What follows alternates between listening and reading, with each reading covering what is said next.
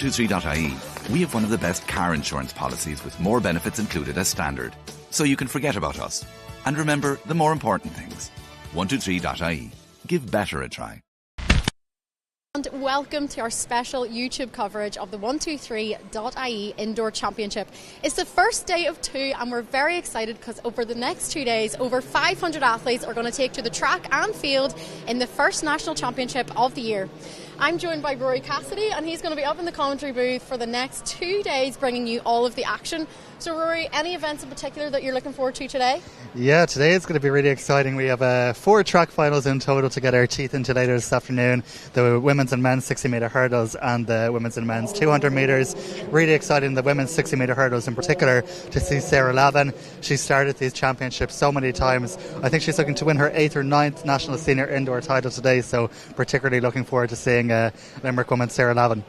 Yeah, you were very excited in the commentary booth last year whenever she ran, I think it was 790 in the heats. Do you think we'll see something similar today from Sarah? Oh, I'd love to see it.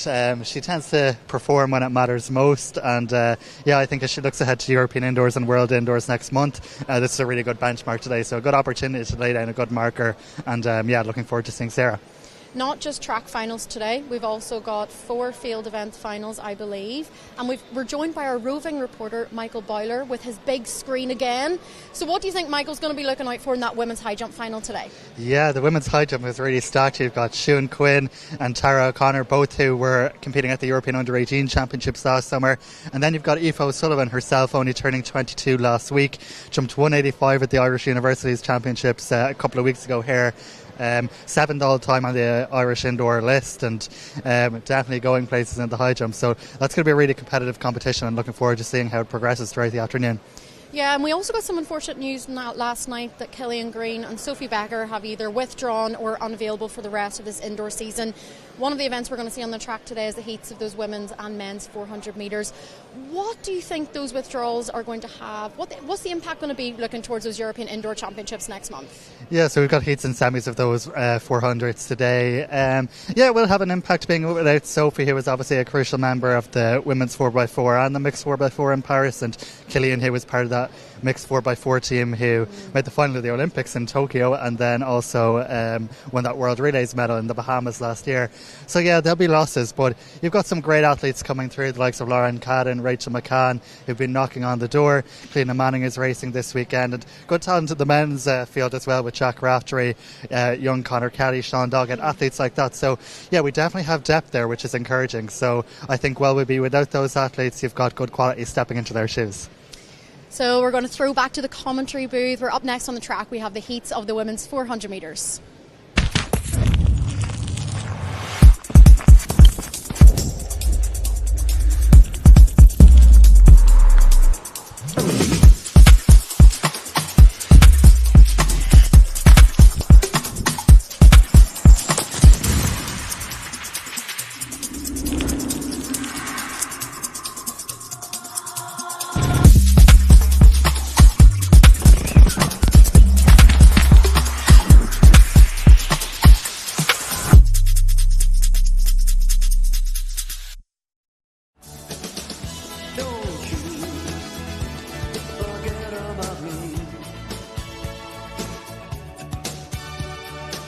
.ie home insurance comes with 24/7 home rescue, so you can forget about us and remember the more important things.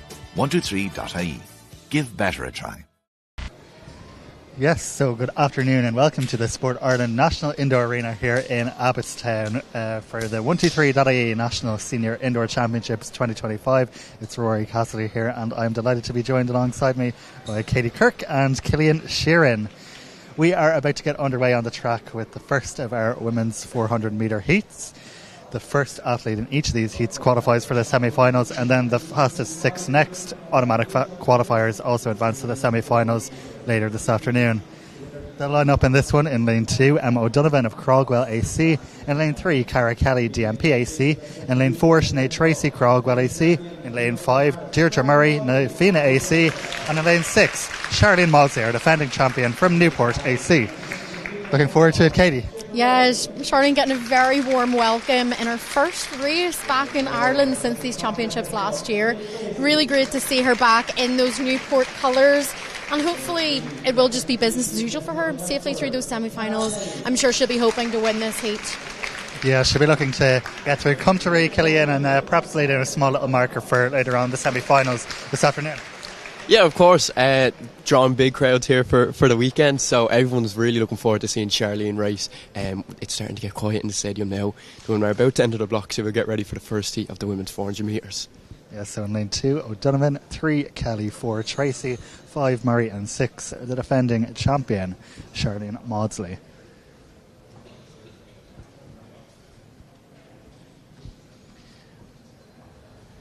Six heats here, each littered with talent as they're called to their marks.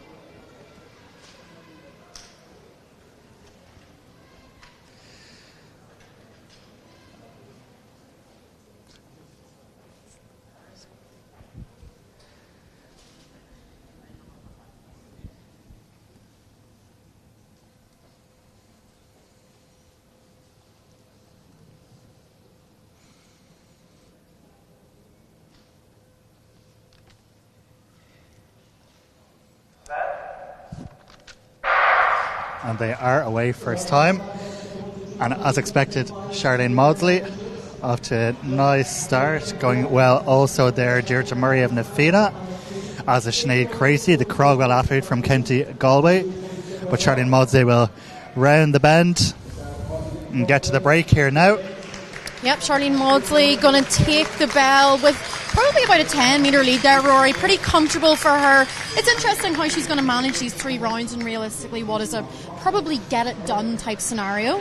But it's still Charlene Maudsley from Deirdre Murray, and it looks like Sinead Tracy of Crogwell. Sinead Tracy of Crogwell just coming around the outside, coming past Deirdre Murray to take that second spot. Of course, positions actually don't really matter further back. It's all about trying to get those top 6 places after the first finishers, but it looks like it's going to be Charlene Maudsley from Sinead Tracy of Crockwell and Deirdre Murray from Nafiana right behind her there, and a tight on the line for Emma Donovan and Cara Kelly.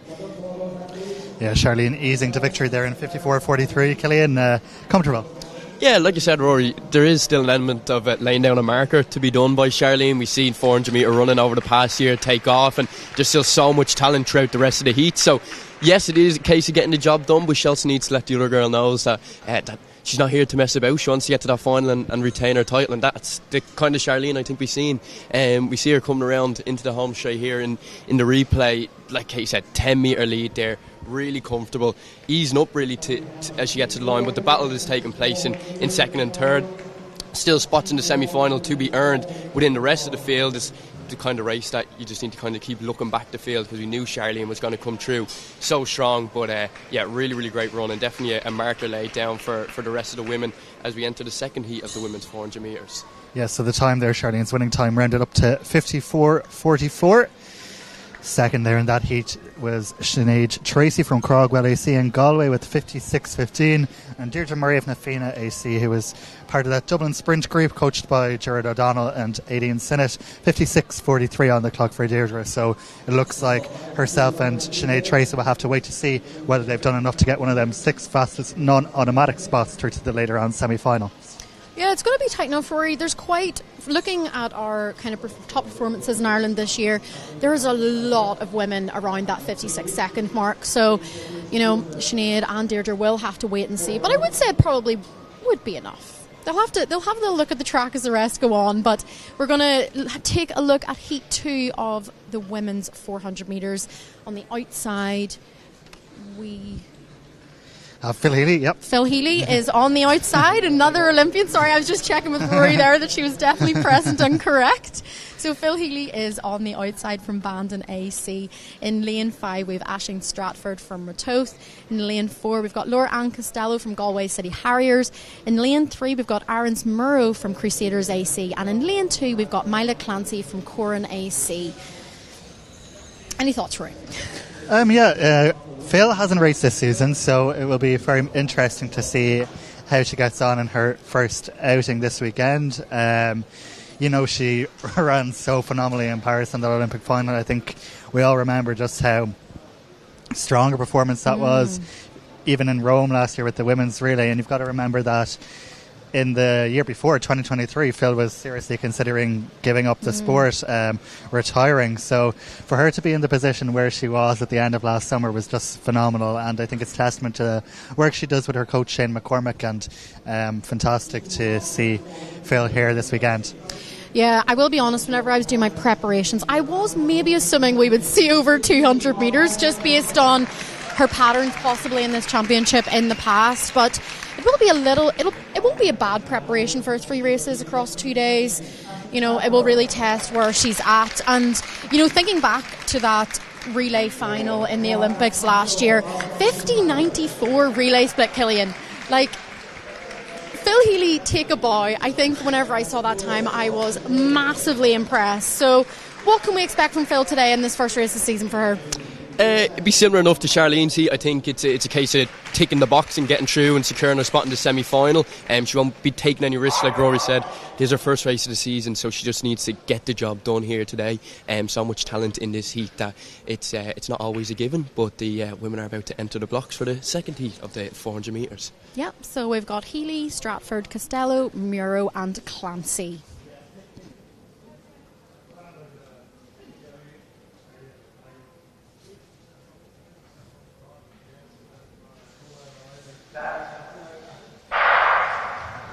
Phil Healy off well there. Looks like she's already got, you know, maybe half a metre on Aisling Stratford on her inside, but also going well is Laura Ann Costello of Galway City Harrier. She looks like she could maybe catch Stratford there, but still Phil Healy on the top bend. She's going to come and take the break with Aisling Stratford and Laura Ann Costello on her inside.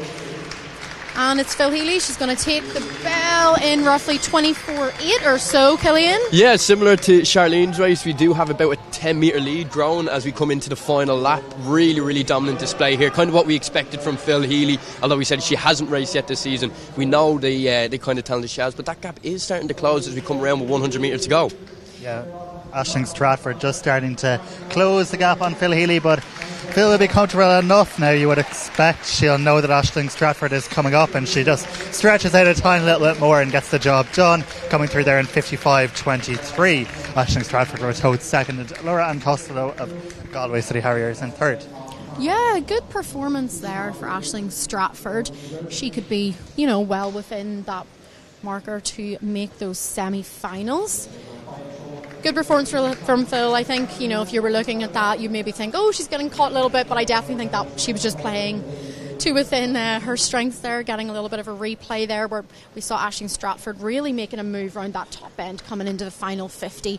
I think Phil was pretty comfortable and within her, definitely within what she was capable of there today, pulling away again a little bit in those last few metres from Aisling Stratford of Ratoath. But good run for Aisling Stratford from Ratoath. She'll have to wait and see if she's going to make those semi-finals, which are later on today.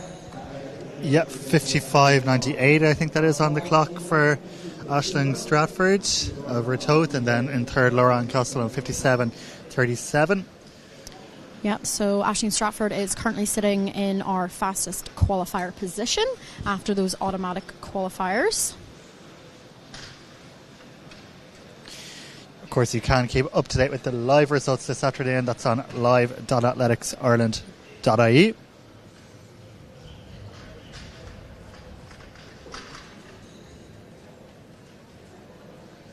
And then looking towards Heat 3. These outside lanes of each of these 400 metre heats have really been dominated by some of our athletes that are part of that the relay and the wider relay panel. Just focusing in here on Rachel McCann of North Down AC. She had a fantastic run at the Irish Universities, breaking her outright PB of 50 and running 53.31, which is really fantastic to see. She's recently moved coach. She's now being coached by Ian Neely, who also coaches Callum Baird. And it's great to see kind of, I suppose, 400 metre running back in Belfast going again. We probably haven't had too many Northerners representing on those relay squads for a while, so it's great to see Rachel running PBs and back at her best. She of course is part of the relay squad for the Olympics, obviously didn't get a run and has sort of been in that wider panel for a while now. But on her inside we also have Cara Murphy from DSD, Laura Kelly from Ratoath, Niamh Murray also from Ratoath, and Muriel Defache also from Kenmare AC. Yeah, so Rachel McCann had a very good year to force herself into the squad. She was at the World Indoors last year in Glasgow. She was at the World Relays in the Bahamas with the squad, and then obviously at the Paris Olympics then as well. And I think what's important to note is the role that all those squad members play in the actual championships. They're very much there involved with the preparations, so it is a big team effort and a squad effort when the relay squads do travel, and all members are definitely well involved. They do the warm-up, etc. I mean, also as well, it probably serves as, a bit of motivation going forward. She's seen the girls that made the final, they finished fourth. You want to be a part of that, and if that brings everyone on, that's exactly what we want to see. Very good.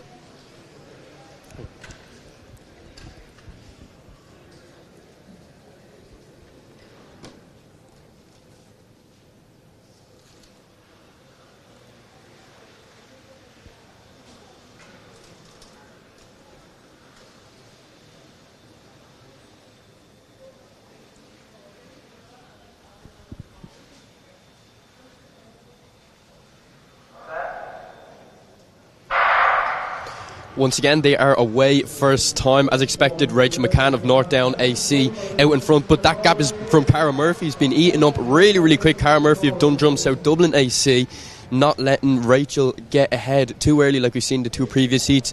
Our athlete down in lane 6, Phil Healy and Charlie Modgy, ground big leads, but this heat very even as we come in and break into lane 1. As you can see, Rachel McCann grabbing the lead again as we come through in about 26 seconds through 200 metres. Yeah, great start there from Rachel McCann, I think, but running a slightly different race to what we've seen Charlene and Phil run in the previous heats. Rachel, I wouldn't say is quite a pure speed-based sprinter, maybe like Charlene and Phil. She probably goes out slightly more conservatively in those 400 metres, and Cara Murphy was really putting it to her at the break there, Rory. Yeah, and Cara Murphy just on her tail, but you would expect that Rachel McCann will kind of kick again to stretch out, and that's exactly what she's done. So she'll take this heat in 55.61 from Cara Murphy in second, who would be hoping to get into one of those fastest non-automatic spots, but 55.61 the winning time there. I believe we have our first field result as well, which is the women's weight for distance. A couple of personal best signs being whipped out there, which is good. The result of that, the winner is Katerina Pasaraskaita of Fanahan McSweeney AC. She threw 8 metres and 30 centimetres. In second, we have Laura Frawley of Nino Olympic AC with 7 metres 10. And in third, it was Lee Vale's Sula Berger.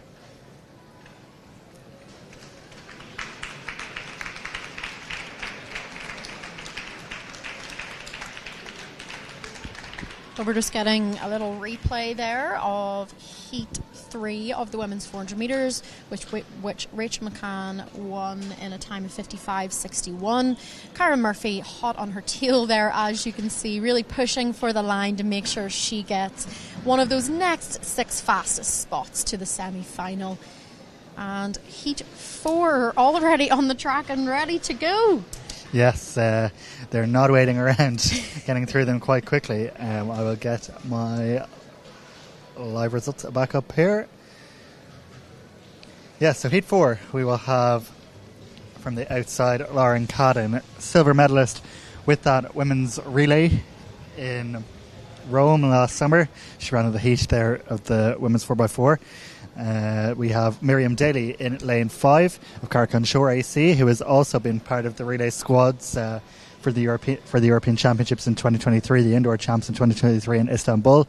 We have Emma Hutchinson of Ballymena and Antrim. Lauren Kilduff of Crogwell is in lane 3, and in lane 2 on the inside it's Saoirse Coleman of Galway City Harriers.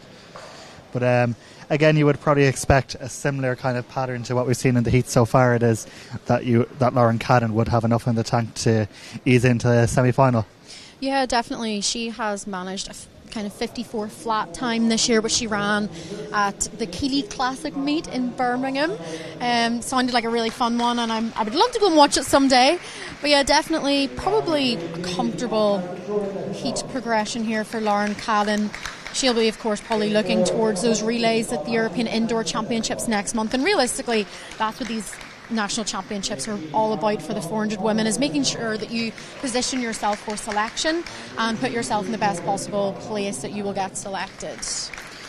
Absolutely. And Lauren has been linking in with the group of Keely Hodgkinson, Sarah Healy, Georgia Bell, that group with Jenny Meadows and Trevor Painter.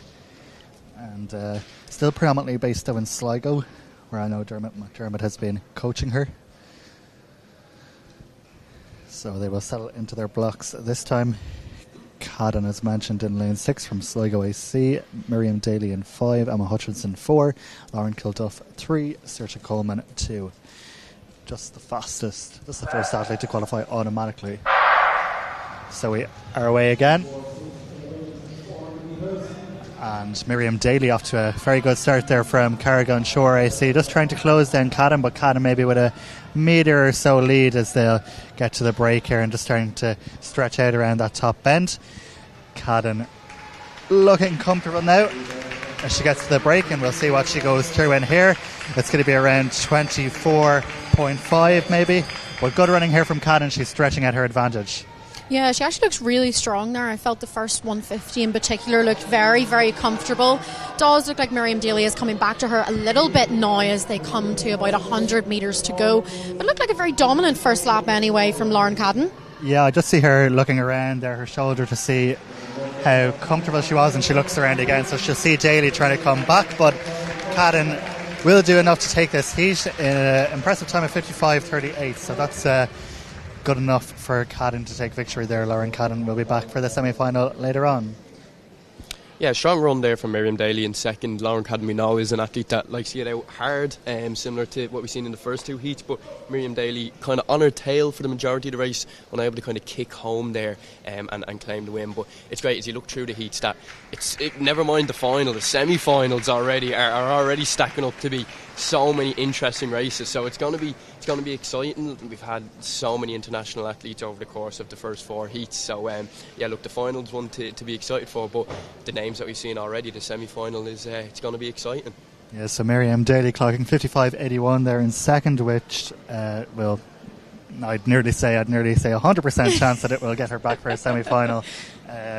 She is the fastest of the non-automatic qualifiers so far.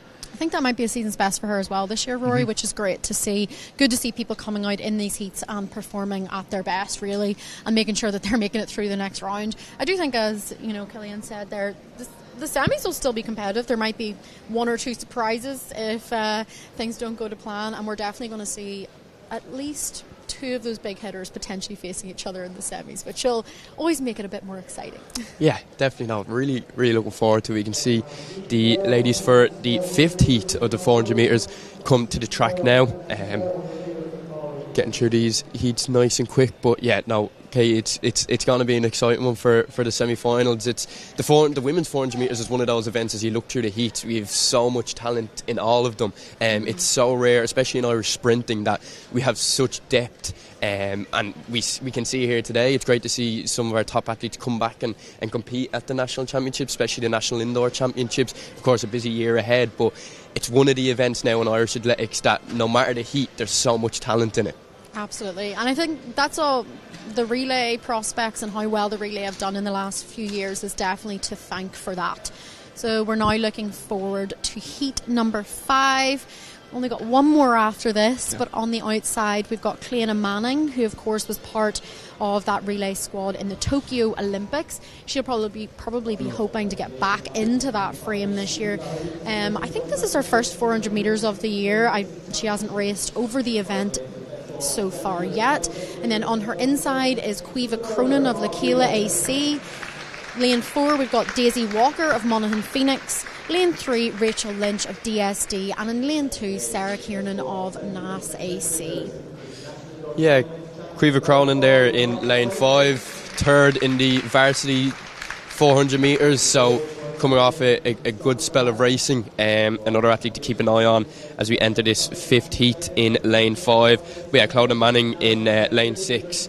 Definitely the athlete you'd be expecting to claim that automatic qualification spot in heat 5, but like that, we never know. Caoimhe Cronin coming in with a 55.35 PB. It is one of the closer heats that we've seen so far. Yeah, definitely. So Cleana Manning, as I said, hasn't raced over 400 this year, has only raced over 200 and 60, so this is a little bit of a step up in distance so far for her this year. She did clock 24.54 over 200, which would indicate that things are definitely going in the right right direction, and had a really consistent year last year, running 53.66 outdoors, and she did race a lot, which was great to see. Obviously no injury issues really prevailing for the 2024 season.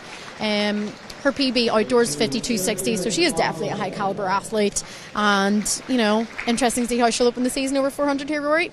Absolutely, and again, Cliona will be someone who's looking at getting onto that women's relay panel for Apeldoorn, which is, it's crazy to think, but Apeldoorn is just about less than 2 weeks away now, so that will not be long coming around. Very quick one coming around for the athletes, that's for sure. And ourselves. We'll survive, Rory. It'll be fine. We will. Thrive.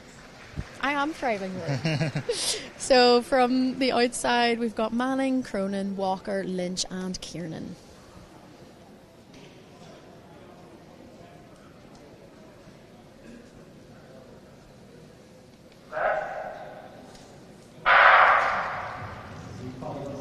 Looks like Cliona Manning has taken a little bit of a very slight lead over the two athletes on her inside, Caoimhe Cronin and Daisy Walker. Daisy Walker actually just coming up onto the shoulder of Caoimhe Cronin, which maybe we wouldn't expect at this point, but possibly is trying to make a strong start and get to the break first, which is always what you want in a 400 metres indoors. Yeah, Cliona's going to go through there in around 25.4.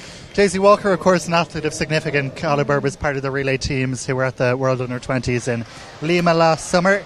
But it is tight here. Like, Daisy is not letting Cliona away, and with 100 metres to go now, Cliona is going to have to try and stretch it again. And you just see Caoimhe Cronin trying to get back on the two girls' coattails, but Cliona Manning into the home straight now, and should, I think, have the luxury of being able to look around as Caoimhe Cronin moves into lane 2. But Manning comes through to take it in 55.36, so that's good running, and there was a serious battle on between Cronin and Walker. Not sure exactly who took it there, Katie. Yeah, very tight finish. I think Walker might have just got it, but we'll see what the official results say.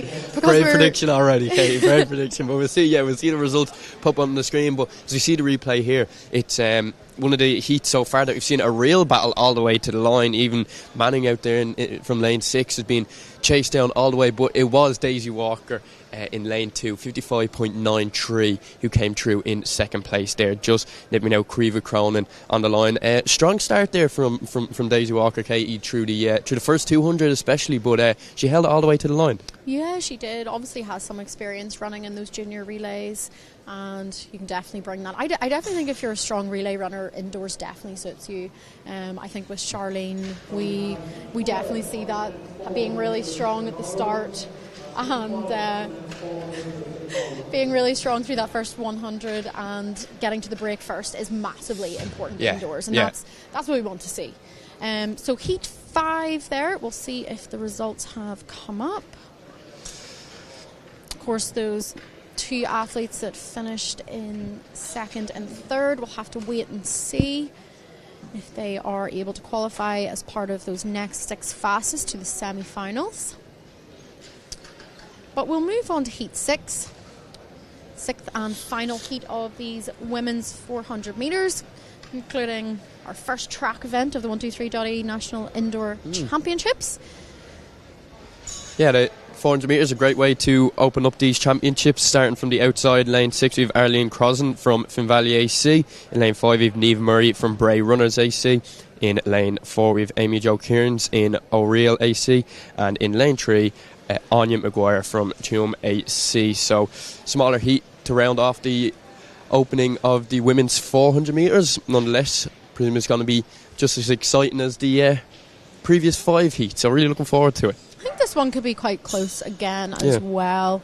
Arlene Crossan has had, decent year all round. She's run an indoor PB of 55.07 this year, which she ran in Athlone.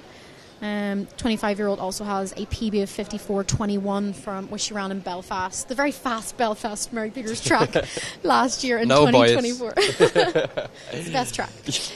If we take a look in lane 5, we've seen the podium from the women's varsities 400 metres already. We've Niamh Murray in there from Bray Runners AC, 54.95. She's coming in with a PB. So it's as we kind of go down the ages, I suppose, you see a lot of our 400 metre runners have opened up their season already. Maybe some of the international athletes are stretching out that little bit longer, but nonetheless everyone seemed to open up today all fairly safely. Anyway, we've mentioned the indoor track can be a battleground, all right, but everyone's been getting through safe and sound, so hopefully won't be eating my words after the final heat of the women's 400 metres. So it's about to enter the blocks. A couple of young athletes in this race. Niamh Murray's 19, Amy Jo Kieran's is only 18, so a few youngsters towing the line today, which is always good to see.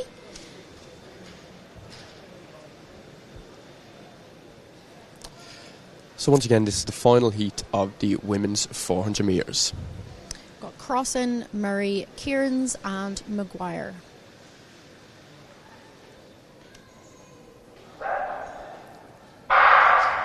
Good to see through all the heats, everyone's away first time, and like that in lane 5, Niamh Murray trying to hunt down Crossan outsider in lane 6, but it's fairly even as we come through the first 100 metres. It'll be interesting to see once we get to the break how the race strings out, but it is Niamh Murray who's made up the stagger fairly early, and it looks like as we break at the mark it's going to be Murray, no, it's going to be Crossan who just snips in front as we come through the bell in about 25 seconds.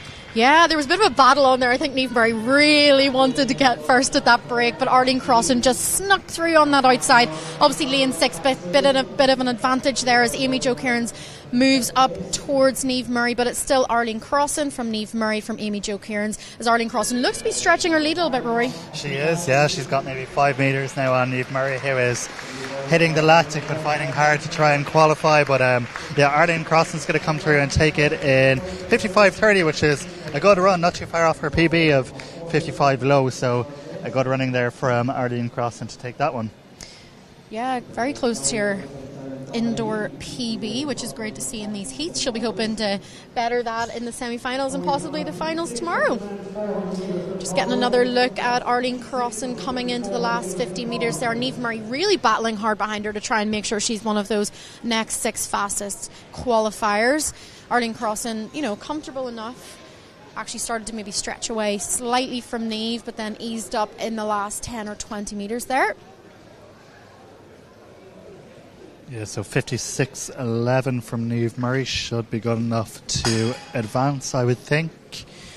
Confirmation of those results will be on live.athletics.ireland.ie. Daisy Walker, I think, ran an outright PB in that 400 metre heat.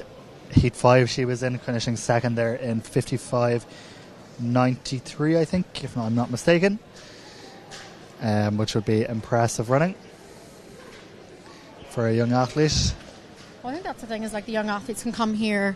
There's actually, from looking at the entries across the whole weekend in many of the different events, there's a lot of young athletes who are running their first national senior championship, and it's great to see them using this opportunity to come out and run PBs, because sometimes opportunities can be few and far between for a lot of people. There's exams in the summer, there's limited opportunities potentially if you've got your leaving cert to get qualifying times for those summer championships which are coming up. So great to see so many running well in the national championships. Yes, and you speak of athletes who are running at their first national senior championships, and we look down to the track now. We'll see one more, Conor Kelly of Derry Track Club, who is in fantastic form so far this year. 46.8 to his name over 400, the second fastest Irish man in the event this year, and he probably gets the favourites tag going into this event this weekend, which for an athlete who is only 17, born in 2007 only. That makes me feel very, very old. He'll be. He could find himself top of the podium come Sunday afternoon, but a lot to be said and done before then. Yeah, what do you think about his prospects in terms of looking towards potentially those European Indoor Championships? There is a mixed relay spot that's going to be up for grabs. Do you think that's possibly within his targets? Is that one of his goals, or would he forgo that? In my interactions with Conor through interviewing him, and I know he doesn't lack ambition, so he'll see that relay team and think, oh yeah, why can't I get on it? He won't look at it and think about any possible barriers. That's what he's going to be aiming for, no doubt. And as he looks to the summer, I know he's a member of the men's 4x4 squad as well, so he'll have that in his mind, and potential world relays in Guangzhou in China coming up in May. So yeah, a lot to look forward to. And then he's obviously got European under-20s this summer. Yeah, very, very exciting talent and prospect. And I think something that, the men's 400 has been strong, but it's great to see the youngsters coming through and really helping to fill those shoes of Thomas Barr, who sadly retired last month. So the lineup for this heat: in lane 2 we have Damien Moyles of Moy Valley AC. In lane 3 Susunti Nanlova of West Coast AC. In lane 4 Canis Werty of Ugavale AC. In lane 5 Finn Campbell of Sligo AC. And on the outside it's Conor Kelly of Derry Track Club. So the first two to advance through to the semi-finals here, and then the 4 fastest non-animal qualifiers from the 7 heats will advance. So for Conor Kelly, it's just going to be a case of hopefully breezing through.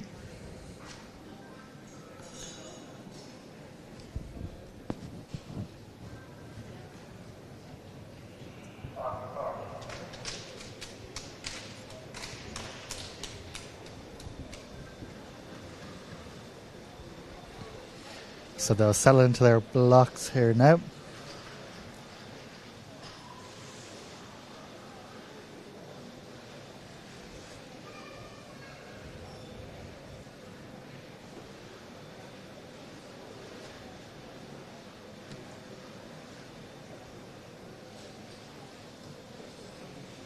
Kelly in 6, Campbell in 5, Weirty in 3, and Weirty in 4, and Juva in 3, and Moyles in lane 2. And it is Conor Kelly who has got off to a blistering start down the back straight. He's not playing around.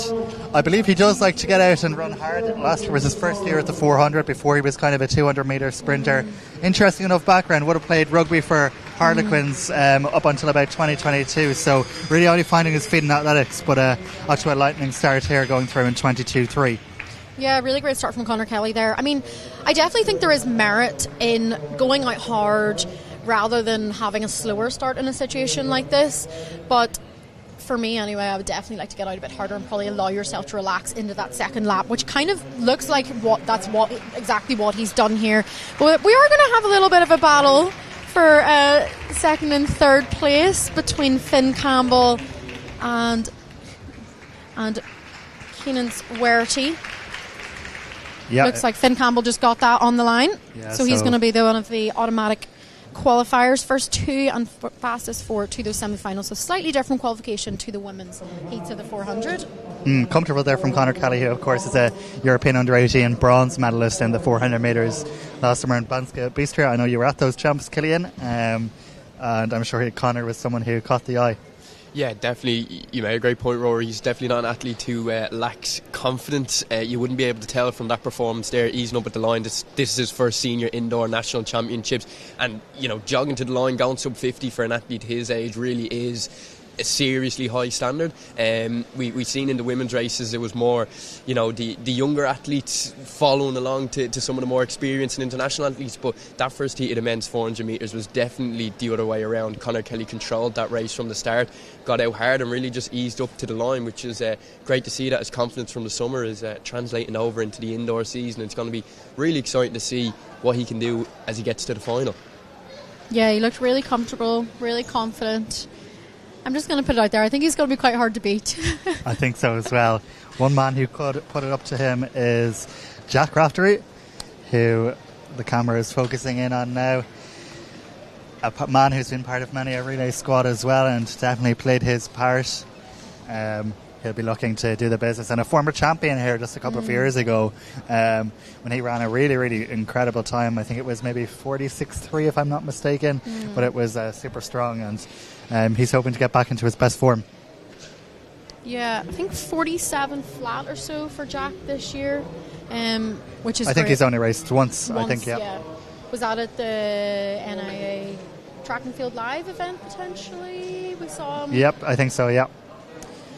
So yeah, still early doors for Jack. Most athletes will sort of progress as they go through their season, and he's got the outside lanes. He's got a bit of an advantage. He's also got 3 races to really warm up and to hopefully have a fantastic showdown with Conor Kelly tomorrow afternoon. Yeah, I believe Jack had an international race following his NIA Live. Maybe I'm wrong. I think he has 2 races coming into these National Indoor Championships. but I suppose if you're He did, he ran at the Killy Classic last week. Not quite as fast as his time at the Track and Field Live, which was 47.34. So he is 4th ranked on the Irish list this year. Killian Green, the Irish leader, with 46.49. Sadly, pulled out of this weekend, which is a shame. And speedy recovery to Killian.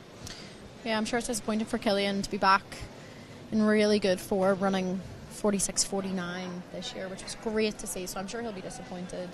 But his training partner Jack is here to represent Dublin Sprint. Indeed. The lineup for this one then: Jack Raftery is in lane 6 from the Nor Harriers. In 5, Oisin McCorry, Raheny Shamrocks. In lane 4, Luke Russell, Drummoor AC. In lane 3, Mark Mulhall, St. Lawrence O'Toole AC. And on the inside in lane 2, it's Ewan Monroe of Lockview AC.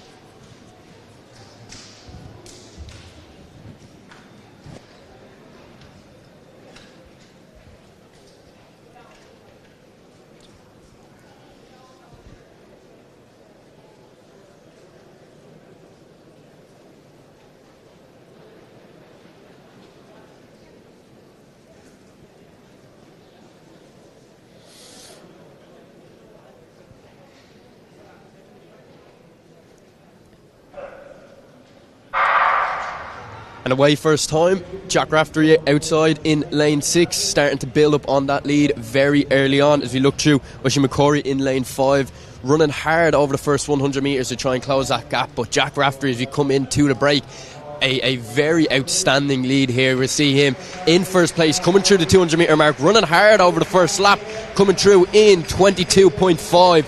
Really, really strong through the opening lap there for Jack. He is coming up to about a 10 metre lead now, with 150 metres left to run. You've seen Conor Kelly in that previous seat. It's going to be a real battle once we get to the final between these two athletes, especially with Killian Green unfortunately withdrawn from the competition. But look at the lead Jack Raftery has as he comes into the final 50 metres, easing up as he comes to the line, finishing in 49.29, slightly quicker than Conor Kelly's opening heat, but nonetheless seemed the ability to ease up at the line there, Katie. I think that was like a Conor Kelly. I'm gonna give you faster. Yeah, if you're Jack Raftery and you see a youngster like Conor Kelly coming to spoil the party, I suppose, especially with the likes of Killian Green dropping out and Jack Raftery coming off being national outdoor champion, Conor Kelly really spoiling Jack's party here this year, I think. It's maybe a marker. Jack putting down. Obviously, we see Conor coming in as the second fastest this year. Jack wanting to let Conor know that he's not here to let the youngster come and take the title too easily anyway. No, Jack said, Conor, I see your 49.89 and I'm going to give you 49.28. There you go. So it's definitely on for that national title tomorrow. Still some semis to get through for both of them. And I know maybe last year Jack did make the final but ended up not running, potentially to some injury issues. So for him, probably one of the goals today is to make sure that he gets through all 3 rounds safely, healthy and hopefully happy. Absolutely. To bring you back up to date with our women's 400 metres, the qualifiers, the fastest qualifiers, we had Charlene Maudsley who won Heat 1 in 54.44, Phil Healy Heat 2 55.22, Rachel McCann Heat 3 55.61, Lauren Cadden Sligo AC 55.39, Cleena Manning Kilkenny City Harriers AC won Heat 5 in 55.37, and Heat 6 was won in 55.30 by Arlene Crossan of Finn Valley. Also qualifying through to the semi-final, 6 more athletes: Niamh Murray of Bray Runners, Daisy Walker of Monaghan Phoenix, Quiva Cronin of Lakela, Miriam Daly of Carrick Shore, Ashton Stratford of Ratoath, and Sinead Tracy of Crogwell. So they'll be back for the semi-finals at around 4:30 later on. Live.athletics.ireland.ie is the place to be if you want to check out all those results. As we move to Heat 3 of the men's 400 metres. We've had two fantastic heats so far, and there's a total of 7. So Heat 3 from the inside, we've got Jack Brown of Enniscorthy AC. Then we've got Jack Greeny from Anriacht AC. Lane 4, John Delaney of St Albans. Lane 5, Sam Kiley of Kinsale AC. And out in Lane 6, Hugo McGee from Fast Twitch AC, who I think has his indoor best this year is 47.83. So yeah, he'll be a bit of a contender to make those semis and possibly even the final.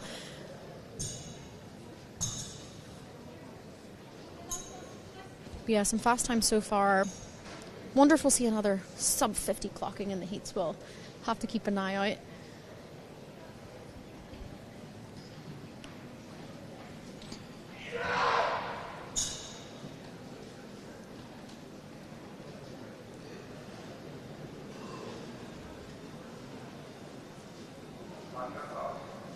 So from the inside, Brown, Greeny, Delaney, Kiley and McGee.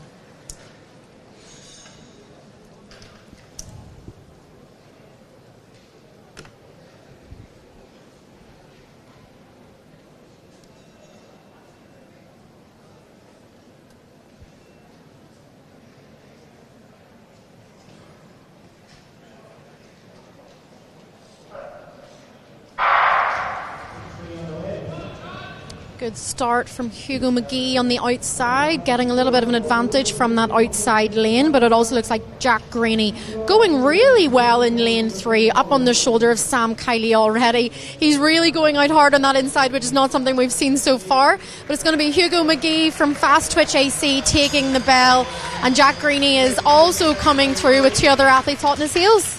Yeah, Hugo McGee leading by about 10 metres. It'll be interesting now to see will Jack Greeny, the Kerry man from Monwreacht, feel the effects of his fast start. And it looks like it might be slightly catching up on him as River Kinsale's Sam Kiley moves into second.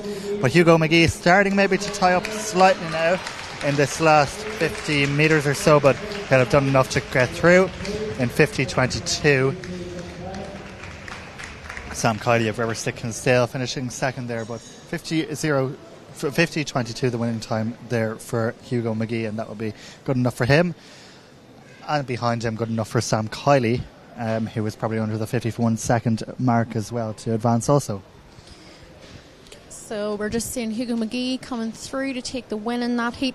I was trying to rack my brain there what Fast Twitch AC was, because I had heard of it but I couldn't remember, and I think it's Adam McMullen's new club, and I also used to run with Adam McMullen, so I don't know why it was struggling to come to my brain there.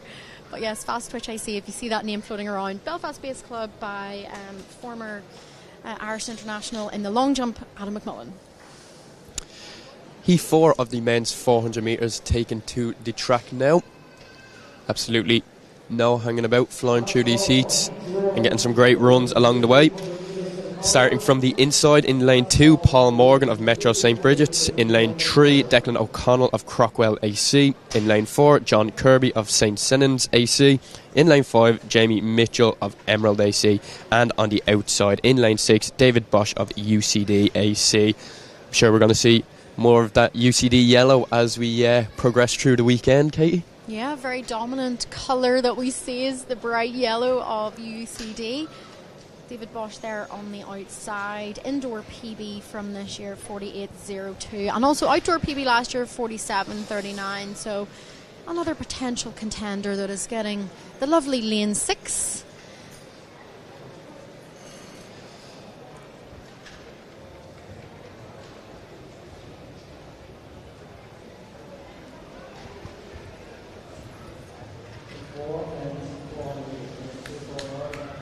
And then on his inside is Jamie Mitchell. Time this year, just over 50 seconds, 50.42. So yeah, possibly going to be one of the closer heats so far, especially David Bosch and Jamie Mitchell coming in with similar PBs. Both athletes already opening up their seasons. So definitely going to be a good heat on our hands here. The 4th of the men's 400 metres.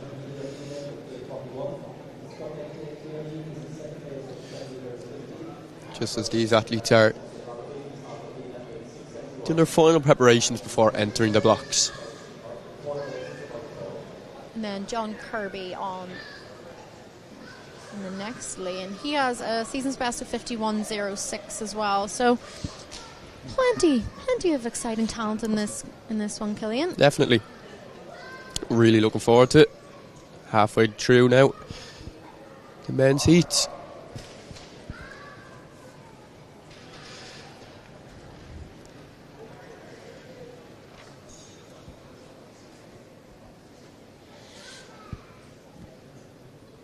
Heat 4 of the men's 400 metres.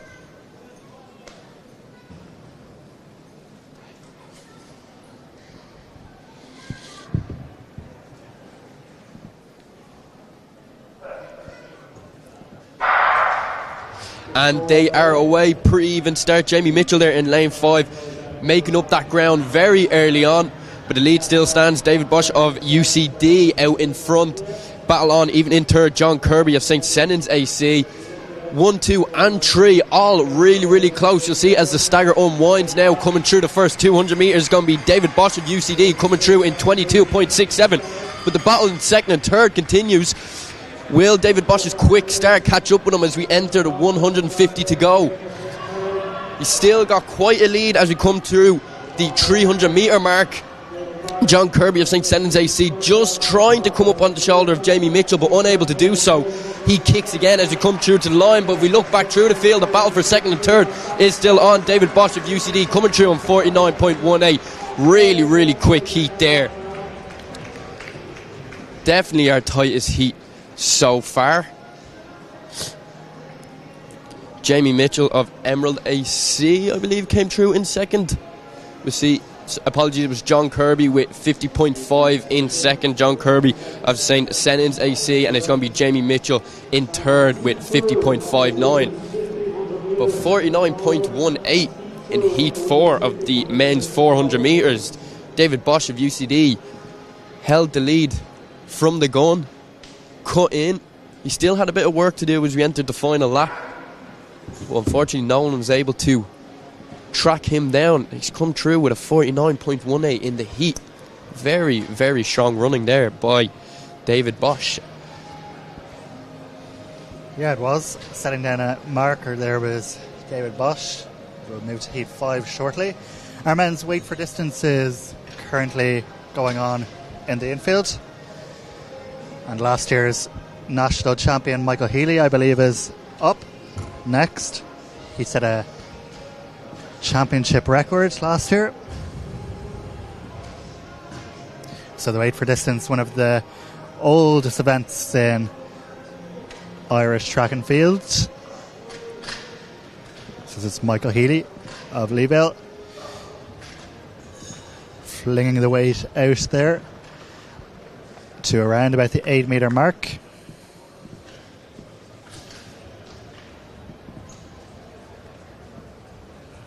And that's 8 metres and 56 centimetres. So that's a good throw there from Michael Healy. So we'll try to keep you up to date with the weight for distance as it progresses.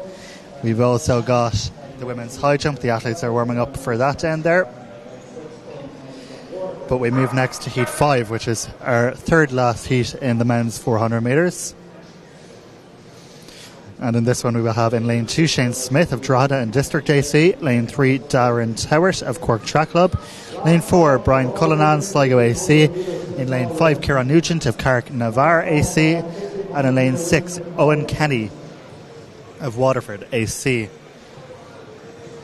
Owen Kenny probably the favourite to take victory in this one with an indoor PB of 48.27, coached by Drew and Hayley Harrison, based in that wonderful group down in Limerick in UL.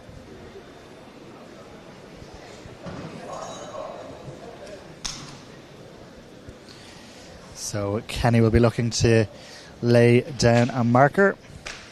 He's around 48.49 this year,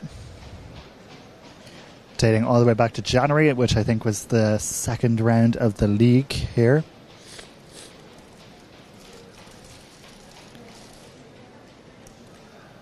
So anything under 50 seconds and you should be getting a nice big cue to your name and be returning for a semi-final later on.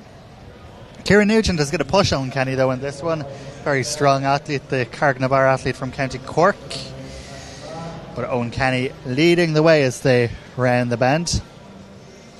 Also going well there in lane 4 is Brian Cullinan of Sligo. But Owen Kenny through in 23.22 from Kieran Nugent in second. And just a bit back then to Sligo's Cullinan. Very little between these two as Kenny just takes a small glance around the shoulder to see how far Nugent is behind him. And I think Kenny will have the luxury of being able to ease down in this closing stages. The Waterford AC man is going to take this one in 50.14, easing down to victory there. Kieran Nugent also through. Nice and comfortably. And Brian Cullinan in third. We'll have to wait to see whether he's done enough to advance. Yeah, Owen Kenny coming into this race, top 10 current standings in men's Irish 400 metre running, so you can see his confidence there as he entered the final. 25 metres, easing up to the line, coming through on 50.14.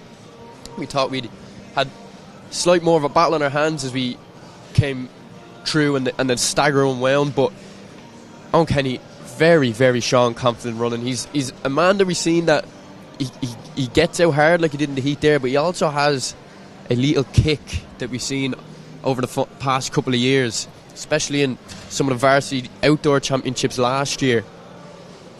He's a man that's strong through the final stages of a 400 metre race. Yep, so 2 more heats to go here. And then I think we go up in distance thereafter to the women's 1500, so we'll be in middle distance territory then. But women's high jump, men's weight for distance also going on in the outfield. So it is exciting afternoon of competition in the track and in the field, building up to a crescendo around about 4:10, where we will see the women's 60 metre hurdles final, all going to plan, featuring Sarah Lavin of Emerald AC. She will have to negotiate a heat first, I believe. Yeah, not forgetting we've also got those 200 metre finals today as well, coming at 3:50 and 4. So if you tune in from 3:50, you're going to get 3 finals within 20 minutes or so. Well, that's a pretty good deal. It's a pretty good deal. Tomorrow it'll be final, back to back. I could go on, but it will surely be exciting. And of course, to mention, both days of the championships are sold out this weekend. No tickets available on the door. We are reminding people, if they do not have a Sunday ticket, not to show up here in the hopes of getting in tomorrow. Unfortunately, you will have to turn around, but you can stick with us on the Athletics Ireland YouTube live stream for the weekend. But fantastic to see the demand and the interest in the championship, expecting over 2,000 people to pack into the Sport Ireland National Indoor Arena this weekend, and it will be a great lift to the athletes as well. Yeah, definitely a lot of demand for this weekend, which is fantastic to see. And I think one of the highlights tomorrow will definitely be those 400 metre finals, as we've sort of been talking about for the last hour. So as we've been treated to the heats of the men's and women's 400 metres, probably one of the most exciting events that we're looking forward to tomorrow. The final is going to be at 3:35 for the women and 3:45 for the men. So plenty of recovery time after those semi-finals as we look towards Heat 6 of the men 400. Bit of a yell going out through the stadium there, Rory. I think that was from the weight for distance round of the 400. I think it could have been. Oh, lane 6, it was Porrick Hassett, I'm being told, who led out an almighty roar, the Nino Olympic man. So Hassett in lane 6, Antoine Roquette of Dundrum St Dublin is in 5, Jack Keating of St Lawrence O'Toole is in lane 4, and Daniel Conway of Dundrum St Dublin is in lane 3. Heat 6. Expecting big things from Porrick Hassett after that big roar that he let out in lane 6, and he's gone out hard, but it does look like Antoine Roquette is very even with him, as well as Jack Keating in lane 4 from St Lawrence O'Toole. Look very even so far, but possibly Porrick Hassett pulling away slightly as they come to the break. Yeah, it's going to be Porrick Hassett. The big roar paid off for there, Rory. It did, yeah. He's full of energy anyway. He's gone through there in 22.9. Porrick Hassett, he's ran under 50 seconds this year, 49.17. Antoine Roquette, though, is just sitting on him, biding his time, and I reckon not before long we will see Antoine Roquette try and go around Porrick Hassett. It's just a case to see whether the Nina man has enough to get through.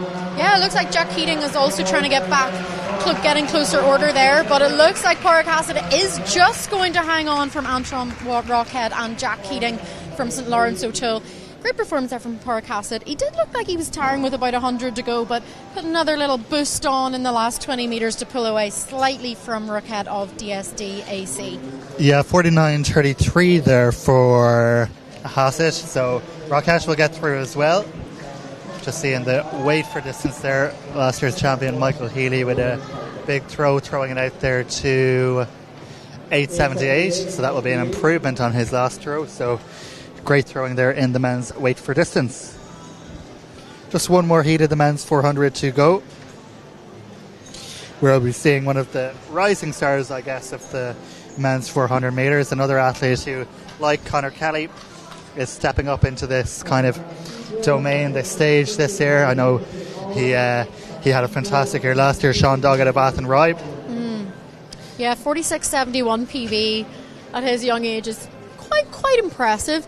He has only managed a 49.36 this year, Rory, so maybe slightly off that, but there's never a better time to turn up than the national championships, and hopefully for Sean, good performance is going to be at hand and he'll make that final tomorrow. Absolutely, and we remember when he ran in Rome last year with the men's 4x4, he was the youngest ever Irish male international athlete to compete with, which is just a fantastic achievement for someone so young and a man who has a really bright future ahead of him. Still being coached by his dad in Athenry, and in his final year, 6th year, leaving cert now in the school there. I believe it's a Gael Colachta. So good luck to Sean, and hopefully he can progress through to the semi-finals, and then we'll see if he can make a final. It'd be nice for him to make a national senior indoor final. Yeah, that would be good. So also looking at this final heat from the inside, we've got Andrew Proctor from Lagan Valley, personal best of indoors of 52.36. We've also got Sean Hode from Crockwell AC, 51.75. And then Owen Buggy from St Albans. I believe that's probably the brother of Sarah Buggy as well. Very famous St Albans AC athletes, that's for sure. Lots of national titles to his sister's name. He'll be hoping to potentially throw his hat in the ring this time round. Indoor PB of 48.70. And then, as we talked about earlier, Sean Doggett from Athenry on the outside. That 46.71 outdoors last year. Really quite something, Killian, for someone of such a young age. Yeah, definitely, and his international credentials as well are there to back it up, so it'll be interesting to see on a national stage where we have so much depth how we can fare up against the best in the country. But coming in with an indoor PB of 48.44, I'm sure this weekend he'll definitely be looking to try and lower that down. Yeah, definitely the potential to do so. I think that's what's great about young people doing championships. They're always progressing, always getting better. So from the inside, we've got Proctor, Hode, Buggy and Doggett.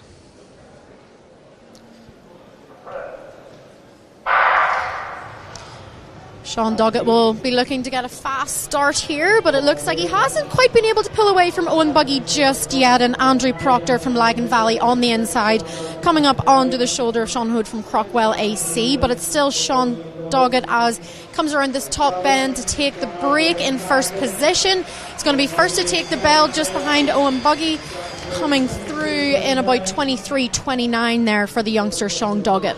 Yeah, I'm sure Sean was aware of fellow youngster Conor Kelly's dominant performance, so he'll be looking to put down a similar mark. He'll want everyone to know that he's amongst the youngsters that are in a chance for a medal this year at the National Indoors, and we can see that confidence and that dominant performance as Sean enters the final 25 metres. Look over the shoulder, easing up to the line. We've seen that so much already in these heats. 49.40 for Sean Doggett. Yeah, really, really nice run. And like we said, he's seen the dominant performance from Conor Kelly. Sean came out to kind of say, okay, I'm a youngster, but I'm also here to make a mark, and he definitely done that. We can see Owen Bug, 50.5. Sean Doggett gave a little love heart to the camera. He's definitely one of our youngsters that loves the cameras, loves the reels, loves the spotlight. And no, TikTok, he's got a big following on TikTok. Yeah, he definitely has. How many followers has he got? Oh, I don't know. It's in the thousands, I'm pretty sure. We're going to do a little Sean Doggett TikTok plug. We'll update on that. But yeah, we're just seeing Sean coming into the home straight here. From thinking back beyond this replay necessarily, I really thought he was getting into a really nice flow with about 100 to go. Probably to be honest, around that 250 mark, I was thinking, okay, maybe his arms were tightening up slightly, but he really did start to relax into that last 100, which is what is really key in 400 metre running. You really don't want to tighten up too much. So Rory, what's the follower count? Yeah, I've done some critical research here, Katie, and I can tell you that Sean Doggett has 4,300 followers on TikTok. So maybe by the end of the weekend, if there's like a massive young cohort watching this stream, we could get Sean Doggett to 5,000 followers. That's a big ask. Maybe let's get to the end of the indoor season. 5,000 followers for Sean Doggett, please. I will say there are a few other Irish athletes competing today who do have a good following on TikTok. There's a really random one that I'm going to mention. Finn Diver from Belfast has a TikTok account called Wee Sleggins. Belfast people will get it. And I don't know how many followers he has, but it's definitely more than that. So maybe we should... From the athletics content, he's more of the man for the trends, I think. Yeah. Finn Diver of Wee Sleggins is one for the trends. So maybe we could have a little ranking board for also TikTok followers this weekend. That would be good. Absolutely. We move swiftly on to the women's 1500 as the gun is raised in heat 1 of 2 here in the women's 1500. We have Ika Delargy of Nino Olympic, Lorraine O'Connor of Clonliffe Harriers, Niamh Carr of Dublin City Harriers, Isabel Cuff of Lucan Harriers, Fiona Geddings of Longford, Ellie Hartnett of UCD, Emily Bolton of Clonliffe Harriers, Sarah Healy of UCD, and Adele Monaghan of Dublin City Harriers. First 6 to automatically qualify for the final. So yeah, no fastest losers in this one, and it looks like Sarah Healy is really striking out from the front here. I wasn't sure, if you're the national record holder, what do you do in this situation? What is the go-to? Do you sit with the rest of the pack, or like Sarah's doing, you just go out from the front and take the lead? I suppose you have to go with the rhythm and flow that's comfortable with you, and potentially for Sarah, running at a slower pace is not going to be that comfortable. So, great to see Sarah taking it from the front here, Rory.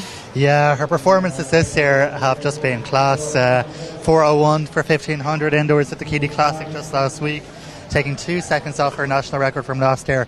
Her 3K performances have been super. 8:35 in her opener in Boston at the New Balance Grand Prix. She'd been a bit under the weather, a bit sick in the week leading up to it. Then the following week at Millrose running 8:30. But interestingly how she ran both those races, to me really stood out. Her finishing kick seems to be on point, and she's going to be a serious contender, all going well at European and World Indoors in the next couple of weeks. But her job this weekend, she'll have one goal on her mind, and that's to become National Senior 1500 metre champion. And the perfect way to start, easily advancing through the heat. Yeah, she went through 400 there in about 67 or so, I think, with the rest of the pack going through in about 86. So, 77 with the rest of the pack going through in 86. So they're about 10 seconds back on that first 2 laps, and it looks like she's actually stretching her lead. I sort of thought we might see that chasing pack really pick up, Rory, but they haven't quite yet. It would be remiss not to mention some of the other names in that pack, Katie. The 2 Clonliffe athletes who are both junior athletes, Lorraine O'Connor and Emily Bolton, have both impressed. They're both below 4:25 this season, and we'll be looking at making championships, age group championships. Yeah, they both ran that at the BMC in Cardiff, which was, the BMC over in the UK there, run a lot of great meets, and they also do a few indoor meets, so they both ran those times there. Both of them only 17, which is fantastic to see. And they also both had outings at those European clubs in January too, so not too shabby over those longer distances either. Yeah, to mention another name in that pack, Ellie Hartnett has been there, done that so many times. It seems like she's nearly been a permanent feature in national medals down the years, whether it be outdoors, indoors, particularly over 1500. She's been okay. She's run a couple of 800s as well, but Ellie Hartnett of UCDAC is someone who's always thereabouts, and will be backing herself making the final. But as we look at our screen and see Sarah Healy moving nicely, I believe she'll come up with 400 to go, and she's going through in 3:04, so this is not hanging around. Absolutely not. Maybe Rory, the logic here and the intention is to try and get 2 hard runs that really allow her to prepare well for those European Indoor Championships. It's sometimes rare to be able to get 2 hard runs 2 days in a row that would emulate that championship experience, and particularly for Sarah, she didn't make the finals of those World Indoors last year, very sadly, so she may have not have got that opportunity indoors. So a little bit of practice going on here for Sarah Healy as she's going to take the bell in 3:37 or so, Rory. Yeah, talk about laying down a marker here.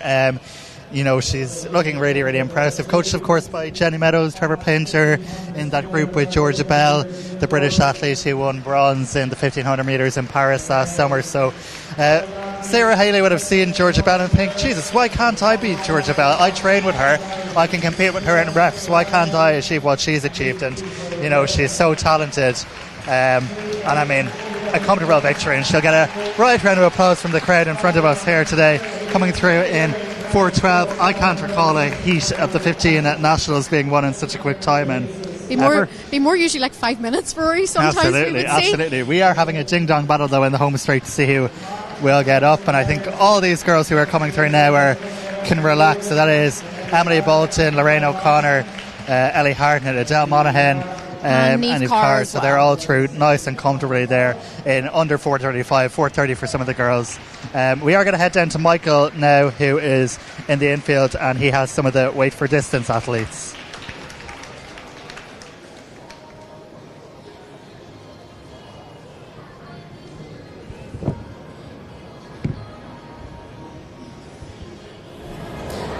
So Michael Healy is down here in the weight for distance. This is his 4th round throw, and that looks like a very good one. And Michael is going to be attempting the championship record. He's in the lead at the moment, not too far ahead of Dave Tierney, though, who's these guys, when you see them in person, they're monstrous men. I'll see if I can grab Michael there just for a second and see if he says a few words to us. Michael, what do you think of that one? Not great, no. No? Didn't get off the floor, kind of fell at the finish, so no, I didn't power up through it, so no. There's a lot of technique to it. There's a lot of technique to it, yeah. A lot of fellas don't understand you got to actually relax at the front, and you're only kind of bringing it up to here, up to your hip, and you're relaxing until you're at the back. The ball needs to be up behind your backside, and then you're pulling. Then you need to shoot it, it's all time, it's all technique as well as strength, obviously. So I got your last rounder. We might have a look at that on the screen later, but you're very close to the championship record as well, so that's definitely everything has to go right, for that to happen. So yeah, hopefully 2 more throws there, so hopefully we'll get it now. Well, good luck. Good luck. Cheers, guys.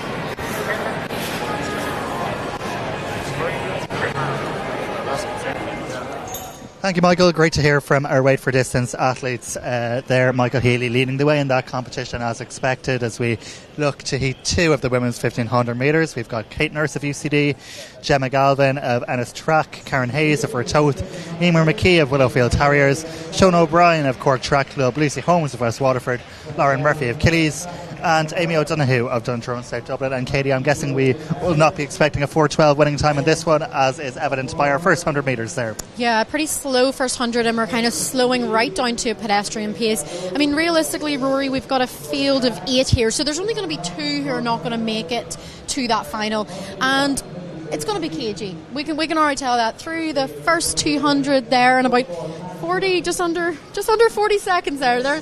Yeah, we're not going to see a 4:12 clocking, but of course, because there's no next fastest qualifiers, the times really, really don't matter.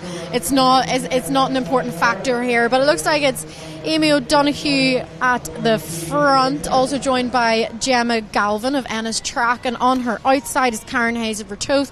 Tucked in also is Emer McKee and Kate Nurse from UCD.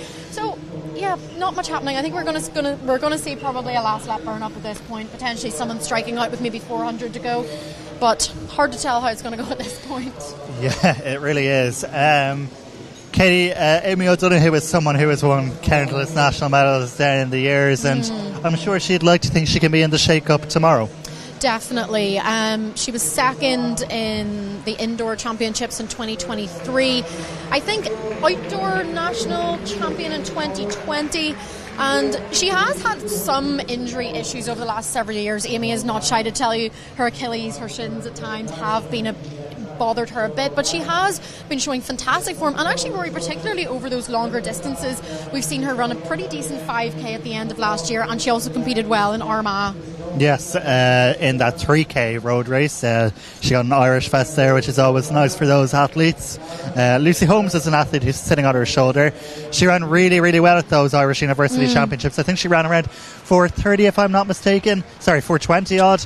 Maybe it was 4:21. I will check that as we speak. I have her down as running 4:22 as a hand time, however, so obviously hard to know what that might transpire to with our digital timings. But also, Rory, one thing to say for Lucy, if this is right, I don't know if it is correct, it is her birthday tomorrow.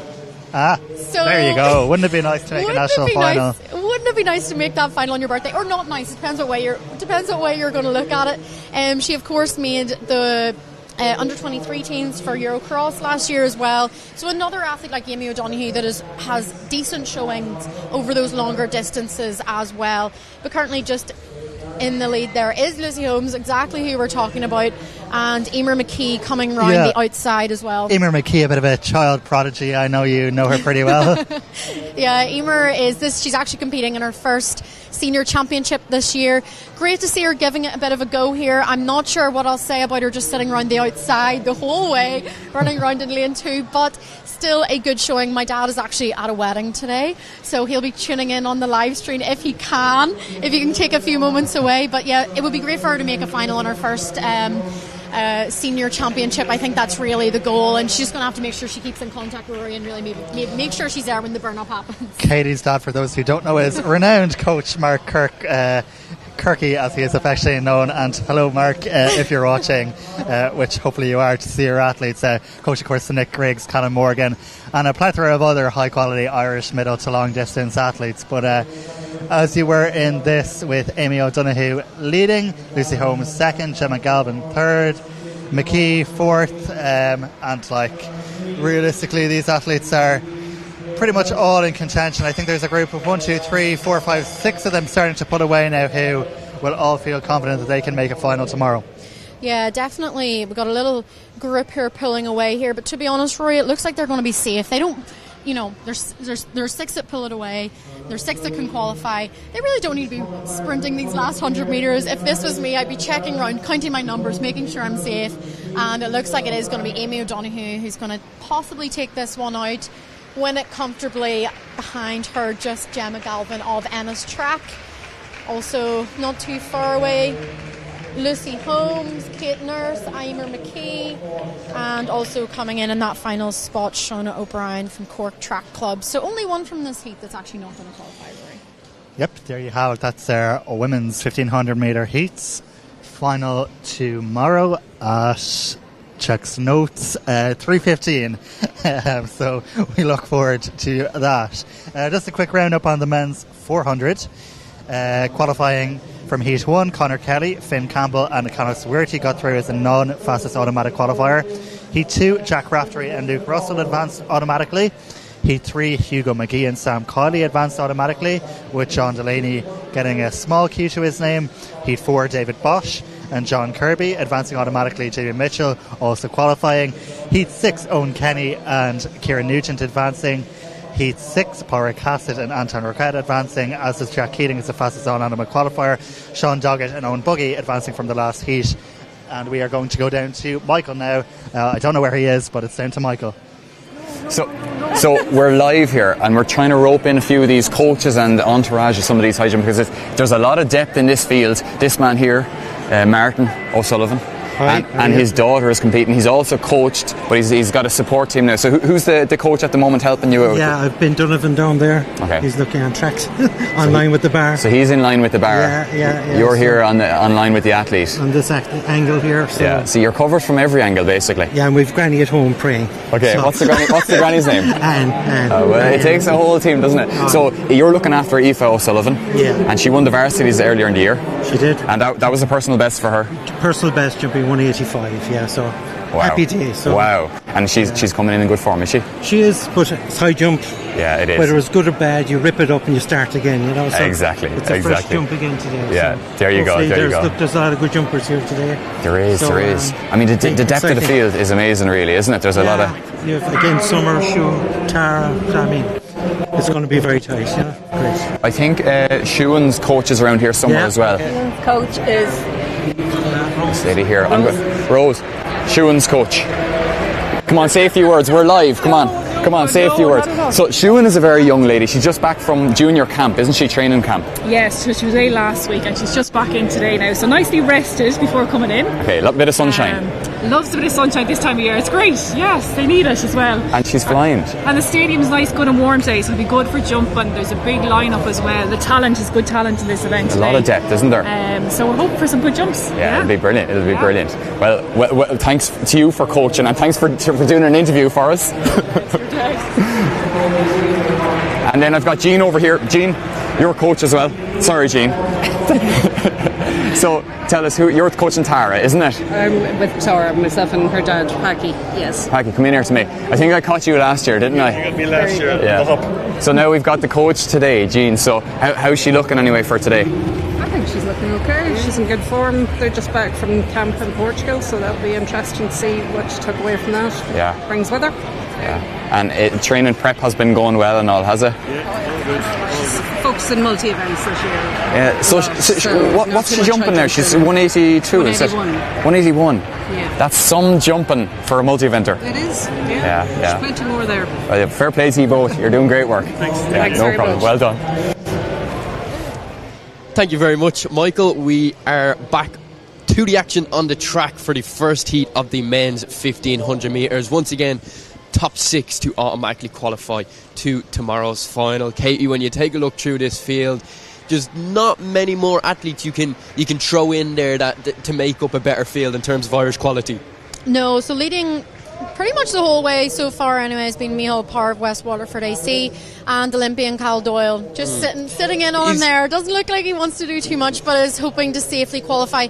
And actually coming up around his outside right now is Sean Cronin. Yeah, I don't think has he had an outing this year yet, no, this should be. He was away in Portugal at the start of the year on a training camp, and he's just back now with the Irish development squad. They were away for a week over in Portugal again, so he's had a few weeks in the sun, and he's back now. He's brought the weather with him, it looks like, back on Irish soil. He's sitting in third place, trying to hold on to his club mate Cathal Doyle, who's taken a slightly different approach to our previous Olympian in the women's 1500 metres, Sarah Healy, who really took from the gun and came through and took the win in the first heat of the women's 1500 metres. But it is still Micheál Power in the lead here as they come through in 2:57. Unfortunately can't see how many laps are remaining, but it looks like it's starting to be picked up slightly, and Louis Woodger of Metro St. Bridget's in the lime green and blue just starting to lose contact of that lead group, of that top 3, but it is top 6 automatic qualifiers as they come around into the home straight. It looks like they're about to have to navigate some traffic, but surely, Katie, a slightly comfortable pace for Cathal Doyle as they hit the bell. Yeah, absolutely comfortable for Cathal, but we are definitely going to see a battle, I think, for the last few spots that are going to qualify automatically. Looks like Micheál Parr still in the lead. Frankie Buchanan also making a big move there. There's going to be a bit of traffic for these lads to come through as they hit 100 metres to go. But it's still Micheál Parr from Cathal Doyle, from Sean Cronin, from Louis Widger, from Cian O'Doyle. And we're going to have a bit of an exciting finish for those last few spots. Looks like Cian O'Doyle, Sean Cronin, Louis Widger all safely through. Frank Buchanan and I think Lorcan Benjikar just missing out on the top 6 spots there. Not sure if Cathal Doyle knew exactly what was going on there behind him, but pretty much we had a bit of a blanket finish there. Probably could have thrown a blanket over them, literally. Lorcan Benjikar just missed out there. Is actually the under-19 outdoor 1500 metre championship record holder, so unfortunate for him. Again, he's so young and competing along with clubmate Sean Cronin and Cathal Doyle in his first national senior indoor championships. Cathal Doyle giving a couple thumbs up to the crowd. We can see the high jump taking place on the infield just as we finished up the first heat of the men's 1500 metres. Yeah, so this is Louise King from DSD. She's height, we're currently at 150. Looks like she's cleared that safely. I think this might be our opening height. Yeah, Kate, we were talking during the week there about some of the field events, especially the high jump. Okay, maybe as the 1500 metre events are on, and may not be in the spotlight. But and apologies to some 1500 or to some high jump fans out there, but it's definitely an event that, as we get to the later rounds, starts to catch the eye of many of the spectators. Yeah, we're still only on 150, so very early days in this high jump. I would say some of our big names not even opening yet. Not even in yet, but Aoife O'Sullivan, 185 this year, is our kind of standout performer, and we're going to be looking at her to see if she can get a national title. Also looking at Summer Leckie, Sue Quinn and Tara O'Connor all entered, and looks like they're competing here today. So that looks like it is Lauren Duffy of Bormine AC, who's unfortunately just knocked the bar at 150. Well, as the camera pans over to the start line for the second heat of the men's 1500 metres, as we look through the field, some of the standout names here: Louis Mallon, again in that his first year as a UCD AC athlete, representing the colours. He's seen his first outing for the college at the National Cross Country Championships towards the end of 2024. Harry Colbert, who is with M11 Track Club, as we've seen many Irish athletes, likes of Sarah Healy, who he's seen in the women's 1500 metres. He's a new member of that club, so it'll be interesting to see how the shorter distance training will translate over into his 1500 metres here at these national championships. Philip Marin of Dublin City Harriers AC coming in with a PB of 3:45. We can see him on the start line there. Again, it's so hard to call as you look through this heat. James Smith from Selbridge AC, Aaron Noel Shorten, of course, Paralympic athlete who had such a strong run in Paris over the summer, an athlete who likes to take these national races from the gun. He likes to set an early pace, an early tone, as you can see him at the camera on the inside lane. St. Lawrence O'Toole AC athlete, some early elbows being thrown. So we've got Shorten, Gebry Burhan, Keenan Buckley, Colbert, Lazak, Hastings, Smith, Archbold, Mallon, Fitzpatrick, Davis and Marin. Another big field here. Yeah. Plenty of traffic to get round for the lads, as it looks like Louis Mallon is taking it out from the start with Philip Marin just behind him or on his shoulder, and tucked in behind is Paralympic athlete Aaron Shorten. Good to see him taking close order in this second heat of the men's 1500. Top 6 to get through, he could well make the final. Definitely, if you're seeing that first heat of the men's 1500 and you're coming in to enter this race, two athletes in the final pack as you enter the 50 metres just missed out.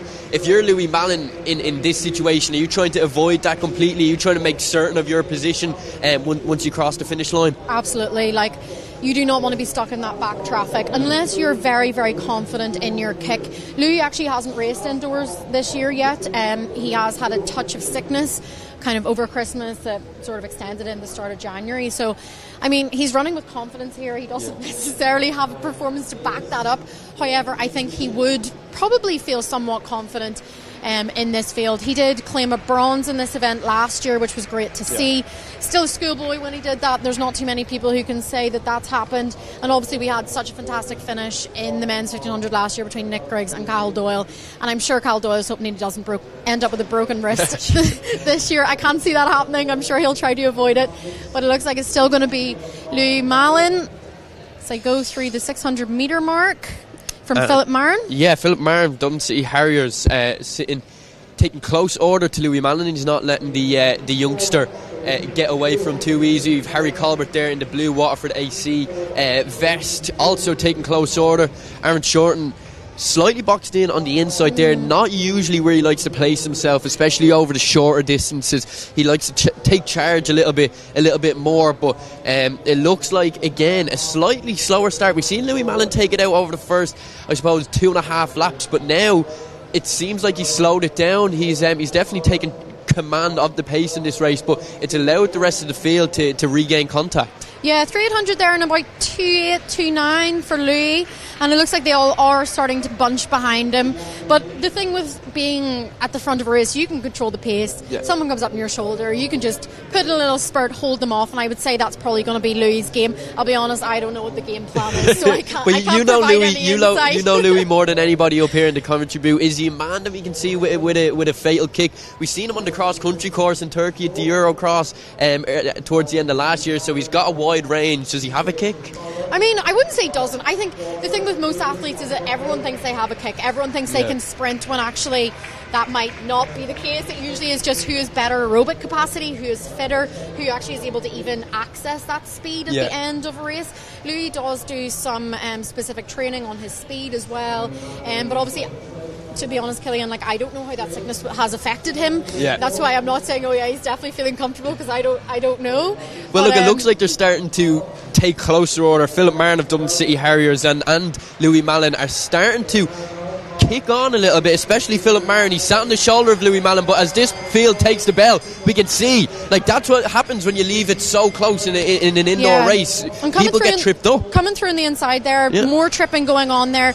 The guy in the Annadale Strider's vest, that's actually Berhane Gebri Burhan. My dad coaches him as well. We see him coming through with 100 to go. He's after, pushing a couple athletes out of the way. Philip Marin there done see how he's kicked at the bell, got a slight nudge, so did Louis Mallon. So it's a brave run from Brehan. There's a couple lines there that he ran through that maybe weren't there. We didn't see too closely on the live stream, but we'll get our automatic qualifiers now in a couple of moments. But it was a really, really cagey affair there over the final lap, and maybe a lack of indoor experience in this field that left it open for some uncertainty over the final 200 metres. It looks like Louis Mallon and Philip Marin walking off the track there, not too happy with how that final 200 metres fared out. Yeah, I mean, for some context on Berhane, he was a refugee from Eritrea, wouldn't have a whole lot of experience now with the indoor racing. Yeah.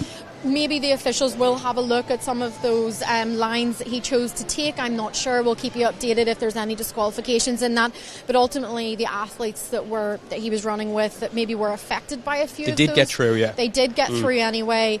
It maybe would feel slightly, it might feel a bit harsh if he was disqualified for that when, ultimately the others did get through. I will say, like, Berhane, he is a very competitive athlete, but he does sometimes struggle with his spatial awareness. Yeah, he's a tall athlete. Tall guy, isn't super used to running indoors. He's actually also part of the IOC's refugee athlete program.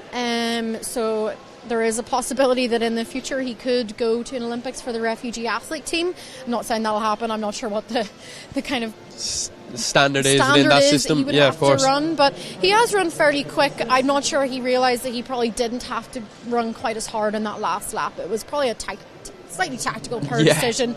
But yeah, he's safely through for now, and we'll keep you updated if there's any disqualifications or any protests lodged regarding that. Yeah, it'll be interesting to see now how the final of the men's 1500 metres is. Everyone competing in the second heat, and then everyone looking on from the first heat. We have experience. Carl Doyle knows how cagey nationals can be, so I doubt he's going to be taking any risks when we get to tomorrow's final. But look, I think that second heat just set us up for a real good final. But we can see here our medalists of the men's weight for distance. We get our results up in front of us, the attention taken slightly away from that cagey affair in the men's 1500 metres. So the men's weight for distance, the winner... Yes, so the winner is Michael D. Healy of Livele C878. Second place is co-mate David Tierney with a best throw of 750, and the bronze medal goes to Clonliffe Harriers' Niall Allen. We will now take a little ad break, so back in just a second.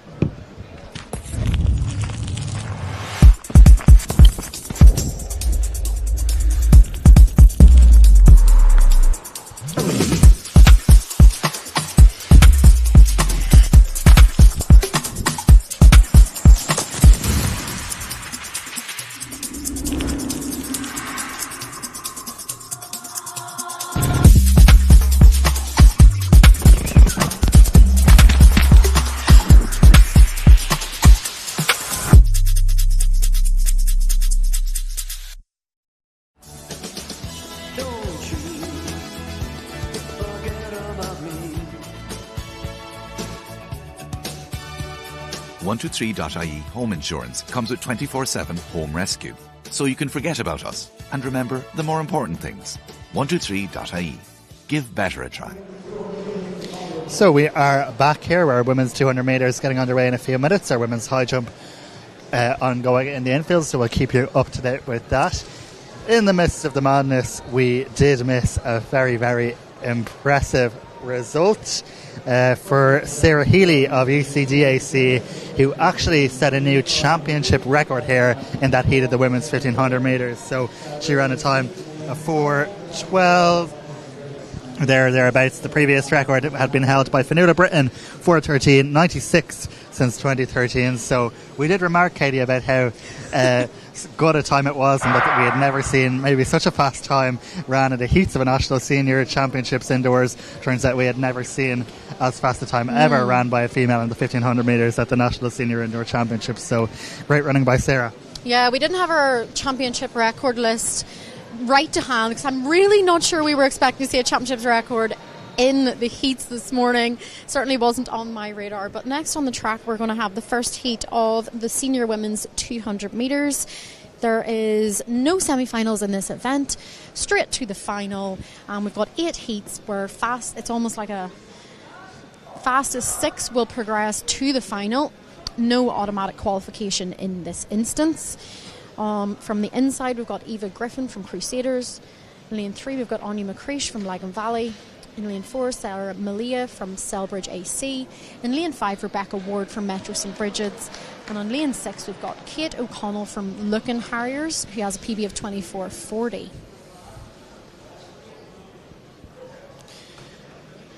So Kate O'Connell, coached by not Jeremy Lyons, not anymore. Sorry, Jeremy, if you're watching. Jared O'Donnell and Aideen Sinnott, of course, of that Dublin sprint group. And it is Kate O'Connell who does make that lightning start in lane 6. Also going well in lane 4, Sarah Malia of Selbridge. She's eating up the stagger on the athlete to her outside. That's Rebecca Ward of Metro St Bridget's. But around the bend, and Kate O'Connell looks on course to take this. Millet in second and Ward in third, as O'Connell comes through in 24.28 to take it from Sarah Millet and Rebecca Ward. Kate O'Connell, of course, will have to see if she's done enough, but you would think that will be fast enough to make it through. As here we go, we are going back to the big screen for the first time at this National Senior Indoors, and joining Michael Bowler, who is some of our weight for distance athletes. All right, we're down here now with 2 very big men, Dave Tierney and Michael Healy, who's trying to stand his tippy toes beside this man, because he's 6'7", this man here. I'm actually 6'1", I look small, but I'm 6'1". He's not as small as he looks now beside Dave. Dave, grab that mic there for 1 sec. So you were out of action for a good year, 6 years, you were saying to me. I was out of action for just over 6 years with the weight throw, and trying to come back into it now. What was the reason you were out for? Just niggles or? Yeah, it's a combination of reasons. I think it was a bit of COVID, kind of knocked me off kilter. I've had 2 kids in between, so I have a 2.5-year-old and a 6-month-old, and just trying to get back into the routine of life now, and part of the routine of life is athletics. It's great to see you back, and a silver medal for today.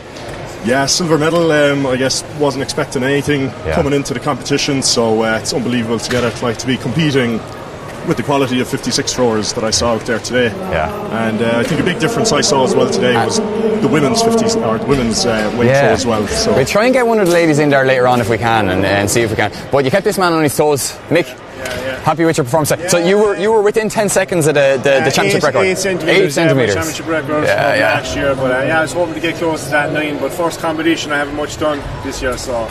Yeah, we'll get it. We'll definitely get it soon. Okay. But I'll tell you what we'll do. We'll have a little look at this, right? Because for people at home, they wouldn't be that familiar with it. I'm just staying relaxed here at the front, not up too high. The idea is to get up behind my backside there and pull to the floor, and you're just kind of explode up and out. Okay, that's brilliant. Yeah, you have to get it all. It's a lot more technical than you might realise. So you're staying relaxed until you get right up here. Like that's a good enough position there now, actually, where I am there. That's a great position. And the idea is to actually pull to the floor here. Instead of pulling through against the ball, you want to pull with the ball. So like swing with the momentum. Okay, let's have a little look here. So you're trying to get the ball to come down. Even more so like that. Okay, keep the arc wide. Yeah, exactly. Yeah. You get more of a swing on it, because if you're pulling through, you're pulling against the ball. You want to pull with it. Okay. And just one thing that I'm picking up on here, right, is that the angle at the hips, really a lot of it comes from the hips, doesn't it? Yeah, like you want to be in a kind of a box squat position there. Some of them will be more upright, so they can't really explode through it, and you don't want to be too low down either. So there's a kind of a happy medium there. But no, that's actually a great position. You're happy with that? Yeah, if I could throw like that every throw, I'd be flying. So that's good. That's good position. And you play it there, and we'll just see where. Yeah, let's play it through. Yeah, and I pull to the floor, which is good. It was a little low. The idea is to explode up and out with it. So, happy enough overall. Yeah. Well, congratulations. Another national championship. Well done, lads. Thanks well done. Fair play to you. So thank you, Michael. We're going to head on straight to Heat 2 of the women's 200 metres. That first one was won by Kate O'Connell. And we reckon that was a good PB. It's always nice to run a PB in those heats. So I reckon she will be secure in those fastest 6 positions, Rory. But for Heat 2, from the inside, we've got Juliana Hayes of City of Lisburn, Rachel Mesa from Crusaders AC in lane 3, Alice Sinclair from DSD in lane 4, Mia Brett from Metro St Bridget's in lane 5, and Molly Hurahan from UCD AC in lane 6.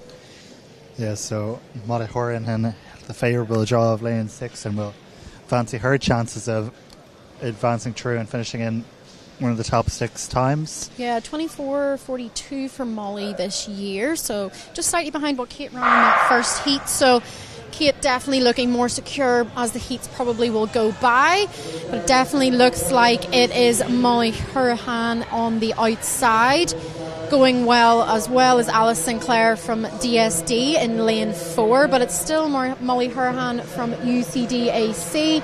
Looks like she's going to take this one quite comfortably from Mia Brett of Metro St Bridget's. She's going to take that in 24.45. Coming in second place was Mia Brett, and third was Alice Sinclair, with Rachel Mesa and Juliana Hayes behind them, pretty much finishing in their lane order there, Rory, from the outside in. That's a sign of good seeding, so well done to Liam and Breed downstairs who are doing a great job on the seeding. And of course, to mention all the officials working tirelessly this weekend. The sport essentially relies on officials.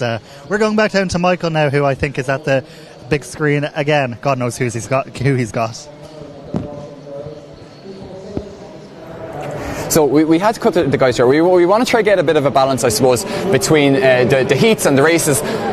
But I think we were discussing off air. This is really interesting, isn't it? Like, I mean, for people looking at home, look at the position. The shoulder inside the knee is very hard position to get into, so you have to be very mobile, obviously. I can't even get my elbow inside my knee. Yeah, you have to be very mobile. So for a big guy, because just for people are going to be interested in the weights. You guys are obviously it's flexibility, but also extreme explosiveness, isn't it? Yeah. So what's your favourite lift, Mick? My favourite lift, obviously, I was a gym bro originally, so it was bench press. So around 150 bench at the moment, but that'll build up. What about the cleans? Dave, you were chatting about cleans as well. Yeah, I was chatting a bit about cleans. My favourite one now is a high pull, a power high pull. So from the knees, pop it up to the shoulders. Really get the hip explosiveness, because that's what it's about. And you were just saying off air as well that this ball, you want it to be almost the same level as the height of your back there, which it nearly is at there. Even a small bit higher, because obviously the higher you wear, it's coming at. Grab that there. It's coming at. Obviously a faster pace, the higher you are, it's going to drop down here. It's going to swing from a higher point, instead of you see some of the girls today, they're more here. They just obviously get a little bit more height. They're going to get way more into their throw. A lot of the lads again are kind of down here, so you're not really pulling from anywhere. So you have to have it back like that. But trying to get into that position is very, very difficult. Look at that. I mean, it's really amazing. I mean, it would be going on in the background, and sometimes people don't appreciate the technique that goes into it and the mobility explosiveness. That's 25 kg or 56 pounds. That's not right. So it's throwing you off balance a lot, isn't it? So you have to have that stance. It's like almost like a boxer stance. Steady squat position even. And then the force times the weight times momentum going through one hand, one shoulder. That's where the high pulls comes in, I suppose. Exactly. Like bench wouldn't be much good for that. No, it would be more like the cleans, the snatches, the dumbbell snatch would be like the closest to it. Well, fair play to you, lads. Fair play to you. I'm glad we got a little bit more out of that. Well done. Thanks very much. Thanks for that, Mike. Thank you, Michael. Just as our women for the third heat of the 200 metres are about to get underway. Really quickly, starting from the outside in lane 6, we have the favourite in this heat, Katie Bergen of Moyne AC. In lane 5, Lauren Kilduff of Crockwell AC. In lane 4, Carlota Malaga Morgan from Tala AC. And in lane 3, we have Karen Hughes of Crusaders AC. And these ladies are away first time. Katie Bergen on the outside, second in this event last year, and she's building upon her lead very, very early on. We can see her stringing out. She's had a great run of form already this year, placing second in the University Championship, so she's coming into this event full of confidence as she enters the final 50 metres. You can hear the applause from the crowd for Katie Bergen. She's coming through to take the win in the third heat of the women's 200 metres in 24.26. Really, really strong run from the gun there by Katie Bergen. 0.02 of a second quicker than Kate O'Connell if they don't round up. 24.27, so .01 between them. Yeah, so it's going to be a very tight final later on, potentially, between those two. And also, yeah, it's probably Kate O'Connell ordinarily would normally probably get the nod for the outside lane there, but being so close, as long as there's no other fastest qualifiers, Katie Bergen probably will get that outside lane, depending on how the other heats go. But we're just looking towards the women's high jump there. Looks like a failure at 170 for...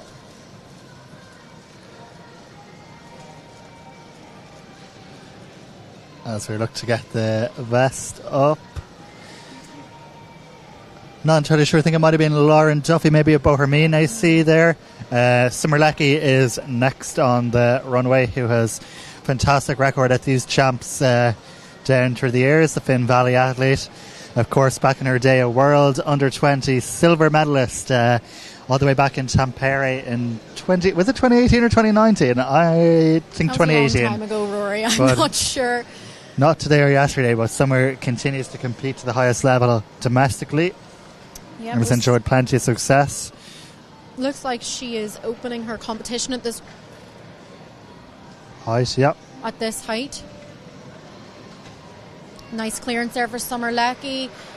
Bit of distance above her between the bar and herself, which is always nice in this early stage of the competition.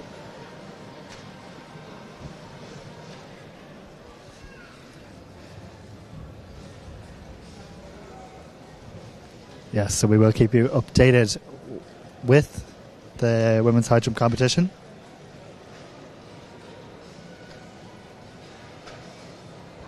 And for all your live results, you can go on to live.athletiksireland.ie.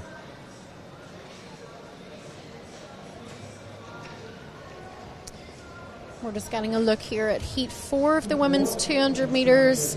On the outside is Aoife Lynch from Donore Harriers. Lane 5, Danielle Moynihan of 2MAC. Lane 4, Chloe Waffer of Enniscorthy. And in lane 3, Izzy Cowsley from Lockview AC. Aoife Lynch, part of that 4x200 metre relay team, all the way back in 2021, who won that medal at the World Relays in Silesia in Poland. We were talking to Sarah Leahy during the weekend in terms of her return to athletics. It was very much inspired by that performance, I believe. So yeah, the 4x200 not an event that's run at many championships, but the World Relays did take it on that year, and we're seeing Aoife over that same distance today. She has a season's best of 24.76, which she ran in Athlone. Yep, so in this one, lane 6, as mentioned, Aoife Lynch, Donore Harriers. 5, Danielle Moynihan of Tuam. In 4, it's Chloe Waffer of Enniscorthy. And in lane 3, it's Izzy Cowsley of Lockview. So just 4 athletes in this heat. Aoife Lynch, the standout athlete on paper. And we'll be hoping to run one of the 6 fastest times to see her qualify, as the athletes are told to stand up.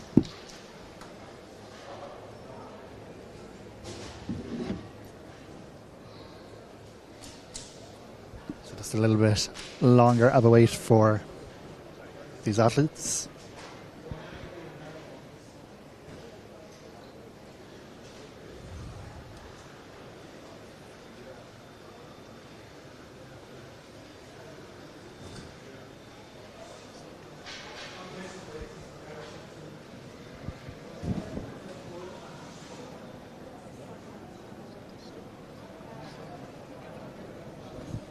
Yeah, so a slight twitch from Danielle Moynihan of Tuam in lane 5.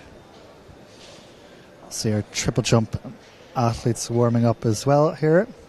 And just a yellow card given out there from official Jackie Mulhall to Danielle Moynihan.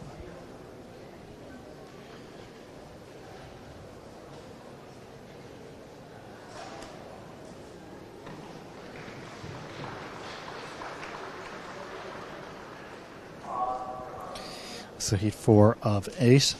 A reminder that the 200 goes to a straight final.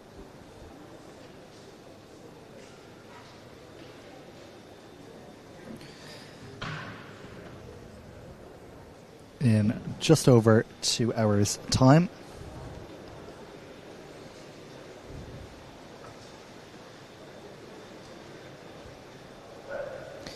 And we are away this time round.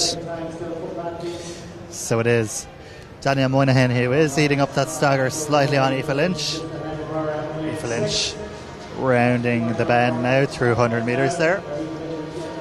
But very little between these two, so it'll be interesting now to see how this progresses as we go down the bend. But it is Lynch who was going to take it just about in 24.79. A really good run from Danielle Moynihan. Probably in PB territory there, dipping under the 25 seconds. Indeed, 24.84 on the clock for Moynihan, 24.79 or 78 on the clock for Lynch. And they will, of course, will have to wait to see whether they've done enough to qualify with just the 6 fastest times advancing. Back in the high jump now. It looks like Siúan Quinn of Brother Pierce is going to be the next athlete on the runway. I think the bar might be at 165 still. Siúan made the final of the European Under-18 Championships last year in Banska Bystrica. That was actually Aoife O'Sullivan there flying over the bar.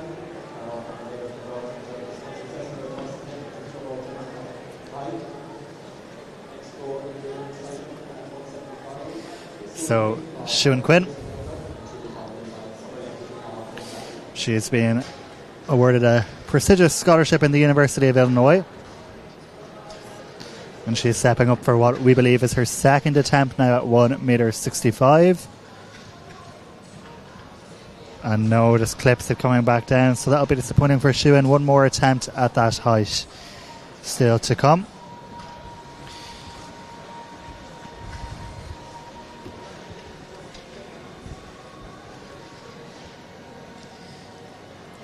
Also seeing Summer Leckie straight onto the runway. I actually believe that could have been 175. We just can't exactly see the scoreboard, unfortunately, so we are trying to chance our arm and go off the live results. So live.athleticsIreland.ie. Here comes Summer Leckie anyway. We believe this is her first attempt at 175, and she goes over there nicely. Yes, 175. The live results are updating at a rapid pace, which is great to see. So live.athleticsIreland.ie. So 2 first-time clearances for Summer Leckie so far in this women's high jump, which is great to see. She'll be hoping to continue that record as the bar goes up. But now, as we move our attention back to the track, we have the 5th heat of the women's 200 metres. Starting out in lane 6, we've Erin Friel of Letterkenny AC. In lane 5, we've Eve Ford of Dundrum, South Dublin AC. In lane 4, we've Emma O'Donovan of Crockwell AC. And in the inside, in lane 3, we've Chloe Reck of St Killian's AC. So this is heat number 5 of the women's 200 metres.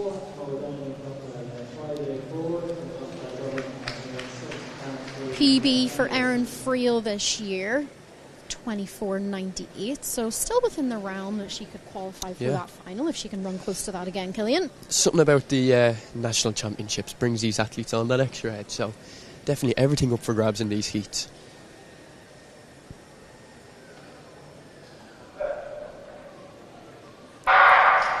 And these athletes are away. First time Erin Friel on the outside lane. Letterkenny AC athlete holding her lead, but Eve Ford of Dundrum, South Dublin AC trying to close that gap, but unable to do so as we enter the 150 metre mark.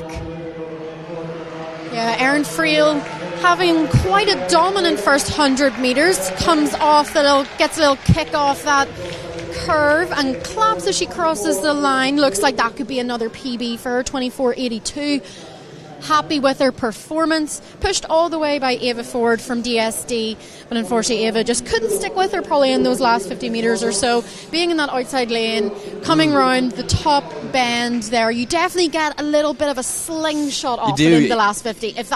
If you're running fast enough, that's what you get, and that looks like that's what happened to Erin Friel there, and pushed her all the way to another personal best. Yeah, you can definitely see that slingshot effect in the slow-mo replay we got there. Really, really strong running over the final 50 metres from Erin Friel. But we've mentioned it before, the seeding for these heats has been absolutely impeccable. Athletes there in the fifth heat finishing pretty much as they started. So really, really great to see that working out in that sense. As the women for the sixth heat of the 200 metres come and set up their blocks. Yeah, so in the sixth heat, we've still got 2 more to go after this. From the outside, we've got Katie Docherty of Ratoath AC. Lane 5, we've got Sinead Tracy from Crockwell. And in lane 4, we've got Len O'Sullivan. And in lane 3, Avine Dempsey from Armagh. Katie Docherty has a season's best of 25.05, so just slightly over that 25 flat mark. She does have a PB of 24.66, which she probably will need to run in around there to make that final. Katie, of course, is pretty young. I think she might only be 17 or 18, Katie Docherty. Yeah. Still. And coming into this race, top 13 in Ireland at the moment. So, or I should say top 50, and really sitting in 13th place at the moment in Ireland. So she's coming in a youngster, but definitely a lot of talent, a lot of confidence coming in the position that she's sitting in. Of course, she's in lane 6, just on the outside, so looking for a strong run from her all the way around into the finish. Yeah, I've just been closely watching the high jump there. Unfortunately for Sue Quinn, she's out now. 3 failed attempts at 175, but we'll keep an eye on that. I'm watching it like a hawk here. Rory's got the laser eyes on that women's high jump. Good bit of track action coming now, but we want to make sure we give a bit of time to those field finals as well as we head back to the track for the women's 200 heats. We're on heat number 6 of the day, and it's Katie Docherty on the outside, Sinead Tracy, Elena O'Sullivan and Avine Dempsey from Armagh AC on the inside. Katie Docherty, as I mentioned, as they're just being told to stand up. Something the starter wasn't quite happy with there, but they'll get another go. Don't think there was anything untoward. Yeah, just looking back over at the high jump there very briefly, Tara O'Connor stepping up for her second attempt at 175. She had a failure the first time. Oh, sorry, perhaps that's not Tara O'Connor. No, and that's a failed attempt there. I think the bar has actually gone up to 1 metre 80 now, is my understanding. So it's the first failed attempt. Back to the 200.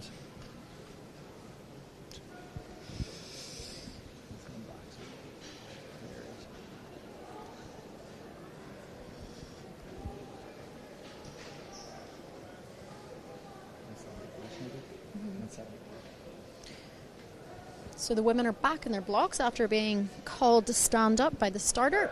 Got Docherty, Tracy, O'Sullivan and Dempsey. Katie Docherty with that 25 flat season's best. Looks like she's getting off to the best start, but Lena O'Sullivan from Leeville also coming through past Sinead Tracy on her outside, as it looks like Katie Docherty is pulling away from this field. Lena O'Sullivan also trying to keep in touch as much as possible. She's running right close to the line as she comes into the last 20 metres. It's Katie Docherty, the youngster, running 24.55. PB there for Katie Docherty, or at least a season's best. Yeah, looking maybe to come through as a PB there. We'll get clarity on that in the next couple of moments once the live results come through. But really strong run, especially from lane 4. Elaine O'Sullivan, Leeville AC made up the stagger really quickly as we take a quick look back to the high jump. Yeah, back to the high jump. Summer Leckie, my apologies. The bar is now at 1 metre 78 centimetres. Aoife O'Sullivan, Tara O'Connor are the only 2 other athletes in the competition and have had 2 failed attempts, and Summer also fails there but was very close. So 3 athletes left in the women's high jump.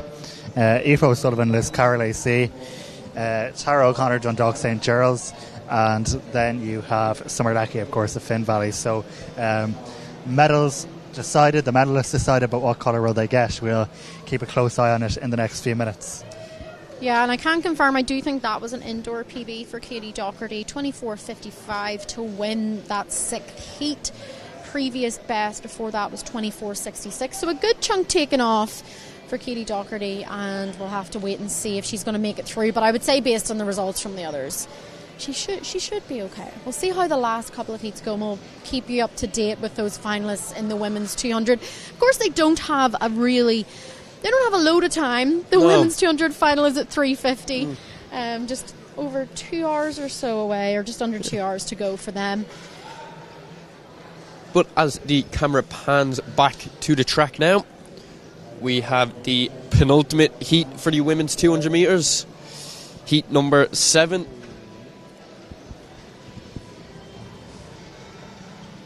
Yep, just looking at the high jump to 2 minutes. Tara O'Connor has just cleared out 178, so Tara O'Connor leaps into, I suppose, pole position. What can Aoife O'Sullivan and Summer Leckie do to respond? A great jumping by the young athlete who, of course, made the final at the European Under-18 Championships last year. But we are nearly good to go in this 200. But Aoife O'Sullivan just stepping up to the runway. We might just about get time for it here.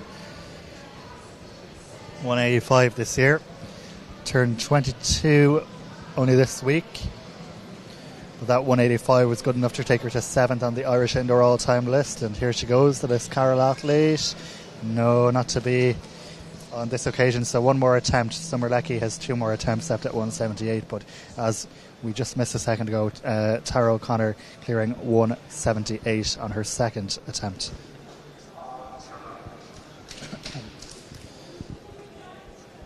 Yeah, so really quickly we move back to the track on the outside lane. Number 6, Evelyn Quick from Dundrum, South Dublin AC. In lane 5, Sophie Mulcahy from Leeville AC. Lane 4, Isabel Doyle from Rathfarnham AC. And in the inside lane, Stephanie O'Connor, Enniscore EAC in lane number 3. Once again, this is the 7th of 8 heats in the women's 200 metres. And they're away, first time of asking. We've seen a couple of delays in the 2 previous heats, but these women are away first time. We can see the stagger from Sophie Mulcahy between Evelyn Quick being eaten up really, really swiftly as we enter the 150 metre mark. The Leeville AC athlete absolutely flying as she comes off the bend. Slingshot effect again as we enter the final 50 metres, but the battle's still on for first place. But it looks like Sophie Mulcahy from Leeville AC coming away with the win there in 24.85. High jump update, just literally missed it there. Summer Leckie clearing 178, so Tara O'Connor over 178, Summer Leckie over 178, and one final attempt for Aoife O'Sullivan, which we might get here in just a second. But the competition is heating up just like the National Indoor Arena. It is extremely warm here. They did open the vents for us about 15 minutes ago. It was very, very nice. Might have to go and request for it to be opened again as Aoife O'Sullivan takes to the runway to try and get over this 178 and join Summer Leckie and Tara O'Connor in that fight for those championship medals for gold and silver. Really, it'd be great to have 3 women progress to the next height, Rory, wouldn't it? Absolutely, yep. She's done it under pressure before. Definitely. She can do it again. There she goes. Just not to be. So not to be for Aoife O'Sullivan today. She'll be probably disappointed with that, but still a national medal, which is always a good day to get on a national podium. So well done to Aoife O'Sullivan. And then there were 2, Summer Leckie and Tara O'Connor will battle it out for gold and silver.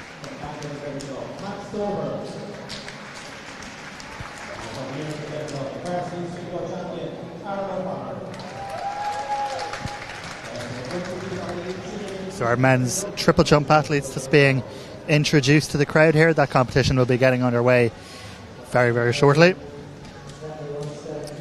14 men. I think the bar is actually going it to 180 in the high jump, so we'll keep you posted on that. Sorry, Katie. I was just saying there's 14 men in the triple jump, which is pretty good. Really healthy entry there. Great to see.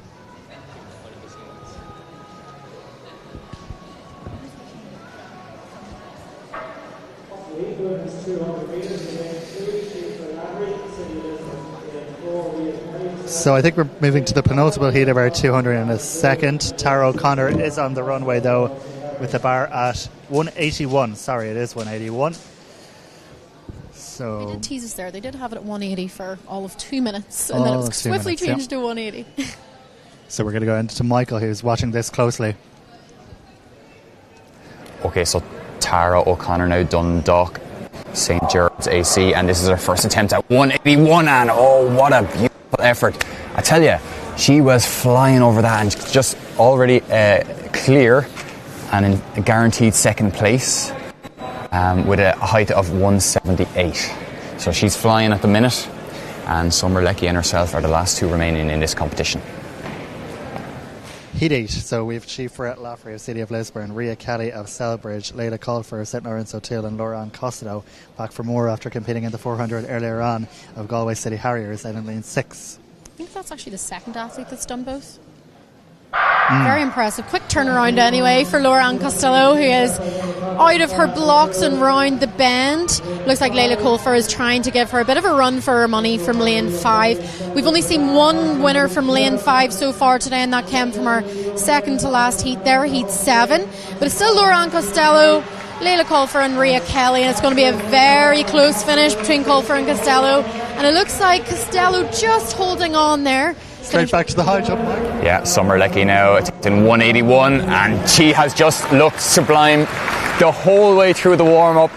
And now, well, in the competition, the one thing that this lady has over all these youngsters is she has absolute quality experience, and you can just see the composure etched on her face. This is top-class stuff really here from Summer. But I tell you, Tara's not going to let her have it all her own way, and she's got 2 attempts left. Watch this lady now.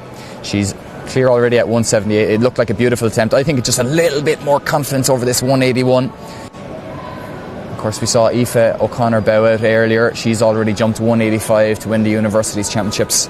But Tara now steps onto the track. This is her second attempt, and this is 181. Let's see what she can do. She looks absolutely brilliant on the run-up. I know these girls have just been away warm weather training. We were chatting to their team earlier. So this is her second attempt.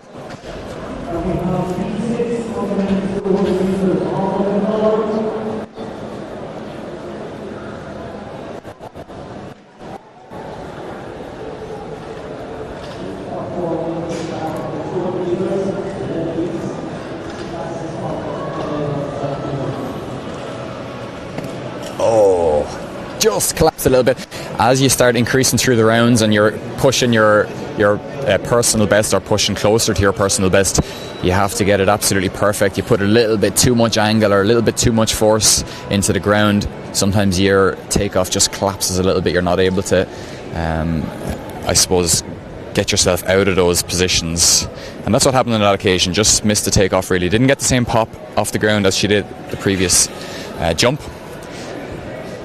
But it's definitely there. I mean, her first attempt was really excellent. I think maybe timing over the bar. Of course, these ladies now are jumping above their head height now, so you have to really jump off the ground, wait, and then arch your back to shift your centre of mass up and above the bar.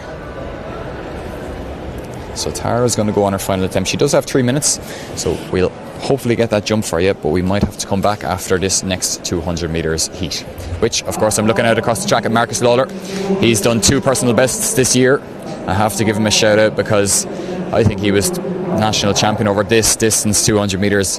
It must have been 12-13 years ago. I remember him racing in Belfast, so it's great to see him running so well, and I'm excited for this heat. I'm sure Rory will give you all the insights into that, but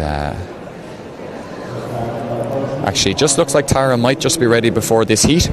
So we'll stick with it, stick with the high jump for now. This is her third and final attempt. Come on, Tara, let's see it.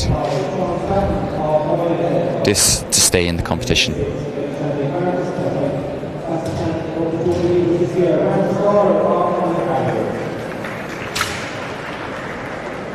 Of course, visual preparation is so important in this event. And that's what she's doing right now. So we'll get this jump in just before the 200 metres. Final attempt.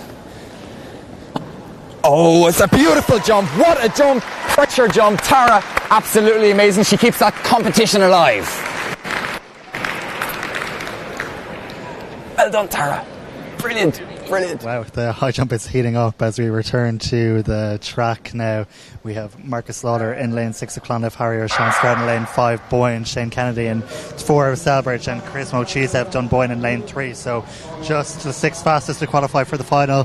Marcus Lawler, the national leader so far this year, with 20.80 to his name. A few days short of his 30th birthday, and he is cruising around the bend here to come home and take victory. The Tokyo 2020 Olympian will no doubt be pretty sure of his place there with a 21-second dead clocking. So it's fantastic running from Marcus, who it would be a shock to me if he is not in the final. It's great to see Marcus back kind of running PBs. Ran a personal best over 400 metres as well there just a couple of weeks ago here on this same track. Back in PB form when you're just about to turn 30. We don't like to mention age, Marcus. I'm sorry to tell everyone that you're turning 30, but fantastic that he's in PB form. He's had a few Achilles issues over the years. I don't think he'll mind me saying, so he'll be looking to grab another national title today, I reckon. That high jump though, Katie, is definitely heating up. I know Michael is down there for us, but great excitement. Yeah, great excitement. I think we might actually throw down to Michael, who is on the infield.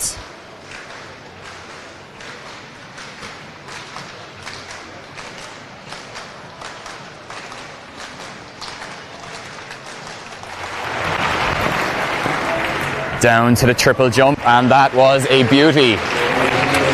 This man knows how to get the crowd behind him. Really nice technology down here now. The guys are using a camera which is shining its lens straight across the board so we can see the foot on takeoff. There's not going to be any mistakes here. And that is Dave Onwumi.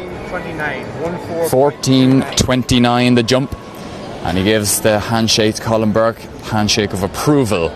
And so that puts him in first position. This is the first round, of course. Colin Burke is in second position. Not that common we'd see him in the long jump, but here we are. Meanwhile, Tara now back on the high jump. So 184 attempt, and look at the speed she's carrying into that. Oh, again, it's just getting higher now above her head height, and that means you have to really time it correctly. That time she leaned into the bar just a little bit too early. Of course, you'll always hear high jumpers saying it and see coaches demonstrating it. Lean away from the bar. Keep your weight away on takeoff. If you lean away, then you get the takeoff right. Your body will rotate over the bar at the right time. But if you lean into it too early, you'll hit it on the way up, and that's what happened. But we'll keep an eye on the high jump now, because Summer Leckie, she is technically supreme world silver medalist junior in her day. But she looks in scintillating form now. She's had a great year of training, no doubt. And watch this. This is power. Oh, again, that extra bit of height. This might be the first time this season that she's been jumping that sort of heights. So timing is everything. And we're straight back to the track, pulling you away from that very exciting women's high jump for Heat 2 of the men's 200 metres. From the outside, we've got Luke Timlin of Crusaders AC, lane 5 Sean Harding from Shercock, lane 4 Alex Ryan from Nina Olympic, and in lane 3 Darren Tort from Cork Track Club.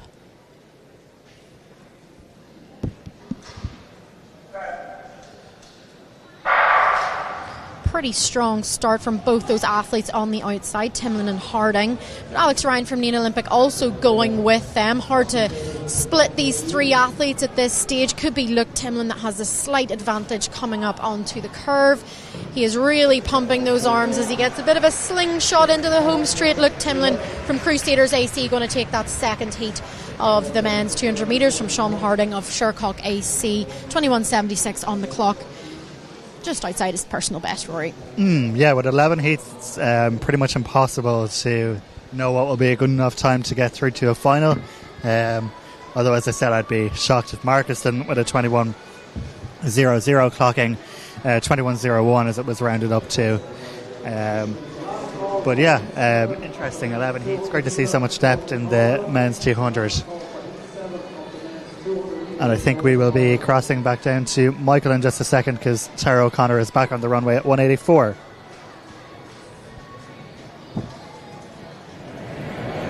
So Tara O'Connor, Dundalk, St. Gerard's, and she is currently in second place. So if she can make this height on this attempt, she will go back into the lead until Summer has her next attempt. If Summer was to then clear the next height, she would then retake the lead. Sorry, if she was to clear the same height on the next attempt, she would retake the lead. So Tara needs this one. That was a better takeoff for sure. Got the contact with the ground, but not quite right with the timing. I reckon she has the height in her all right.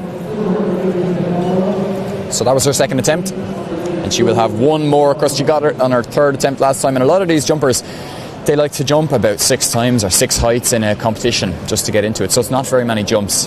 And I'm just looking down across the scoreboard here. Tara has had 1, 2, 3, 4, 5, 6, 7, 8, 9, 10, 11 jumps, so she's had a few attempts at different heights along the way. Summer, on the other hand, has 1, 2, 3, 4, 5, 6. This will be her 7th. So she definitely will be that little bit fresher, maybe a little bit more consistent on her card. She's in the lead no matter what happens in this jump, but this will really consolidate the lead. Not quite right. Again, just pushing the momentum a little bit. It looks like a complete disaster, but you're so close to the edge. She's just feeling something here. Hopefully everything's okay. I think she's okay. It could have just been that the spike, sometimes those shoes, they're under a lot of pressure. There's humongous force going through the foot and ankle in the high jump, and the shoes sometimes struggle to take the force. They can even twist on your foot, believe it or not, so they'll be tightly strung on there. But I reckon that's what happened there. Summer looks like she's okay, and she will take her final attempt. Of course, Tara will have the opportunity to put her under a bit of pressure before she does. So potentially just 2 more jumps left in this competition. There's been so much depth in it.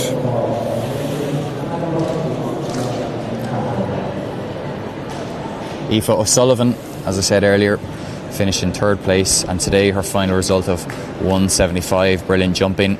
And in 4th place is Shuan Quinn with 170. So heat 3 of the men's 200 metres coming up. In lane 3 we have Destiny Noza of Nace AC. In lane 4 Andrew Huck of Crusaders AC. In lane 5 Praise Wenjiime of Riverside Kinsdale. And on the outside it's Adam Murphy of Tin Ryland. The small little Carlow club.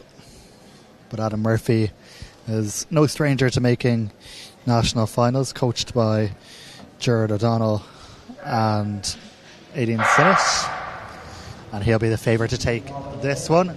He's got off to a good start, but Wenjiime of Riverside Kinsdale has also started nicely there.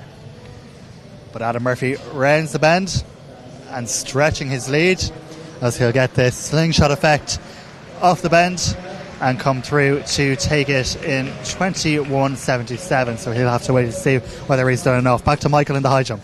Tara O'Connor, 3rd and final attempt. Oh, she's going to know that she had that in her. That was probably her best attempt. An attempt at 184.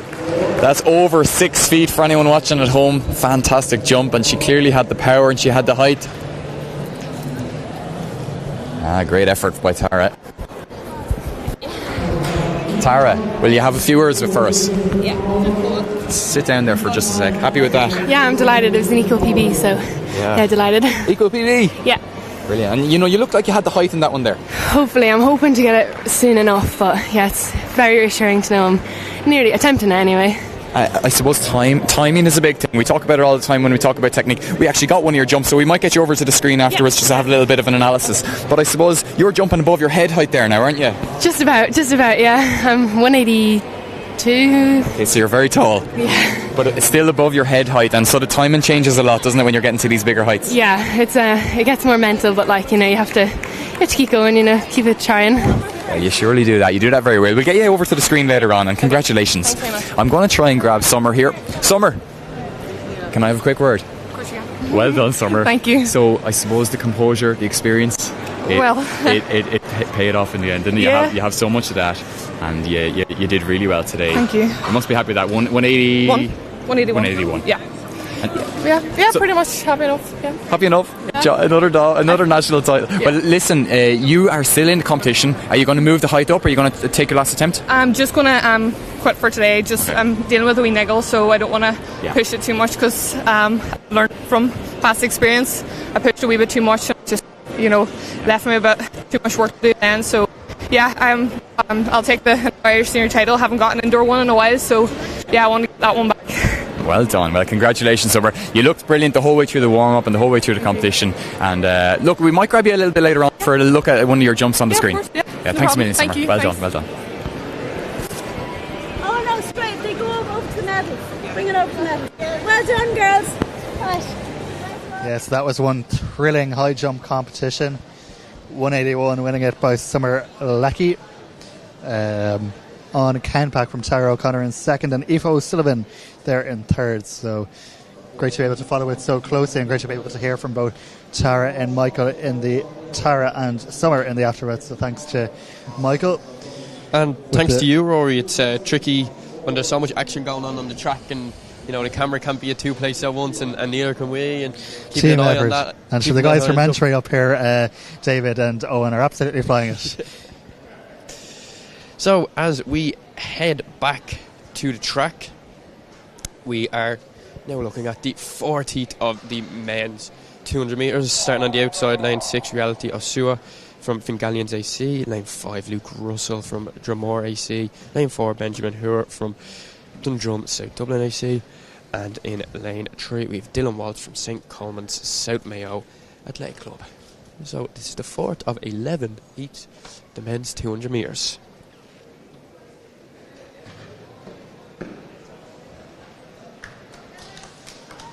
Just a quick check from the officials, who are doing a great job and will continue to do a great job over the 2 days. And away, first time in the fourth heat of the men's 200 metres. It's Reality Osua from Fingallions AC on the outside, who's trying to stretch his lead, but Luke Russell from Dromore is trying to hang on. But as you see the stagger start to slightly unwind to come around the back bend, it's Benjamin Hooer from Dundrum South Dublin AC who is taking over Luke. But it is Reality on the outside lane coming to take the win in 22.08. That's Reality Osua from Fingallions AC taking the win all the way from the gun in heat 4 of the men's 200 metres. So he will have to wait to see whether he's done enough to advance to the final in only about 2 hours' time. See the replay here. You can see Benjamin Hooer from Dundrum South Dublin AC just missing out on the second spot there. Luke Russell retained his place in second position. Great run from Benjamin over the first 150 of that race. He made up the stagger pretty quickly, but fortunately didn't leave enough in the tank for the final 50 metres. Yeah, Luke Russell, who I believe ran the 400 earlier, back for more. It's a lot to do in one day. Be interesting to see now if he does make it to that final. It's a lot on the body, especially the short, hard sprinting, but it's what he's opted to do. Heat 5 now, taken to the track, setting up their blocks. A lot of heats in this men's 200 metres, Rory. With that being said, a lot of talent, all the same. Absolutely, and a really tough qualification, obviously, to make the final with just the 6 fastest. It doesn't make it easy, but that's nice as well. You know, we'll want good competition, and Marcus Soller will be the favourite. There's some other serious quality athletes in there as well who will challenge for podium places. So we take a quick look down to the men's triple jump that just got underway a couple of moments ago. Was slightly overshadowed by the women's high jump, but now that one field event finishes, another gets going. Yes, this is Aaron O'Connor of Limerick AC taking to the board the runway.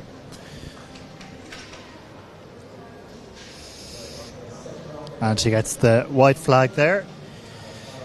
Current standings in that men's triple jump: 13.17. Dara Fahy from Loughrea AC currently in first position. Oh, I think your results are a bit my results are off. David Onwudidu of Ennis Track, who's leading the way with 14.29 so far. We are going to take another interview now with Michael, so it's down to Michael. So Colin Burke steps onto the runway, and so he is currently in second place with a best of 13.57, and here he goes, better known as a long jumper. Interesting to see him take into the triple jump. That time didn't quite manage that, collapsed on the second foot, so he'll have to wait for the next round to try and move from second place up to first. And at the moment in first place is David Onwuji with 14.29. And we are back just in time for the 50 of the men's 200 metres. Yes, the lineup in this. In lane 6, it's Emmanuel Akinrola of Titans AC. 5, Luca Loga Fonseca of Clonliffe Harriers. In lane 4, Brendan O'Leary of Listowel AC. And in lane 3, Enoch Olayoya of West Coast AC. So Emmanuel Akinrola of Titans AC with the outside lane. Of course, 200 metres not run at the European Indoors or World Indoors. You tend to have a serious advantage if you get drawn in lane 6, just with the banks on the track, and Akinrola will be hoping to make use of that here. But he is being chased down by Loga Fonseca of Clonliffe, so this won't be clear cut. It looks like Loga Fonseca is just moving up on his shoulder, but Akinrola now responds and just, I think, takes it in 22.03. So that's good running there from Emmanuel Akinrola, and very good running from Luca Loga Fonseca in behind him. An exciting heat there. Yeah, definitely. If we take a quick look at the replay, Luca Loga from Clonliffe Harriers was just up on Emmanuel's shoulder.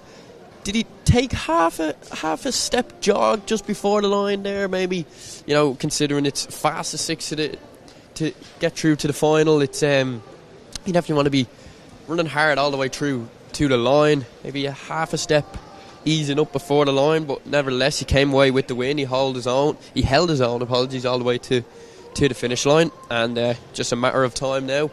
We're just over halfway through these heats for the men's 200 metres, so not long until we find who has secured their spot in this evening's or later this afternoon's final in the men's 200 metres. Yep, we are back down with the treble jump. And on the runway is our Lagan Valley athlete. As my live results decide, they do not want to work.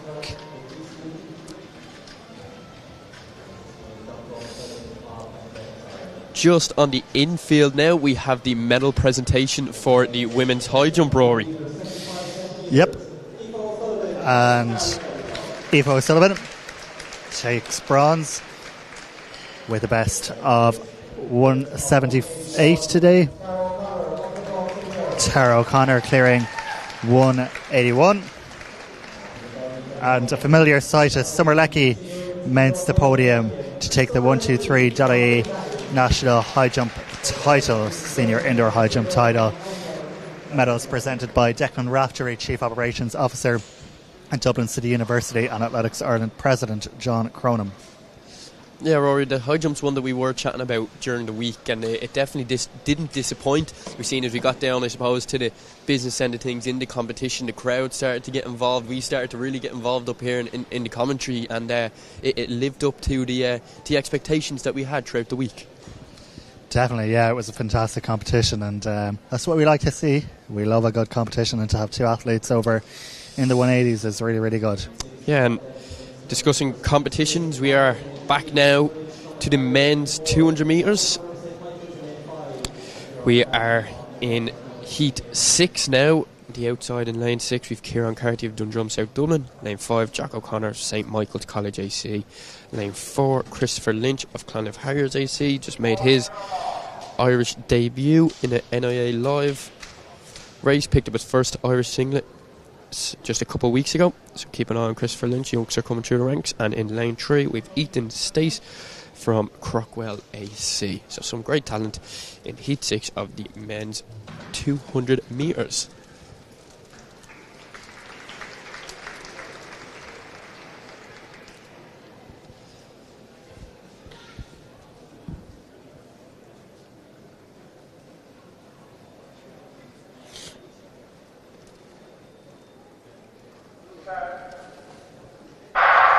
And they are away first time. Kieran Carty out in lane 6, building upon a lead very early on in this race. No one seeming to be able to. Oh, but he's had to stop for some reason. That's unfortunate for Kieran Carty out in lane 6. So that leaves Jack O'Connor in lane 5 coming around with 50 metres to go in the lead. Followed close by Christopher Lynch of Clonliffe Harriers. But it's going to be Jack O'Connor coming through in 22.94, followed by Christopher O'Lynch in second, and then Ethan Stace from Crockwell AC coming through to round off the positions there in the 6th heat of the men's 200 metres. But Rory, unfortunate there for Kieran Carty on the outside lane, having to pull up just after 100 metres. Yeah, that's unfortunate for Kieran, a former medalist here in the 400 and speedy recovery. Hopefully he'll be okay. He obviously looks disappointed, but fingers crossed he will be okay. He looks like he just lost a bit of rhythm. You know, like on that bend there, it was almost like he just sort of lost the rhythm, rolled an ankle or something. It didn't look like a hamstring or something like that, but to me it just looked like sort of lost it going around the bend. He didn't go down or anything. We can see him on the outside of the track. He's not holding any part of his leg. It is, Rory and Katie have experience racing on this track. It's so tight on that outdoor or on that outside lane, close to the barrier, especially when you're going at such high speeds. But we are back down at the men's triple jump just before. We are indeed. We are looking at the athletes wearing number 585.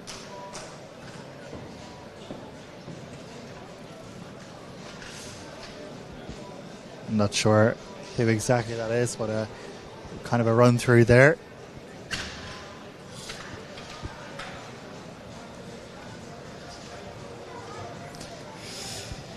It might be Jeeves Tardvis of Omaha Harriers.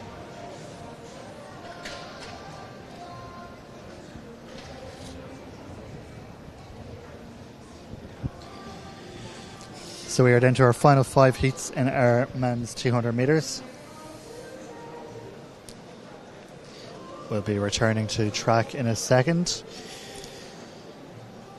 Selbridge's Owen McGrath next up.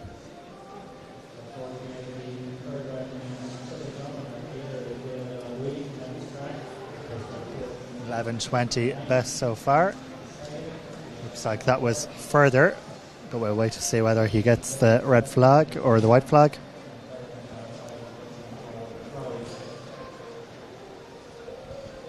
White flag goes up from our official down there.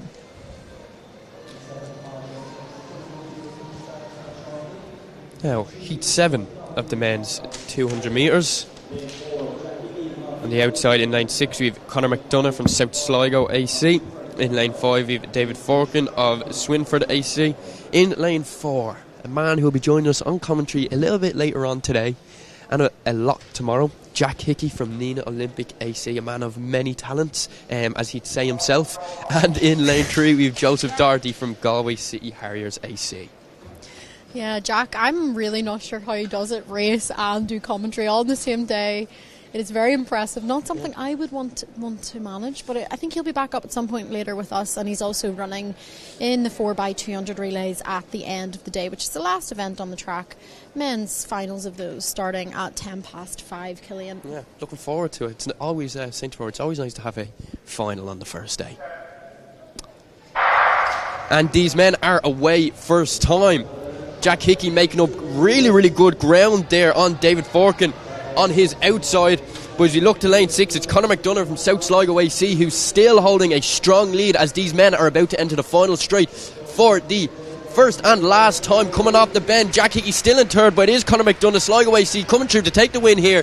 22.46 in heat 7 of the men's 200 metres. Jack Hickey within the podium positions in that heat, but was unfortunate not to tip Jack Forkin for second place. Really, really strong run from our top 3 men in heat 7 there, Katie. Yeah, nice close heat in heat 7. 3 men not too far apart. Obviously Conor McDonough of South Sligo AC getting the win. He was very close to the line there on that bend, obviously. And we're back onto the field. Triple jump. Limerick AC athlete there, Aaron O'Connor, it looks like.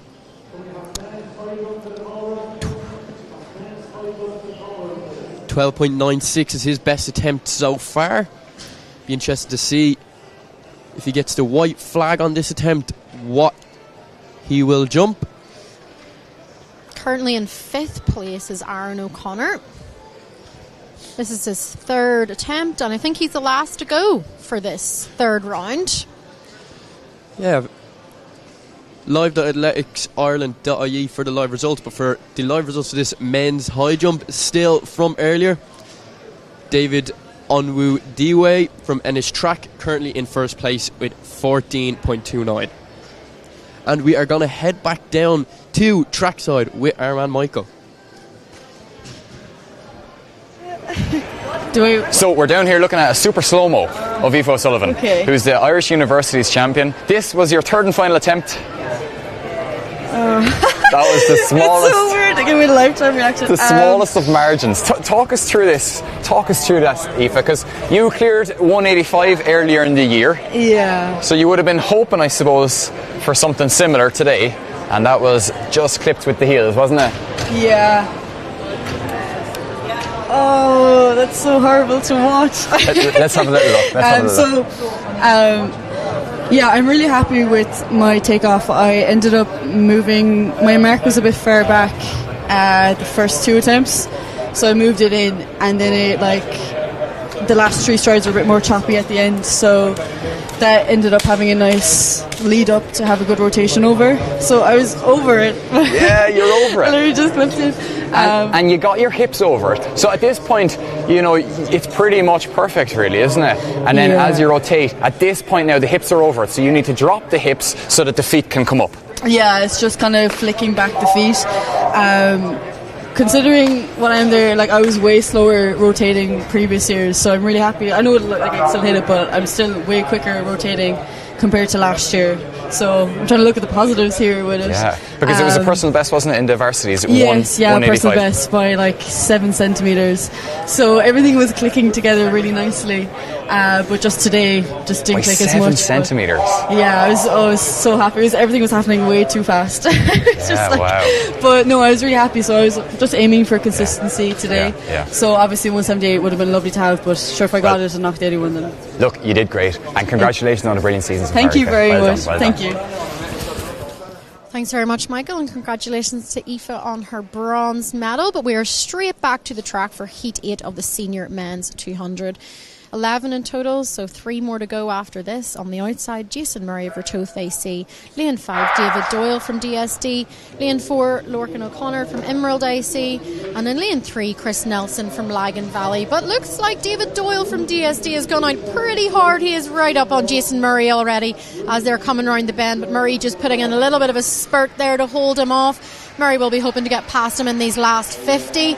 And it looks like it's going to be Jason Murray from Ratoath AC taking the win in that heat in a time of 22:32. The PB that I have listed is correct. That could be a new indoor PB for Jason Murray, Killian. Yeah, like you said, he had to put in a slight shift coming around into the final 50 metres. We had David Doyle coming up really close on his shoulder. Really, really good run there from David Doyle. It'd be interesting to see if he picked up a PB for himself, but all in all, Jason Murray from Ratoath AC coming away with the win, possibly a new indoor PB as well, and he'll be holding his breath for the next 3 heats to see if he secured himself a spot in later on's final. Yeah, qualification in these men's 200s isn't easy. No, especially when there's so many numbers. A lot of numbers to get through, 11 heats, a lot of athletes and only 6 in that final, so probably one of the most exclusive finals of the day, I reckon, Killian. Yeah, definitely. Really looking forward to it later on. Like we said, we keep mentioning his name. Marcus Lawler. He'll be the man to watch, all going well for later on's final. But we do have the 8th heat for the men's 200 metres setting up their blocks. And with that being said, it's a long wait. Like, if you are in Heat 11, to the final, the difference between Heat 1 and Heat 11, it is quite a long wait. So, will that come into effect later on? I think it's about a 50-minute difference between that first and second. Maybe Marcus is very glad that he was in that first heat. He's got a little bit of extra time to recover and rest compared to, say, who is in the last heat? Andrew Proctor. Yeah. Lagan Valley on that outside lane in the last heat. Maybe he's looking at Marcus and thinking, flip sake, that's not very fair. Yeah, and look, Katie, we're not sprinters ourselves, but we do know how technical the warm-ups are for sprints. Those 50 minutes, whether you're just getting something to eat, getting a massage, resting, putting the headphones in, the warm-up itself is so technical. Those 50 minutes are absolutely crucial. You know, we did say Marcus is one of our heavy favourites, all going well for later on's final. He may be one of the freshest heading into it as well. I mean, one of the things with sprint warm-ups, for example, would be, you know, the first warm-up that they would maybe do for the heat is a bit longer. The second warm-up is not going to be so. I know that definitely for the 60 metres it's slightly different. They actually, sometimes if there's not a lot of time between, say, heat, semis and finals, they will actually just try and stay warm most of that time, take a small break, and then each warm-up sort of gets progressively less, because otherwise you would end up very, very tired. So I don't think you would, for the likes of Marcus Lawler, who maybe does have a bit more time, he might end up doing a little bit more before this final. But if you're in this last heat and you know you're going to be going in that final in, say, an hour and a half's time, like, you're definitely going to be doing a little bit less, I think, and just trying to keep the body warm, keep it loose. And I think the sprinters actually do enjoy having quite a short gap. Sometimes you can actually get almost like a boost in performance from that, and you'll often see the 60 metre runners in particular running their fastest time of the day in that second heat or second final. So they're coming off that little bit of adrenaline and momentum from a quick turnaround. But we do look back to the track now for heat 8 of the men's 200 metres. Heat 9, I'm a heat behind. In lane 6 on the outside we've Andrew Hayes, Dundrum South Dublin AC. Lane 5 we've Dannon Long from Enniscorthy AC. Lane 4 we've Ruben Plunkett from Portlaoise AC. And on the inside in lane 3 we've Luke Cullington from Crusaders AC. So once again, heat 9 for the men's 200 metres. I wasn't going to correct you. No, but just in case you read out the wrong names, I was slightly concerned. I would have read out the wrong names. So we've only got 2 left, Killian. I feel like we've been on these 200s for a while. We have, but I suppose each heat for each athlete means so much, so we need to keep carrying that momentum through heat 1 all the way to heat 11. But as we look, Dannon Long from Enniscorthy AC in lane 5 seems to be eating up the ground on Andrew Hayes from Dundrum South Dublin AC as they enter the final 50 metres. Does Andrew Hayes in lane 6 have anything to respond? It doesn't look like. Dannon Long coming through to take the win, 22.31 from Enniscorthy AC. Katie, I believe that's the first sprint race between the 4s and the 2s all day that we've seen lane 6 not take the win. I think there was one other in the women's too, but yes, you are correct. Especially in the men's side, yeah. On the men's side, yeah, we've definitely seen a lot of wins from that lane 6. It definitely does offer a bit of advantage. But I think we're going to head down to Michael Boyler here, who has Tara O'Connor, silver medalist from the women's high jump, with him. Okay, so we're down here with Tara O'Connor, and her dad is videoing us from over there, but he'll have this video live on YouTube afterwards. But fair play to you, Tara. I'm going to get rid of this just for a sec. Because that was a brilliant competition for you, wasn't it? Yeah, I was delighted with it. Let's play it through from start to finish in slow-mo and let everyone have a little look. One sec, sorry. Clear that arrow first for a sec.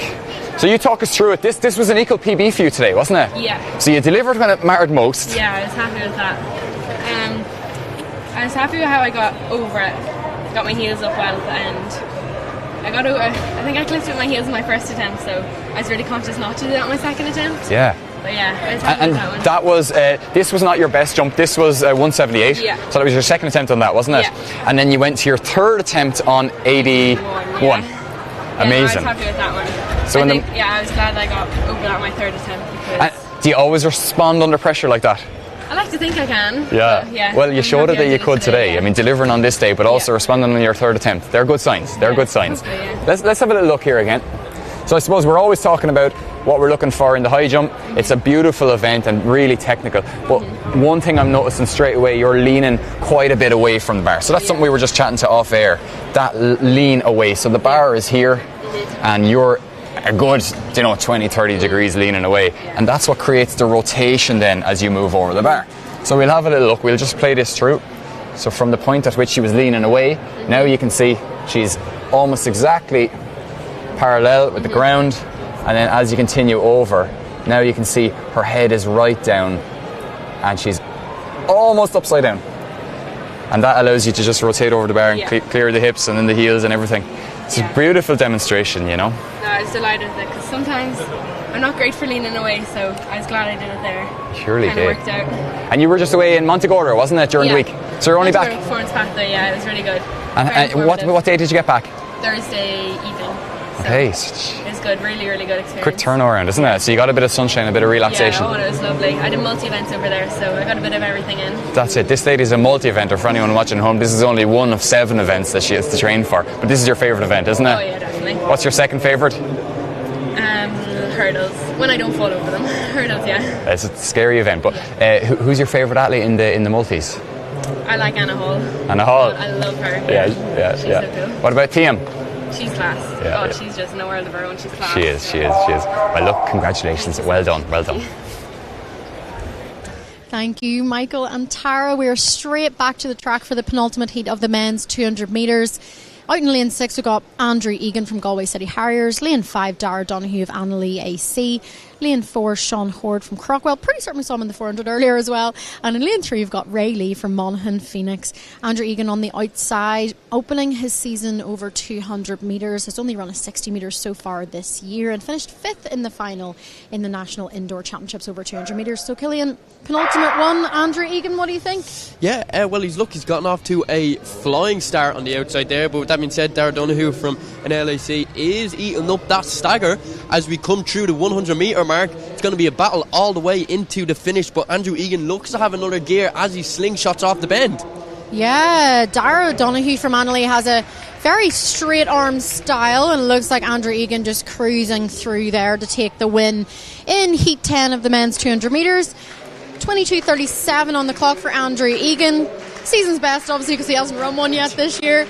But Dara Donoghue from Annalea having a great run as well as we head to the men's triple jump. Yeah, that's David on Woodwee getting the crowd excited. He's currently in first place, and we see if he can improve his score. No, run through there. Slight limp as he exited the sand. Hopefully he's okay. Believe he's still sitting in first place with his first jump of 14.29 metres. So, all in all, if he's not feeling great after that run through there, he may not have much more work to do as we enter the final round, some of the final rounds for some of these triple jump athletes. Seem to have a slight limp as he exits the sand.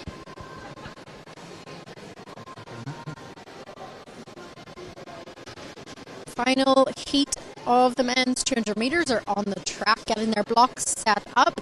From the outside, we've got Andrew Proctor from Lagan Valley AC, lane 5, Billy Corrigan from Tullamore Harriers, lane 4, Edith Joy from City of Lisburn, and in lane 3, Victor McChallock from Crusaders AC.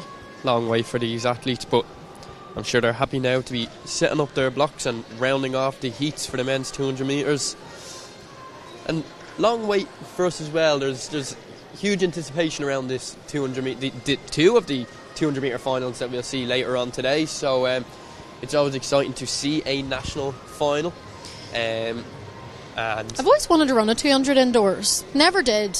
But I think that it's not an event that's run at championship level anymore because of, I suppose, the massive advantage that you get from being in lane 6. They had to take it away because as it was just deemed a little bit unfair, but I always think it looks really fun.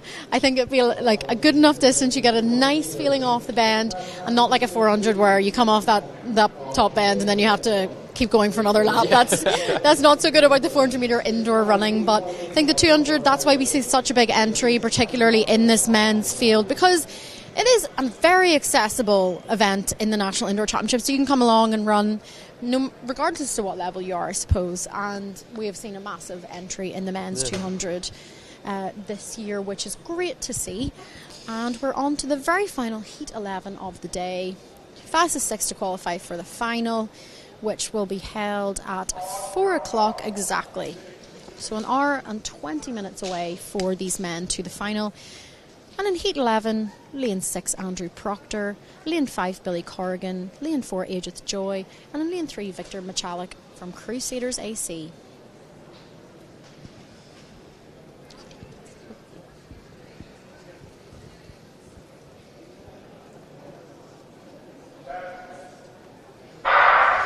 And we are away, the final heat, Heat 11 of the men's 200 metres. Clear gap between Billy Corrigan of Tullamore Harriers and Ajit Joy Billy looking to close the gap on Andrew Proctor from Lagan Valley AC as they enter the final 50 metres. Andrew seems to just still be in front, but Billy coming up to him. They're shoulder to shoulder as they enter the line. Looks to be Billy Corgan from Tullamore Harriers AC, 22.84. What a run from Billy Corgan. He made up the stagger very early on. We've seen a big lead between himself and Aged Joy from City of Lisburn AC, and he caught Andrew Proctor just at the line. Yeah, very exciting finish for that final heat of the men's 200. What a way to finish the heats. Andrew Proctor just really trying to hold off Billy Corgan as much as possible there as we head back to the men's triple jump. Limerick AC's Andrew O'Connor taking an attempt there. This is round 5 of the men's triple jump. Connor was sitting in 5th position. Not sure if that'll make any difference on his standings.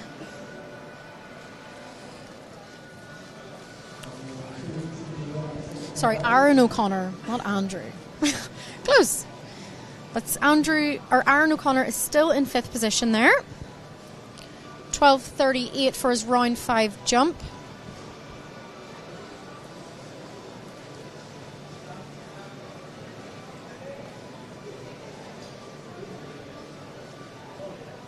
As we see Dennis Finnegan on the runway. Dennis currently in 8th position with a jump of 13.59. This is his 5th round jump.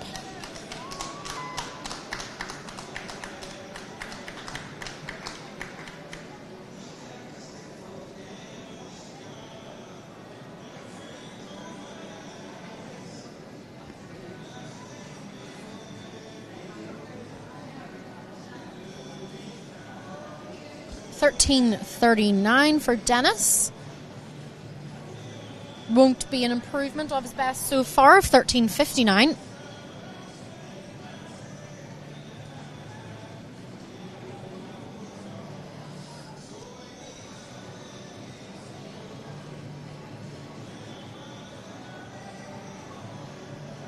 And on the runway now is Dara Fahy of Loughrea AC.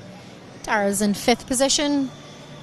Best he has so far is 13.45.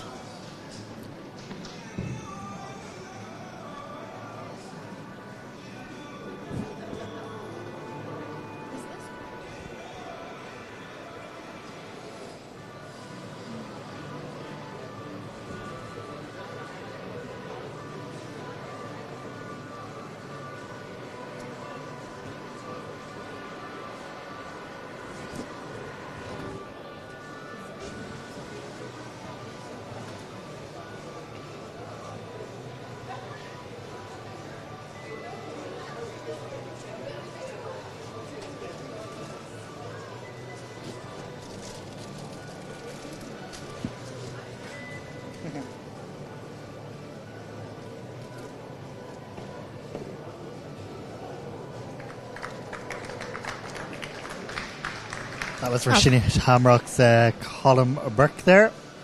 Yep. I think he is 13.83, his best so far. Currently in 2nd place there, Rory. As they're on round 5 at the moment. Yep, and we'll wait to see what that pops up as. 14 metres and 13, so that's an improvement. Not enough to catch David, unfortunately, but still good improvement there for Colm Burke across his rounds. Started out on first round, you jumped 13.57, so to then jump 14.13, that's a big improvement.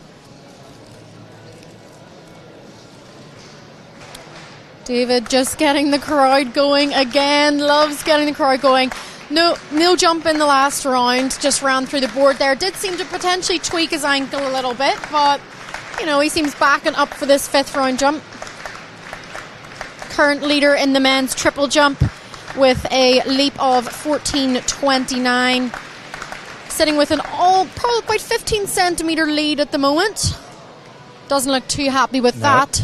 Break there, so. Yep, broke the plasticine. Official put the red flag up, and it's another no jump for the Ennis track athlete.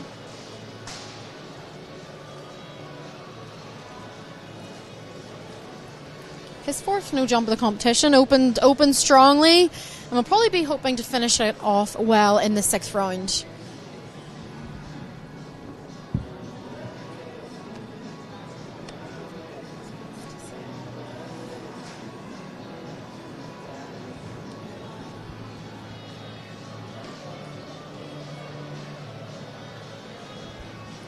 Next on the runway is Owen McGrath from Selbridge AC.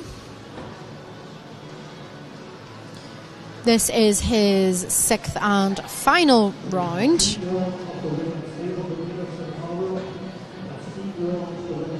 Best Owen has jumped this so far this competition is 11.80 in the 4th round. He'll be hoping he can better that.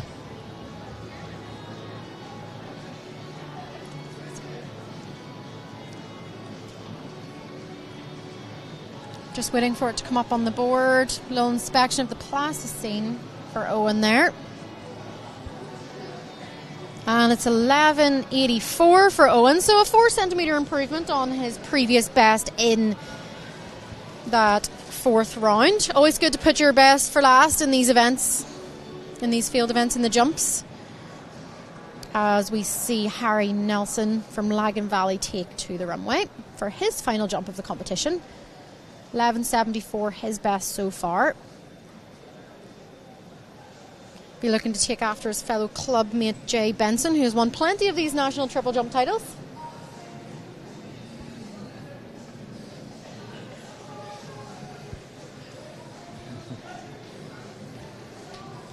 Trying to build up that speed, going through his phases there and landing in the pit on his feet.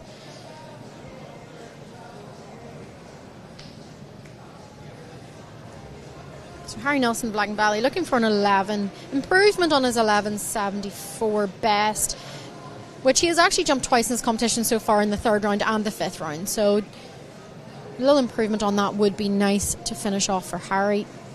11.76 for Harry, a 2 centimetre improvement from his 5th round jump. So finishing off the day with his longest leap so far, as Aaron O'Connor from Limerick AC takes to the runway. His best, 12.96, which he jumped in the 2nd round. He's managed no jumps for O'Connor today so far. Doesn't look too pleased with that one. Possibly around the 12.20 or 12.30 mark, depending on how accurate our measuring system is at the side.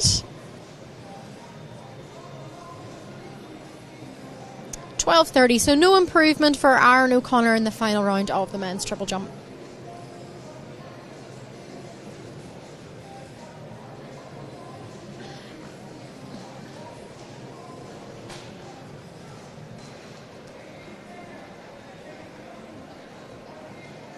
Dennis Finnegan back on the runway for Anricht. 13.59, his best so far. Ooh, that looks like a strong one from Dennis there. Maybe not quite at his best so far in this competition of 13.59, but certainly over the 13 metre mark.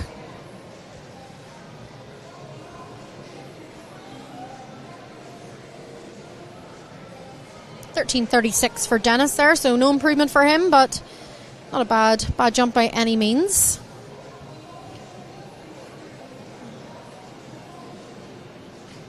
Women's 16 metre hurdle heats are just getting out on the track. Sarah Lavin can be seen in the background there, just getting her blocks ready.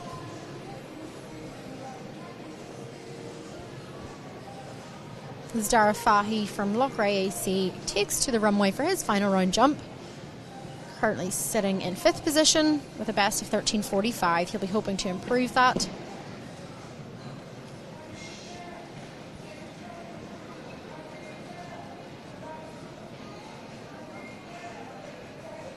Probably around the 13.40 or 13.50 mark there for Dara, which won't be far off what he's jumped so far in the competition.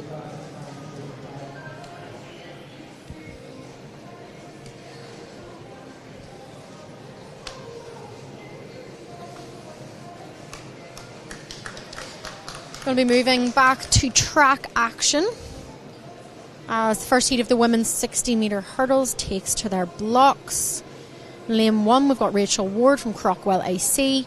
Lane 2, Ashley McCardle from Lifford Strabane. Lane 3, Abigail Farrell from Donore Harriers. In Lane 4, national record holder and two-time Olympian Sarah Lavin. Lane 5, Anna Macaulay of City of Lisburn. Lane 6, Orla Mannion from South Galway AC. Lane 7, Laura Frawley from Nina Olympic. And in Lane 8, Brynja Bringesdotter from City of Lisburn. Yep, Sarah Lavin, holder of the national outdoor record set in Budapest at the 2023 World Athletics Championships, made the Olympic semi-final last year, of course, in Paris,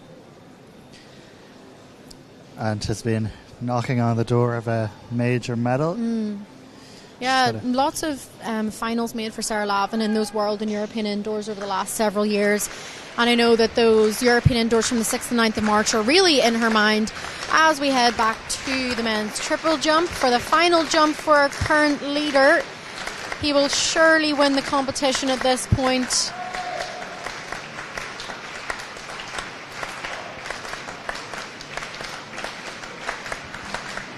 And it's David Unwoody from Ennis Track AC. Oh, he's just pulling up there, but David is your winner for the national title in the men's triple jump. Okay, they're just about to go here in this 60-metre hurdles, the first heat. Last year, of course, Sarah Lavin running, blisteringly quick in that heat last year, getting a massive cheer from the crowd in the heats of the women's 60-metre hurdles. It's always great to see for Sarah. There's a giant Limerick flag down below us, which is lovely to see. So plenty of support for Sarah here today, the Emerald AC woman. But a strong feeling. Actually, great to see so much depth. There's been so many times where we've just had a straight final for the hurdles, so to have two full heats is great to see. And yes, Sarah will be looking to tick the box, make the final. First three obviously to automatically qualify, and then the fastest two also making it through to the final. Yeah, I did note there was definitely a lot of depth in that women's 60-metre hurdles this year, which is great to see, as we have seen. I think last year there was heats as well, but maybe the qualification wasn't quite there. So to remind you of the qualification, first three qualify and fastest two to the final from two heats of the women's 60-metre hurdles. Yeah, great to see young athletes as well getting their chance on this big stage. I'm sure some of the younger athletes look up to Sarah Lavin, as Sarah Lavin once looked up to Derval O'Rourke. Derval, of course, still the national indoor record holder, but they settle into their blocks here now.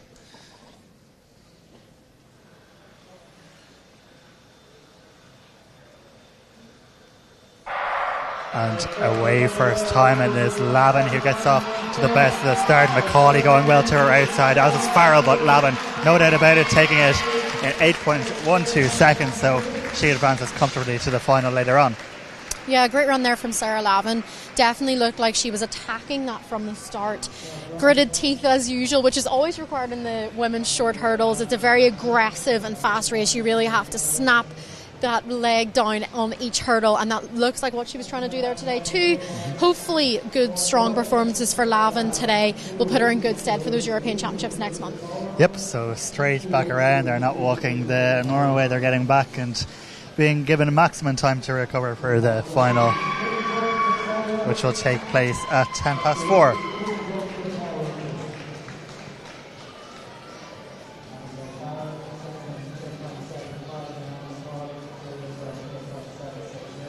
Abigail Farrell getting second place, and Anna Macaulay in third will qualify as the automatic qualifiers to that final. We will now take a quick ad break. Back in about a minute.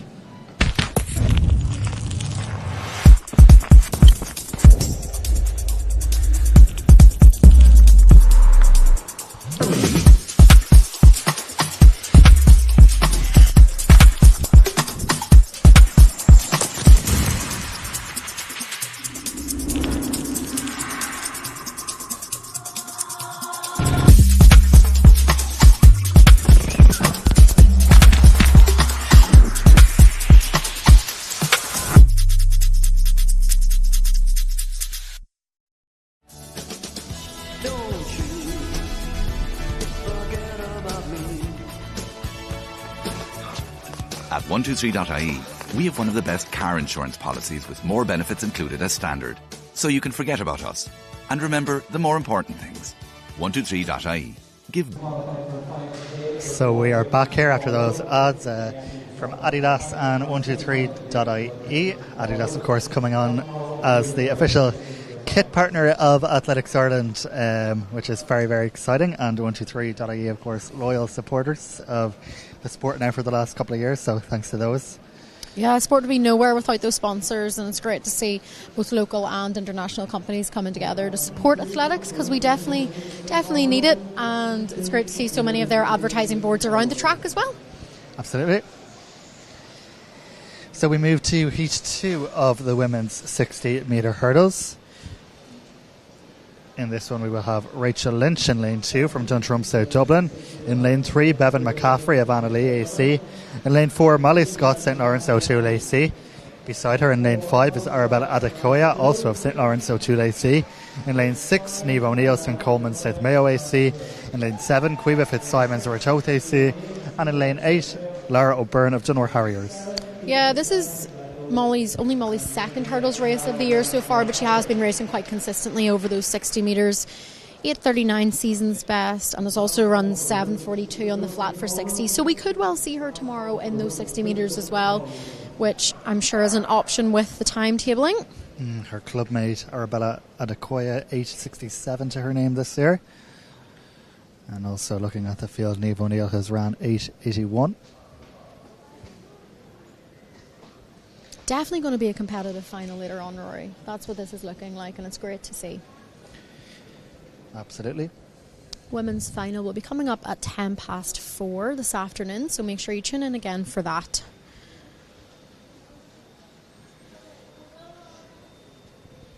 So watch lane 4 in particular, Molly Scott, and she's just asked to stand up there, so just a brief delay perhaps. Yeah, I'm not sure what the official wanted to check there.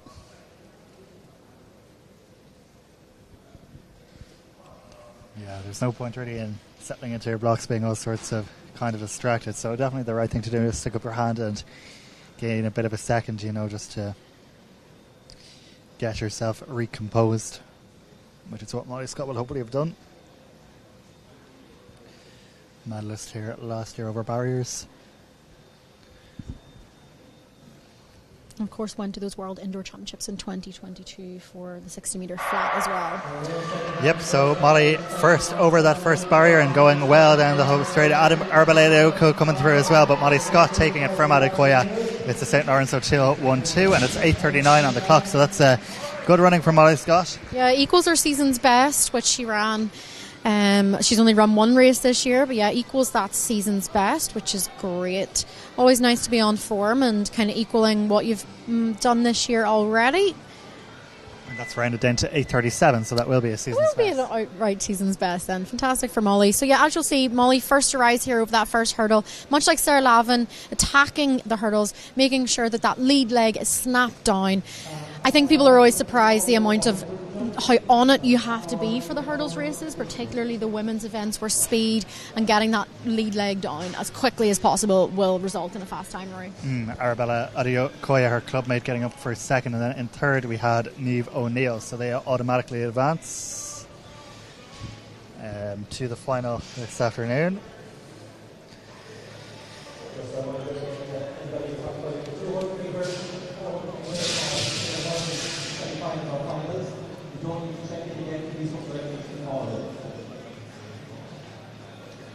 Looks like Orla Mannion from Heat 1 would have done enough to advance as well, and from Heat 2 I think Bevan McCaffrey has probably done enough. I think she broke 9 seconds as well, so we'll wait for all that to be confirmed. So we are joined up here now by Jack Hickey. We were watching your race earlier on. Jack, how'd it go? The levels of professionalism in this commentary booth are about to severely drop. Yeah, delighted. Lane 4 is tough. I actually got stung for an interview there from the Nina Guardian, and I was explaining them the nuances of indoor 200 metre running. But you know what? I was delighted. Actually, the guy laying outside me, David, is a training partner, so we had a good laugh coming off the track. But Yeah, we'll go again now later for a relay, so we'll see how things go. But just to tell you how warm it is, I had 2 squares bars in my training bag and they have both melted over in the warm-up area. That's how warm it is It's in tropical in here today, Jack. Surely good for sprinting, no? Oh, there's a fine line between tropical and another word that I can't think of. Too warm. Yes, it is roasting. We've got about a few minutes now before our 800 metre women's semi-finals, or heats as they are termed. There's going to be 3 heats of the women's 800 metres. First 2 and 2 fastest will qualify for the final.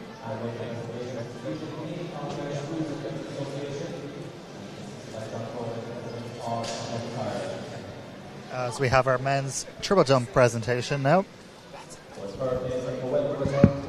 National Championships. It's Dennis Finnegan of Maria Pimentel and from 14:59.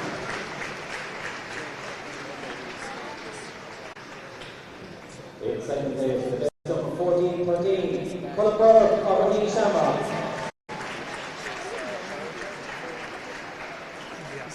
The 2025 123.ie Senior Men's Indoor Triple Jump Champion, David Omadue of Little Track America.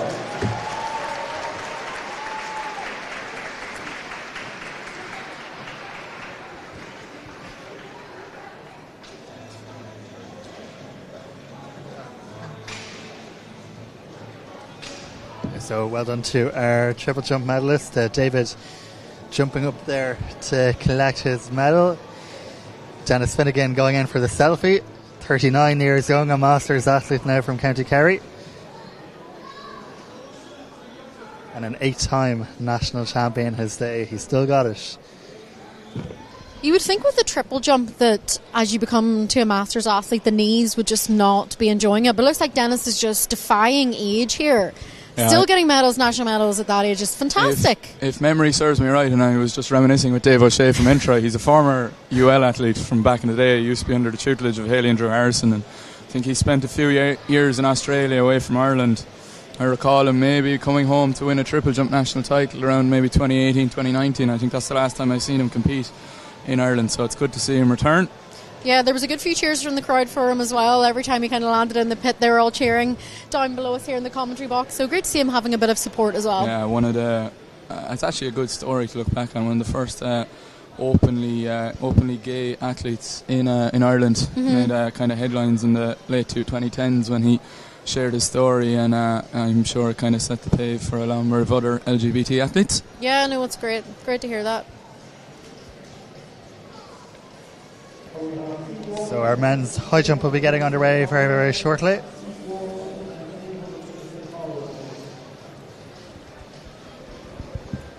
Which will, I think, wrap up the field events finals for today. Oh no, the women's triple jump still to come as well.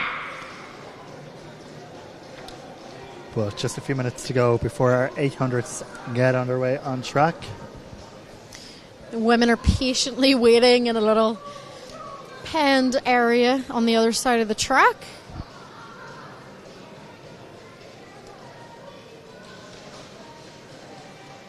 Just get a little bit of a preview to this first heat. We're going to have Sarah Butler from Emerald AC, Renee Crotty, Mary Horgan, who is no stranger to these national championships, Lucy Colley from Sligo, and Louise Shanahan from Leeville is also in this first heat. Keela Ryan and Aisling Cunningham. Louise Shanahan, of course, Tokyo 2021 Olympian. At one point, the national record holder for the outdoor 800 metre event. Her and Ciara McGeehan kind of swapped it back and forth for a few years there. Louise's PB outdoors 1:59.42 that she set in Belfast in 2022. And her indoor PB is 2:01.67. So very impressive and high calibre athlete. She'll be going for her 7th national title. And in my notes I put in brackets, I think, because I tried to add them up and I wasn't entirely sure, but I think it's a fine record anyway. Good record, and I think tomorrow, if she can get the gold, will be her 7th national title. 2:04.46 so far this year, which was her 2nd race of the year, and she ran that in Valencia. So nice and consistent. Rory has sort of been around that mark, but hopefully, I'm sure she'll be looking to run quicker so far this year. Louise is, of course, like the ultimate championship racer. I don't know if she championships are not the time for fast racing, and Louise Shanahan just knows how to win races, that's for sure. Yeah, she actually set the championship record here last year, Katie, 2:03.54. On that race, she did go out herself, and I think it was Georgie Cardigan who took it out actually, and they put on a bit of a show. 2:03 was very good running, so interesting to see how it goes this weekend for Louise. She should advance to the final and then see what happens tomorrow. Yeah, Louise's strategy is normally as slow as possible in the heat, is the way she likes to do it. So we'll see if that trend still continues. We will see how it goes. But also in this heat, we've got Mary Horgan, who's actually 39 years old. We don't like to mention people's names. She's a 2:05 PB and a 2:10 season's best. 4:55 for the mile as well this year, and she was 4th in the 1500 final indoors last year, so has sort of been knocking on the door of a medal for the last few years, so she'll probably be hoping she can progress to tomorrow's final as well and make sure that she's within that first two. Usually I can tell within the first few metres, Rory, if it's going to be a fast or a slow one, and it looks like it's going to be fairly pedestrian, not as slow as I think we've seen Louise Shanahan run in the heats before, going through the first 100 metres in about 14 seconds, which would be quite typical of a women's 800 metres. You always see it go out quite quickly, and then they do tend to slow it down. But Louise Shanahan at the front, controlling the pace with Mary Horgan on her shoulder, and Renee Crotty, also of UCD-AC, taking close order behind. They're going to come through the first 200 in 31.93, so not too slow. No, it isn't. Nice and not too slow, not too fast. And Louise, I'd say, will just be happy to sit out front, and that way she stays out of trouble. So it's sensible running here from Louise and Mary Horgan in behind her. Yeah, Mary Horgan just running, probably using her experience here to make sure that she can qualify for another national indoor final. We've also got Keeler Ryan from Ratoath AC is just sitting on the inside rail there. Sometimes can mean you end up a little bit boxed in. It's hard to get out. Coming through in 66 seconds or so. If they run the same again, we'll get a 2:12 out of that, Rory, which wouldn't be half bad, really. No, you do see it starting to stretch out a little bit now. So Louise Shanahan, Mary Horgan, just moving a couple of metres ahead of Renee Crotty in third. Renee Crotty, still a very young athlete, would have ran 400 up until I think about this year, and now stepping up to the 800 with relative good success. Like, she won the IndyVarsity title there a couple of weeks ago. Yep, 2:11.73 best for Renee this year as they take the bell, and it's still Louise Shanahan with Mary Horgan right on her shoulder. Renee Crotty, if she wants to make sure she's going to qualify automatically, she's going to have to get a little bit of a move on this back straight. I imagine Coach James will be shouting at her, as is still Louise Shanahan and Mary Horgan in those automatic qualifying spots. Coming through with 50 metres to go now as Louise Shanahan just puts her foot on the pedal, pulling away from Mary Horgan to make sure she qualifies automatically. Quick glance over the shoulder there. She takes the win in the first heat of the women's 800 metres in 2:13. There's a photographer sitting in front of it, so I couldn't exactly see it. 2:13. Get out of the way, Sam Barnes, please. Yeah, 2:13.05 in the clock for Louise Shanahan. Mary Horgan in second. For some reason it is showing up Keeler Ryan is the winner, but I'm sure that will be rectified. Okay, we will go down to Michael now and join our triple jump champion. Okay, so we're down here with David Onwadiwe. Did I pronounce that correctly? Yeah, you did. Okay, thanks. He prepped to me about 5 times. A lot of people get my name wrong. Yeah, sorry, man. I'm so desperate. But anyway, we're going to have a look at your jump, because this was the national championships winning jump for 2025. Sure. So congratulations, man. First of all, let's have a play in full speed, okay? Oh, that was a fair jump. Yeah, you're happy with that? Yeah. The thing is the approach. Like, obviously, I've been in training like for weeks, trying to get the approach consistent as hell. But sometimes like competition sees you different. But here, I just wanted to like hold my phases, like hold them for as long as possible to get that big jump, get off to a good start, and obviously that was the winning jump. I couldn't do any more. No, you couldn't do. You didn't need to do any more. I didn't anyway, really that's need for to sure. do any more, but yeah, there's more jumps in the tank for sure. Like, this is just the beginning. Yeah. Let's have a look. So talk us through this, okay? This is quarter speed now. Yeah. My goal in the hop phase was just to apply force on the board to spring me back up, and then go into that step phase. Like, that's, to be honest, like it's my weaker phase normally, but my focus is just to hold the step phases for as long as possible, and then that last phase is actually ridiculous. Yeah, well, it looks absolutely amazing. For anyone watching at home, this 14 metres, you were hoping to break the 15 metre mark today. Yeah, exactly. Eventually, that jump's going to come. But yeah, just watch this. Yeah, very good. I think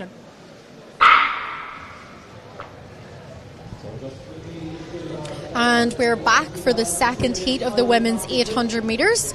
From the outside, we've got Rebecca Moore from City of Lisburn, Maisie O'Sullivan from St Albans AC, Maggie Jez from Lucan Harriers, Holly O'Boyle from Ennis Track, Emma Moore from Galway City Harriers, and Ava Diver from Beachmount AC. Emma Moore, of course, has had really fantastic season so far this year, just sitting in the front there trying to control the pace as much as possible. Ran an indoor and I suppose an outright PB over 800 metres, 2:05.94 earlier this year at the NIA in this exact arena in the Track and Field Live meets, and also ran 2:46 for a K in December at the end of last year, Rory. So really great to see Emma Moore back on track. Prior to that, the last race that she ran was April 2023, so a good break for her, and really nice that she's come back in such good form. Yeah, absolutely. She'll have her eyes on it out on the podium if she can safely navigate this heat tomorrow. I don't know what came out of my mouth there. I've been talking for quite a while today. I will say they just opened the vents, Rory. We just got a big blast of air. I think the blast of air has affected my speech. But here I am, I'm back. Maisie O'Sullivan sitting in second there. Maisie, of course, no stranger to competing in the mid-distance races at Nationals. Usually kind of over the 15, but stepping down to the 8, Katie. Yeah, 2:10.68 for Maisie this year, which she ran in that league final. It was only her birthday 10 days ago. She turned 32, so no stranger to these national championships. She has run, I think she ran 4:31 maybe for 1500 as well this year, which is a decent marker. And then on the inside there is Ava Diver from Beachmount Harriers. She actually was running the Ulster Schools cross country during the week, so a bit of a change of scenery from her as they take the bell. And it's Holly O'Boyle, I think, is the third placer there from Ennis Track. And it's just these three athletes that have broken away from the rest of the field. But it's still Emma Moore from Galway City Harriers, coached by Joe Ryan, who is looking like she's going to take that first automatic spot. But Maisie O'Sullivan definitely putting in a bit of a spurt of effort as they come into the home straight. Holly O'Boyle from Ennis Track trying her best to get on it, but it's going to be Emma Moore looking incredibly comfortable in 2:13.55. So very similar finishing time to Louise Shanahan in that first heat. Means for a potentially exciting final tomorrow. Jack, what do you think? Yeah, very good from Emma Moore. Great to see her back. The DCU student, and Maisie O'Sullivan, as you said, no stranger. We weren't going to mention ages, but ever since I've come up here, you've mentioned an age in every race. But Holly O'Boyle there in third. Watched her older brother Keane make the 1500 metre final earlier. The university's championship finalist there from a few weeks ago. First year sports science student in UL. So she'll be hoping she can join her brother in the final tomorrow afternoon. From the Ennis Track ever-growing dynasty of distance running. That's a tongue twister. Say that 10 times. That is a tongue twister. I can tell you as well from having some family interest in different events, it's quite hard getting two siblings to make finals in one meet without someone not falling, being sick, being injured. So yeah, two siblings in two different finals is always quite an achievement for the family. Yeah, speaking of siblings, I can see Anna Ryan of my Carkey Cool crew down there warming up for the triple jump. I think the only Ryan sibling to actually be competing this weekend. First time, I'd say, in a while. I'm sure Jim and Aisling, proud parents, watching somewhere in the stands, although Jim is probably doing a bit of timing for us. He's a guardian of the timing equipment in Munster and Tipperary Athletics. But a third heat about to toe the line here. We have Charlotte Burke of Lane 1 from Dundrum, South Dublin, Holly Kilroe of UCD in 2, Lucy Clinton, Waterford AC will be in 3, Niamh Kelly, Clonliffe Harriers in 4, Pia Langton, the young up-and-coming athlete from Kilkenny City Harriers in 5, and Saoirse Fitzgerald from Lucan Harriers.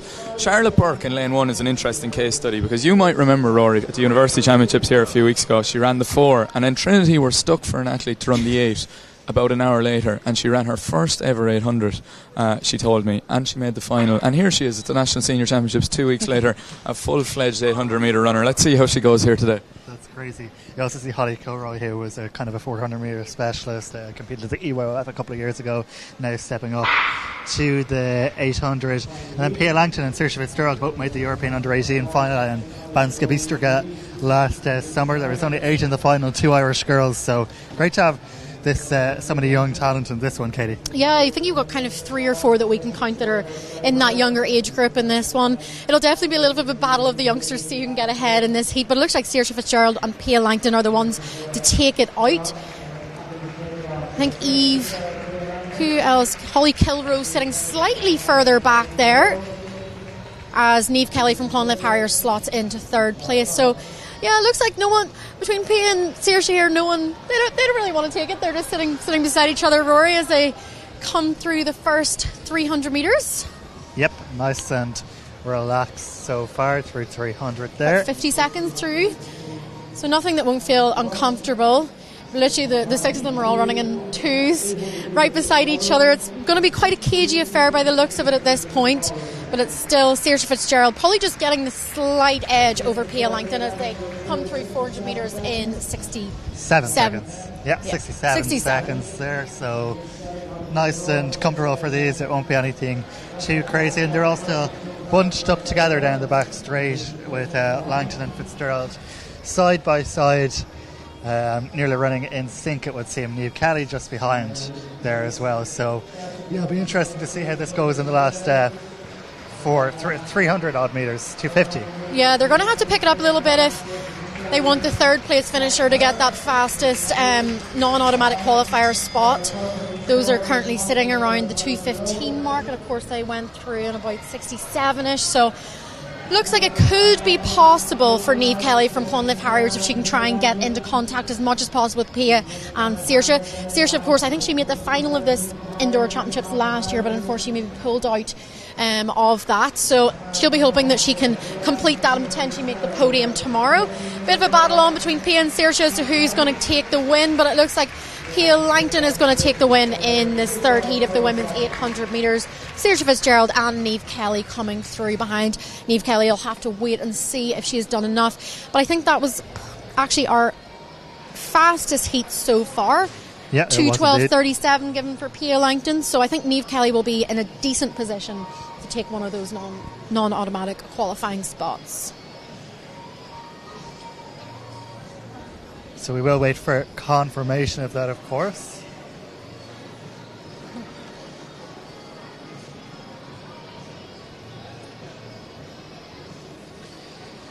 And I think Holly O'Boyle has gone through as well at 2:15.01 clocking.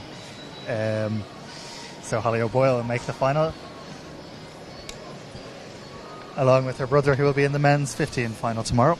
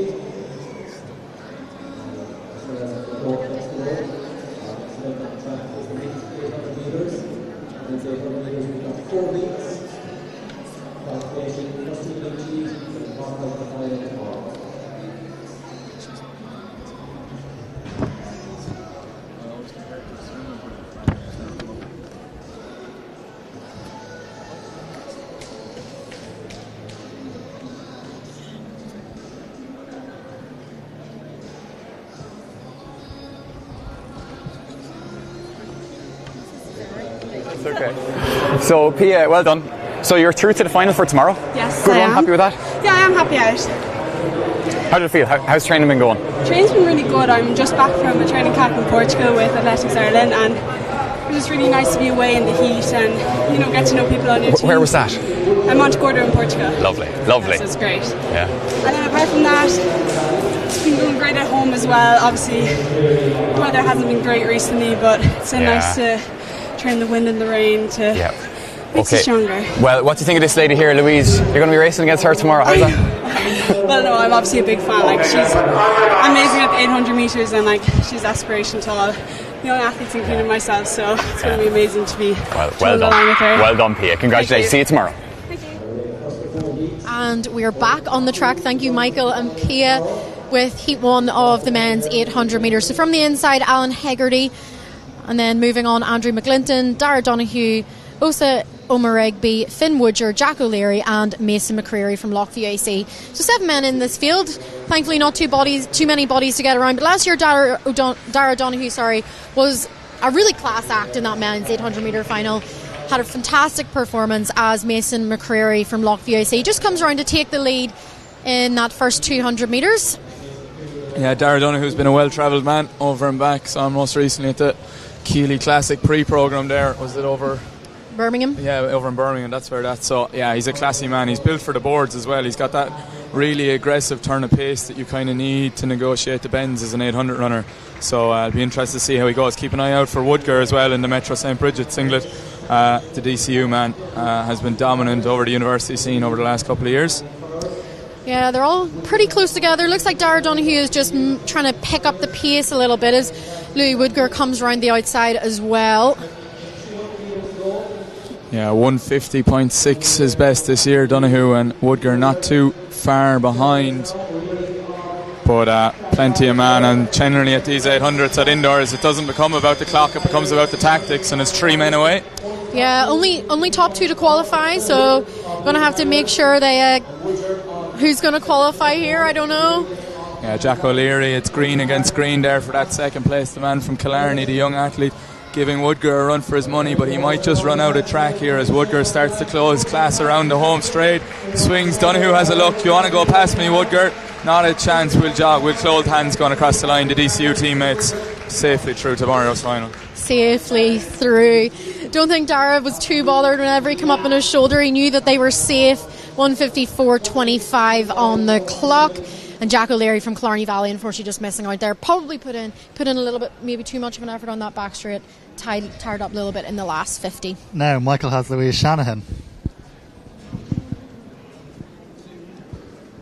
So Louise Shannon's down here with us, and she's qualified for tomorrow's final. Yes, I made it through to tomorrow's final, so job 1 for the day. That's job 1. But job 2 is promoting trackathletes.ie.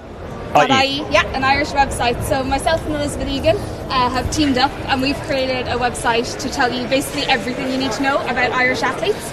So it's not just for people who love watching athletics every day of the week, but if you're someone who kind of has a passing interest or is interested in like a particular athlete, then we can basically tell you when they're next racing. So people get a subscription, sign up, and then they can ask you to send them emails about specific athletes that they want to follow. Well, it's actually completely free. So you can set up an account, you just click register in the top right corner, and then we create a profile for you.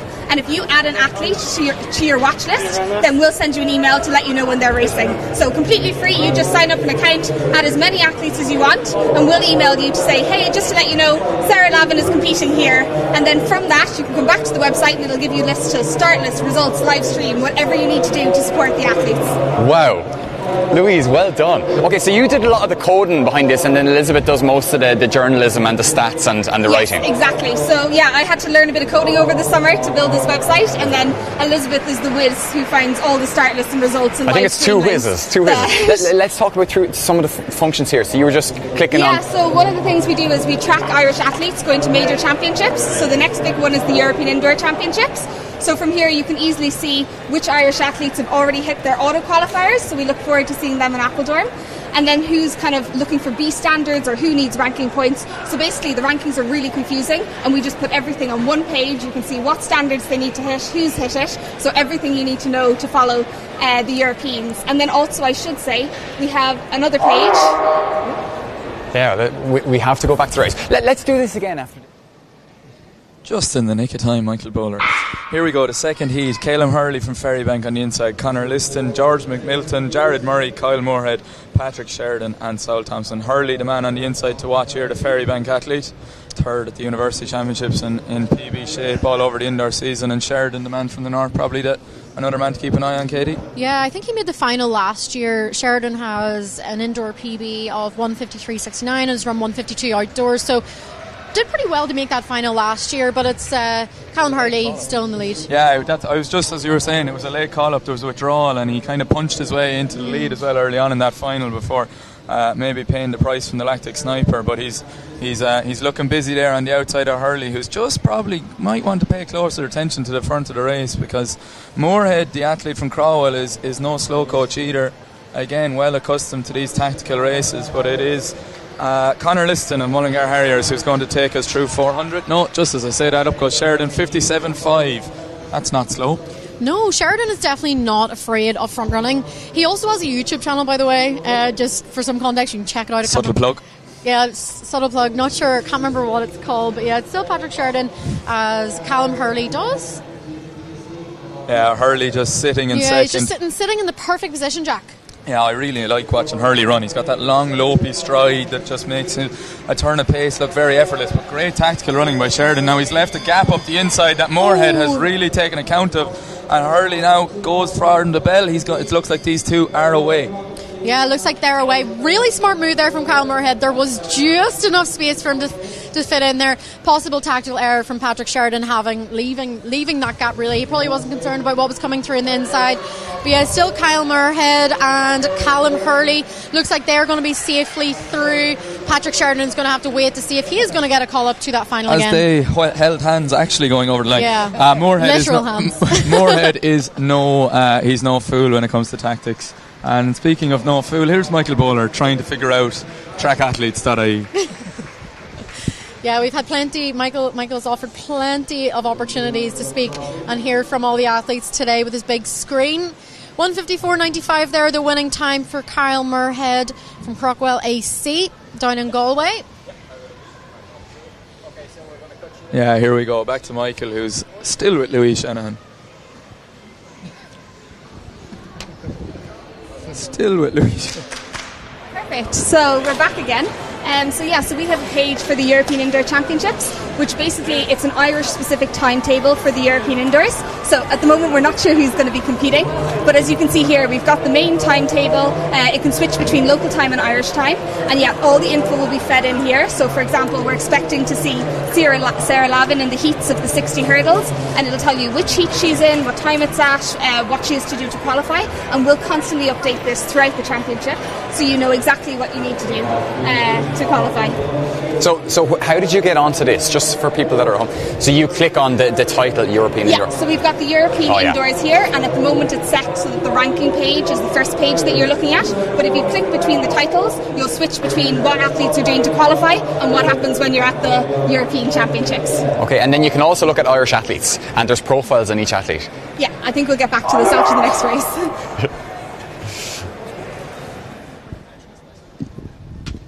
And we're straight back to the track. Thank you, Michael and Louise, for taking us through the trackathletes.ie website. Heat 3 of the men's 800 metres. From the inside, David Carroll, Liffey Valley AC. Lane 2 was Finn Diver from Beachmount. Jack O'Donnell from Rochothe AC. Joe Finn, Clonliffe Harriers. Kevin McGrath from Borromeen AC. Sean Carrick from Clonliffe Harriers. And starting in lane 7 was Trian Rubega from Metro St Bridges. Jack Hickey. TUS at Lone athlete Jack O'Donnell. Am I biased towards universities? Not at all. Jack O'Donnell from Rochothe, who has kicked me down in many a 4x4, is in the front of this, but it's the man to watch really, Kevin McGrath, with a majestic mullet or burst fade. I'm not quite sure, but his legs are spinning and he is going to have wheels to burn if he can make tomorrow's final. The national under-18 indoor record, or outdoor record holder, I believe. Prolific junior talent, and then picked up a few niggles and knocks along the way, but this man, if there's an athlete who's built for the board, it's Kevin McGrath. Yeah, Kevin McGrath has been at loads of different national championships, of course holds that underage record, and also in 4th place there is Finn Diver from Beachmount Harriers. We said we could give some plugs for people with lots of TikTok followers. He is one of those. His is called Weast Leggins. He's from Belfast. You should check it out. Definitely not athletics content though. Good at TikTok. Is he good at 800 metre running? We're about to find out. It's O'Donnell still at the lead. He's been very brave here. Kevin McGrath lurking on his shoulder. 125.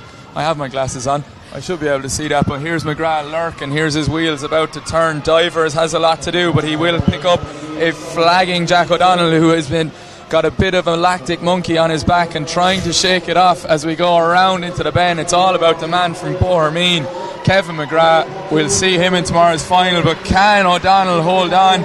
He looks just about. He's probably the hardest earned finalist all day today so far. With about 150 to go, I did not think Jack O'Donnell was going to be in that automatic spot, so really well earned for him to hold on for that automatic spot for the final tomorrow. He might be feeling that. He's hooping and hollering down below. He's delighted. Kevin McGrath Oh, here we go. We're going back to Michael Bowler again. So we're back again, and we're back on the homepage, and this time I want to show you a really cool feature about how you can follow Irish athletes. So just clicking Irish athletes here, we've got so many athletes for you to follow, and they all have their own profiles. So I'll pick one at random, but Cathal Doyle. So this is Cathal's profile. You can see all his PBs, season's bests, his achievements, but then the really important thing we want to draw you to is the upcoming races. So as you can see, we already saw Cathal competing this morning in the heats, and he'll hopefully be back tomorrow in the final. But yeah, so Cathal's next race is the National Indoor Championships, and hopefully he'll qualify for the Europeans, so that will then appear in under as well. So basically by going to an athlete's profile, then you can see when they're next competing, wherever it is in the world, and we've got websites, timetables, start list, results, live stream, any information you need to follow those championships. And then you can very simply add an athlete to your watch list, and if you add them to your watch list, we'll email you when they're next competing, so no need to come back to the website.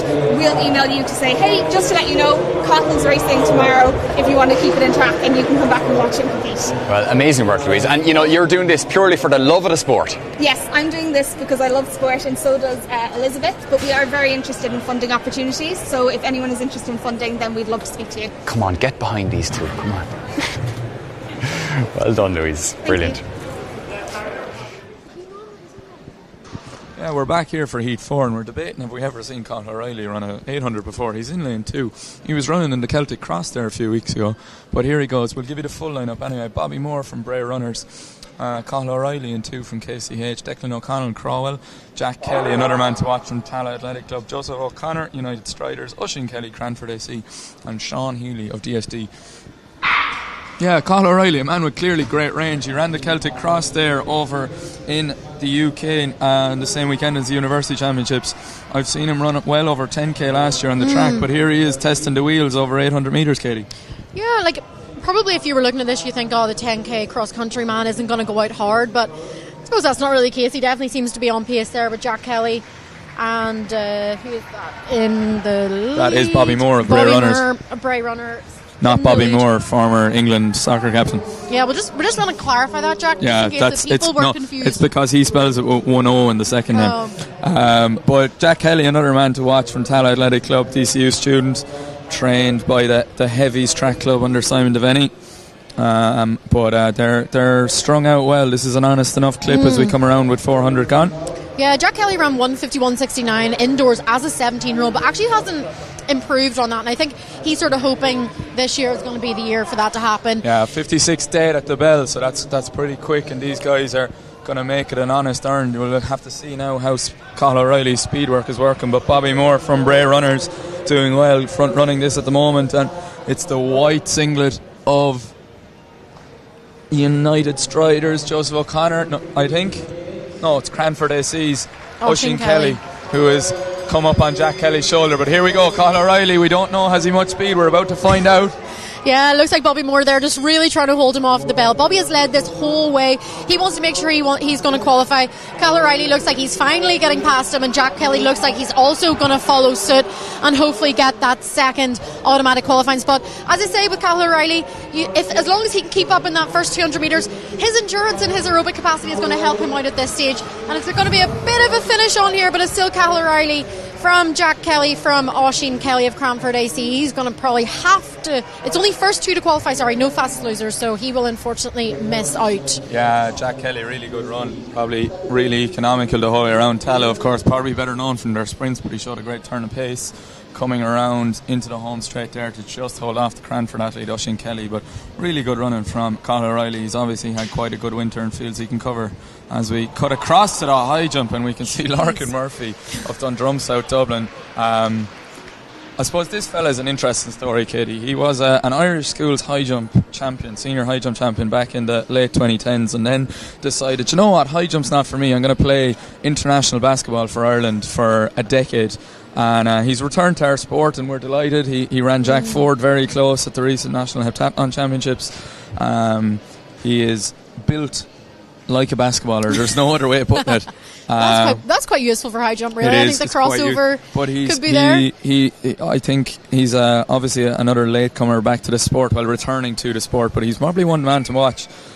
Picked up pole vault. I remember talking to the DSD coaches. Picked up pole vault just before Christmas in an attempt at going back to the multi-events, and a guy who can run in the 6.8s over 60 and clear well over 2 metres in the high jump, just fouling out there 2.05 or 2 metres flat by the looks of it. So he's another man now packed in his basketball career, but his basketball has lost his athletics gain. I can see Kieran Connolly of Lekeila Athletic Club making a return. Already cleared 2 metres there. Good. Oh look, we've got live results. It's and great. They're putting it up to 2.05 now, so everyone else is out of the competition. Kieran Connolly will be the gold medalist. Lorcan Murphy there just managed to clear 195, and then what we just saw the end of was his third attempt at 2 metres, just missing that, Jack. Yeah, so good jumping. Small field there. Only the 4 athletes. Manny Osas of Ratoath, another multi-eventer, as looks to have secured third place with a clearance of 190. Had a good look at 195 by the looks of it. And we're heading down to Michael Bowler. It's a game of where's Michael Bowler. He's down hiding behind. So we're down here with Jim Corcoran. He is the high jump official for this men's high jump final. And there's only one man left standing, and that is Kieran Connolly. And he has jumped 2 metres on his second attempt. And Lorcan Murphy from Dundrum, South Dublin, is just after bowing out with a really good attempt there at 2 metres. So Kieran's just readying himself now at the track. Takes to the runway. He's proven champion, proven winner in the past. Great to see him back after a spell out, and that's a beautiful approach. Not quite. Not this time. So he will have 2 more attempts at that height.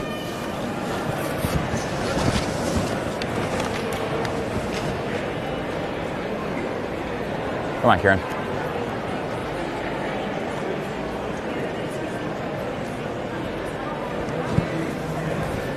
Yeah, perfect, yeah.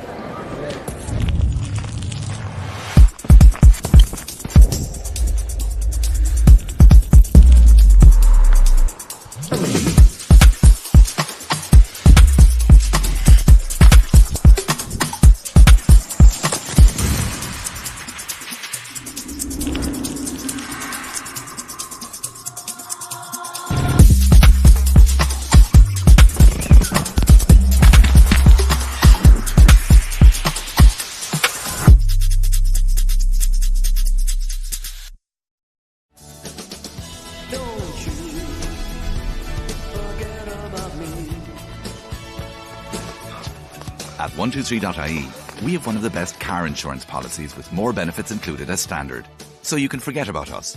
And remember the more important things. 123.ie. Give better a try. After 4 years of injury, this is, So we're down here with Lisa, who's coach of this man, Kieran.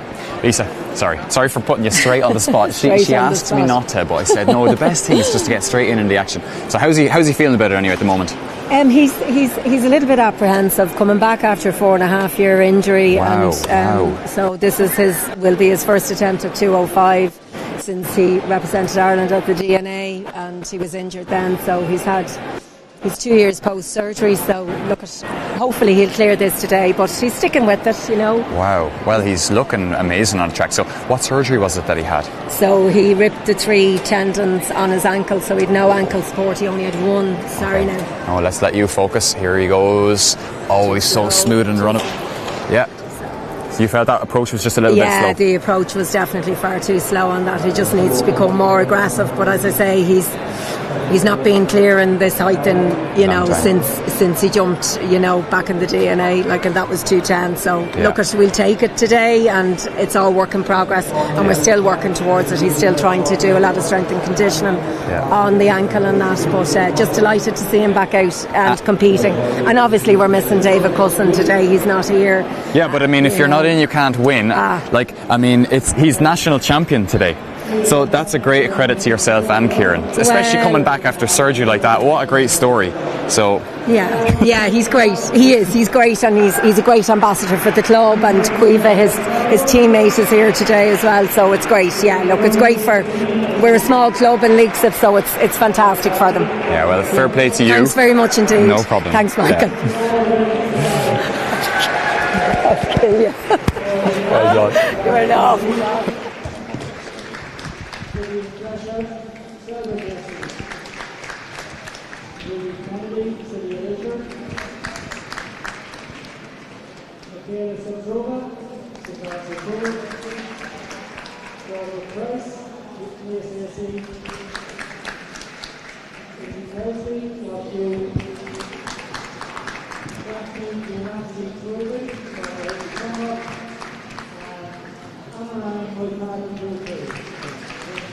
We're back.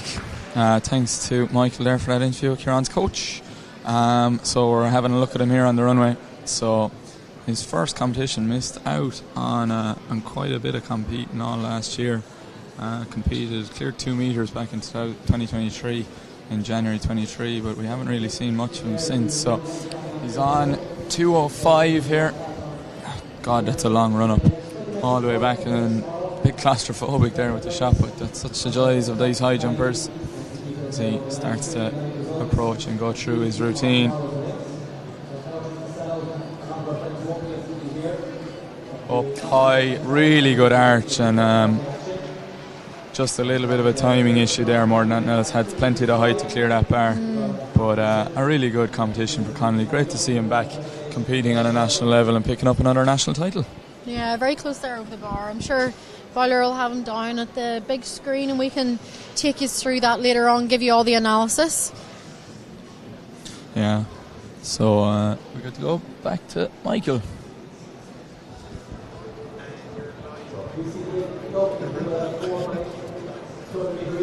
We're going to grab this man now. Fair play to you. Fair play to you. Hold that here and hold that. And face that camera up there. So look, this man, for everybody watching at home, that one up there, you can just about see us at the distance. Hello. Yeah. So this man's after coming back after surgery. Surgery on the ankle, the takeoff ankle, wasn't it? Yeah. So you're back. Yes. You're national champion. Yes. I mean, look, it's first brilliant. First indoor champion, yeah. I'm happy with that. And I know that it was probably 3 years, was it? Or I think it was 2022. Yeah, it was 3 years. 3 years. So it's a long time to be out. And to have made it back after surgery, it's an amazing achievement. That's an amazing story. And there always is in sport, isn't there? Yeah, sure. Only like 2 weeks ago I decided I'd come back. Well, no, come back to this competition. You weren't sure up until a few weeks ago that you were going to be able to compete. Me and my coach, we kind of had sights for May, like outdoors. And then I was finally like pain-free at training like 3 weeks ago. So my coach was just like, you know what, just throw yourself in. And like only up until the other day I was like fully committed. So yeah, you know what, I was just happy to like do a fun competition. Yeah, and it was fun because anytime you're getting over 2 metres, that's a good feeling. Yeah. Back over the 2 metre mark. Yeah, I feel like the 2 metres is just such a number, you know. It's like there's above 2 metres and there's below 2 metres. So yeah. So today your best is 2:10, isn't that right? 2:11. 2:11. Yeah, okay. And some good attempts there. Your last attempt at 2:05 was pretty close. Yeah. How did it feel? How did the body feel? Like the first two, when I was warming up, like my body felt grand. On Wednesday I had a bit of like a hamstring issue, so I was like, you know, I'm just gonna like completely rest up. But then on my warm up I was like, you know, it's actually feeling fine. Didn't feel my hamstring. So I just kind of went for it. And yeah, but I feel like 2 metres just a mental block, you know, especially in training, like going over 2 metres is just like, I don't know, it's just a number. Yeah, it is. It really is. But yeah, my first 2 attempts were not good. I feel like I just need to get that muscle memory back, but yeah, I'm just glad to be back. And I was chatting to the coach over beyond, and there's so many family and support at League Slip, isn't there? They're all waving over at us. They're all waving. Give him a shout. You might as well give him a shout out there now while you're here. Thanks to Lisa, thanks to Mum, thanks to everyone, I suppose. Yeah, I know they all know who they are, but it takes a full community. Well, it does. Yeah, I've had so much support. It's great. Yeah, well, congratulations, Kieran. Thank you so much. Well done. Thank you. Well done. Good man. Fair play. Thank you. Fair play. And we are back. Thank you, Michael. Great to hear from our high jump champion there.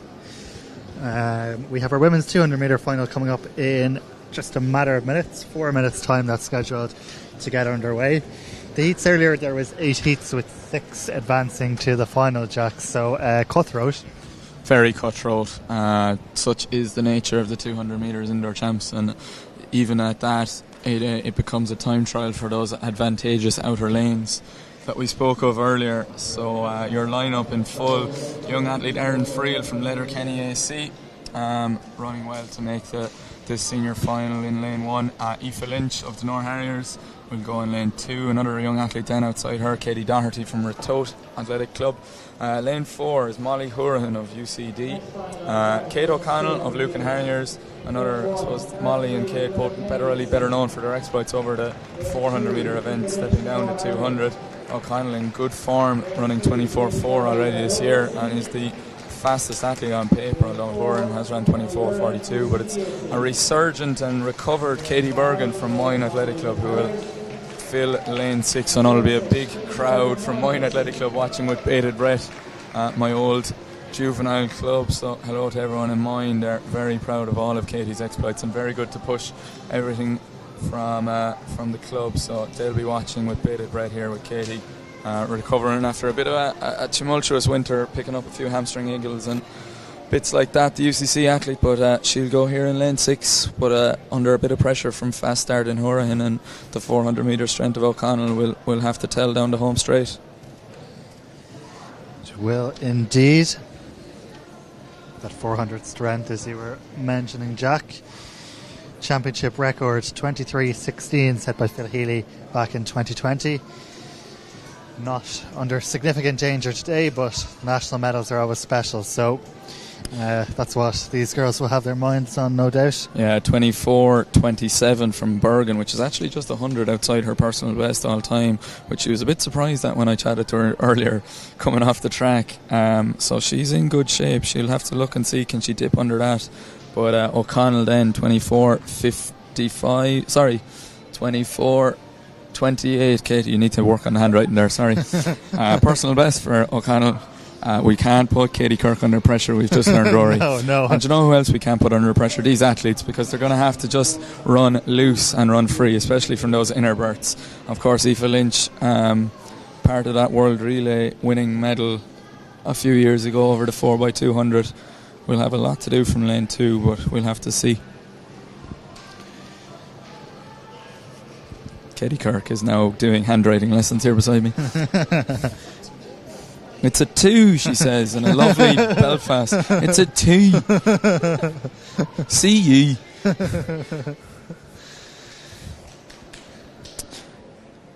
So our basket carriers, all volunteering, all the juvenile athletes from the surrounding areas volunteering from the day, all being put to good use. They're about to step away here as we stand to our feet. Yeah, you know it's a final when you stand to your feet around here. Katie Kirk hasn't stood up today, but we have, because we're working harder. So Friel in 1, Lynch in 2, Doherty in 3, Horahan in 4, O'Connell in 5, and Bergen in 6.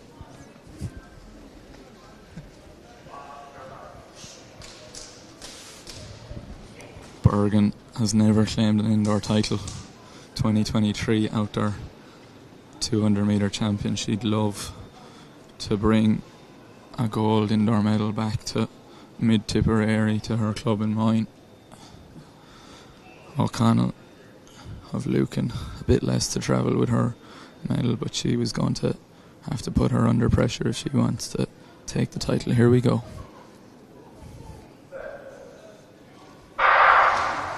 And it is a lightning start from O'Connell, and she is putting Bergen under pressure, but watch Katie Bergen's stride unfold as she opens up on the back straight. Horahan making a good run of it in lane 4, but it's now all about who can negotiate the bend, who can ride the roller coaster of under 200 metre running, and who can keep the head as they round into the home straight.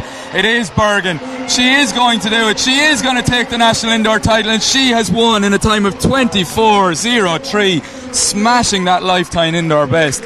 Katie Bergen is her 2025 national indoor 200 metre champion. Yeah, fantastic comeback and fantastic return to form for Katie Bergen, and she'll be top of the podium for 2025 national senior indoor 200 metre champion. Fantastic performance, but you know, not easy there out front, and pushed all the way by Kate O'Connell there. Yeah, Horan had a stormer of a run in lane 4, and she's going to put Kate O'Connell under severe pressure, and I think it's going to come down to a photo finish. 100th. Kate O'Connell gets it by 100th of a second. Yeah, brilliant running from those two athletes, really stepping down. I think Horahan's fast start and opening 200 metre speed is a hallmark of her 400 running, so I'm sure she's going to take a massive amount of that as she builds towards an outdoor season.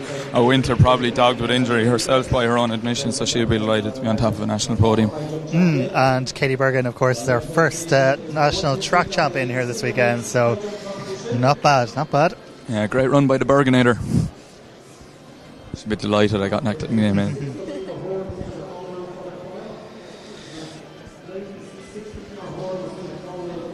Over to the triple jump runway by the looks of it.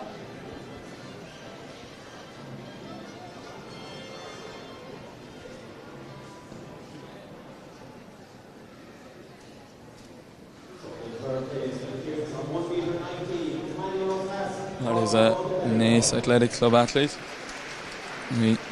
Unsure of a number. Just can't quite see it from our lofty perch. There we can see our high jump medalist. That is Emmanuel Osas of Ratoath Athletic Club. 195 for third. Larkin Murphy steps on top of the second place position to claim a national high jump silver. And Connolly back on top of a national podium. Again, another man coming back from injury and takes the adulations of the crowd.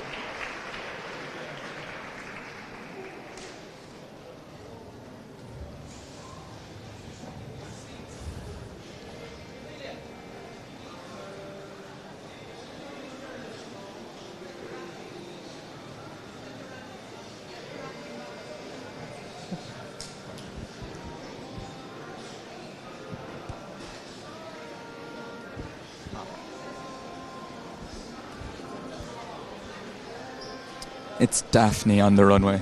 Daphne, I can never pronounce her second name, but she's a PhD student in DCU, originally from Greece, coached by Colin Burke, and quite good at triple jumping. Katie Kirk winced at that name. We rock, paper, scissors to try pronounce it. Daphne Dulaputsi Tuin. That's my best efforts, Daphne. We've joked about it many a time, but the Greek PhD student working out at DCU, plying her trade with Raheny Shamrocks, but now on camera is he's not dead yet. Marcus Lawler, old man Lawler, is still going and still doing it. 30 next week. Yeah, and probably back to his best form. I remember when we talked about the female side of sprinting, we talked about how Phil Healy was probably the jack of all trades and was able to cover every sprint distance, but Marcus Lawler, this indoor season alone, has put together a string of performances that would probably claim that title on the men's side of sprinting. He has been in incredible form, and he's going to look to cap off his indoor season by claiming a gold. Yeah, Marcus has had a really good season. Like, no better 30th birthday present than to start running PBs again. Great year for Marcus so far. I'm assuming that some of his injury problems from last year, he's always had a bit of a niggly Achilles. As a fellow Achilles injury person, I can tell you they're not an easy thing to get past, Jack. And indoor PB over 400 metres this year as well, 47.03. Great to see him do that. I think it was actually maybe an outright PB, possibly. Yeah, I think you're right. Just looking at his progression, he's got faster in every race nearly this year. Run 6.8 over 60 metres on the 8th of February, running 20.8 here in Athlone on the same day, and then that 47 dead run midweek in Abbottstown. He's in great nick, and he's settled back in with coached by his mother Patricia, and kind of starting to find himself again. He's going to have Luke Timlin there from Crusaders AC. Probably his first kind of major breakthrough into a national senior final. He'll be having an eye in. Adam Murphy has continued his streak of national 200 metre finals. Mr. Consistency from Tinner Island AC will be in lane 4. Then we go to Emmanuel Akinrole of Titans AC, and a varsities finalist over 60 and 2 this year. He's having a great indoor season. Reality Osua of Fingalians, and Luke Logue Fonseca, a new athlete to me, I must admit, from Clonliffe Harriers. He's going to have that tight berth. Appears to have Welsh split shorts on, so I'm going to assume there's some kind of a Welsh Clonliffe Harriers link there. I don't know if he's just having a go at us because of the current Irish rugby score against Wales. Don't know what we're being updated. Winning now, but we're definitely not watching it, Dara. It was very close. We're definitely not watching it, Dara. No, we're all eyes here on Lawler and Timlin. But Marcus Lawler, he has he's had a great career. European under-23s finalist, European under-20s finalist at World University Games bronze, and he has, count that up there,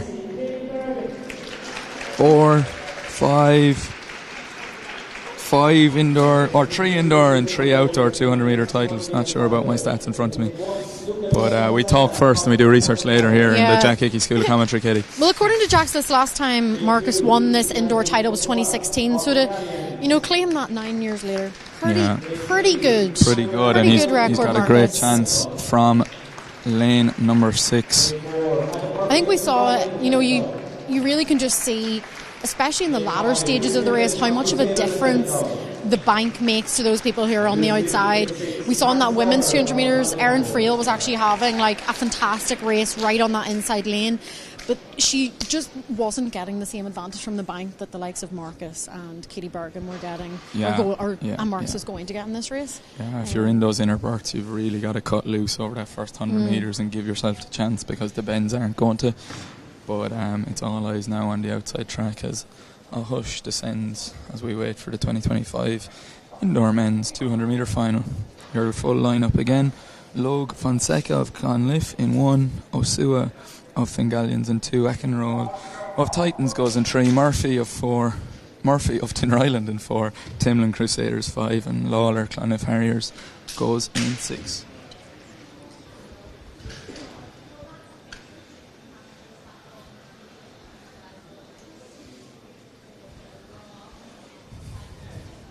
Championship record 20.7 from Mark Smith in 2023. Lawler might keep one eye on it, but he's got to win the race first. Can he crown his resurgent indoor season with a national indoor title? Blast from the blocks does Lawler, and that turn of foot that he's become so known for all through the years as he bounds down the back straight and has opened up a monster gap on Timlin. Akenroll, the best of the runners on the inside, really pounding the boards as he moves up onto Adam Murphy's shoulder. It's going to be a shootout for the minor medals, but it is all about Marcus Lawler, who is foot through the floor and has ran 20.74 to smash that championship record. An absolute storming run by Lawler as we've athletes strewn across the track behind, left in his wake. It's all about Marcus Lawler this 2025 indoor season. He's got his hands on his head. He's leaning against the padding there. He looks really pleased with that performance. It's great to see Marcus Lawler 20.74. We'll just watch this back again. You can see blanket finish for second and third place pretty much. Marcus Lawler well ahead of the rest. Hardly decelerated, it felt like, in that last 50 at all. Really using that bank to get down, get in that last 50 and to keep the momentum going. And I'm not surprised really, because Lawler has shown that 47 dead speed over 400. He's in great shape, really going to contribute now to our you'd hope, our 4x4 relays in the coming months as well. But it's great to see him back. And an athlete, I must admit, I've always admired myself for the split short phenomenon that he has brought to sprinting as well. And Adam Murphy has just been given the nod for that silver over Luke Timlin. Luke Timlin falling across the line. He literally dove for that silver medal, but unfortunately it is Adam Murphy who has been given the nod for silver, and Luke Timlin in third. All very close there. Yeah, Timlin, a young athlete, still 19, so he'll be delighted with that. Probably his first breakthrough into the senior medals, so he'll be delighted with that. The Crusaders man, but Murphy, he's probably been the nearly man for a few times, but I think he's going to enjoy that national silver medal. Yeah, it's, Marcus Lawler, let's just put that in perspective, like almost a second on the rest of the field. I think that's how much of that was a dominant a full performance. Second over 200 metres in a national final is it's Yer de Lawler.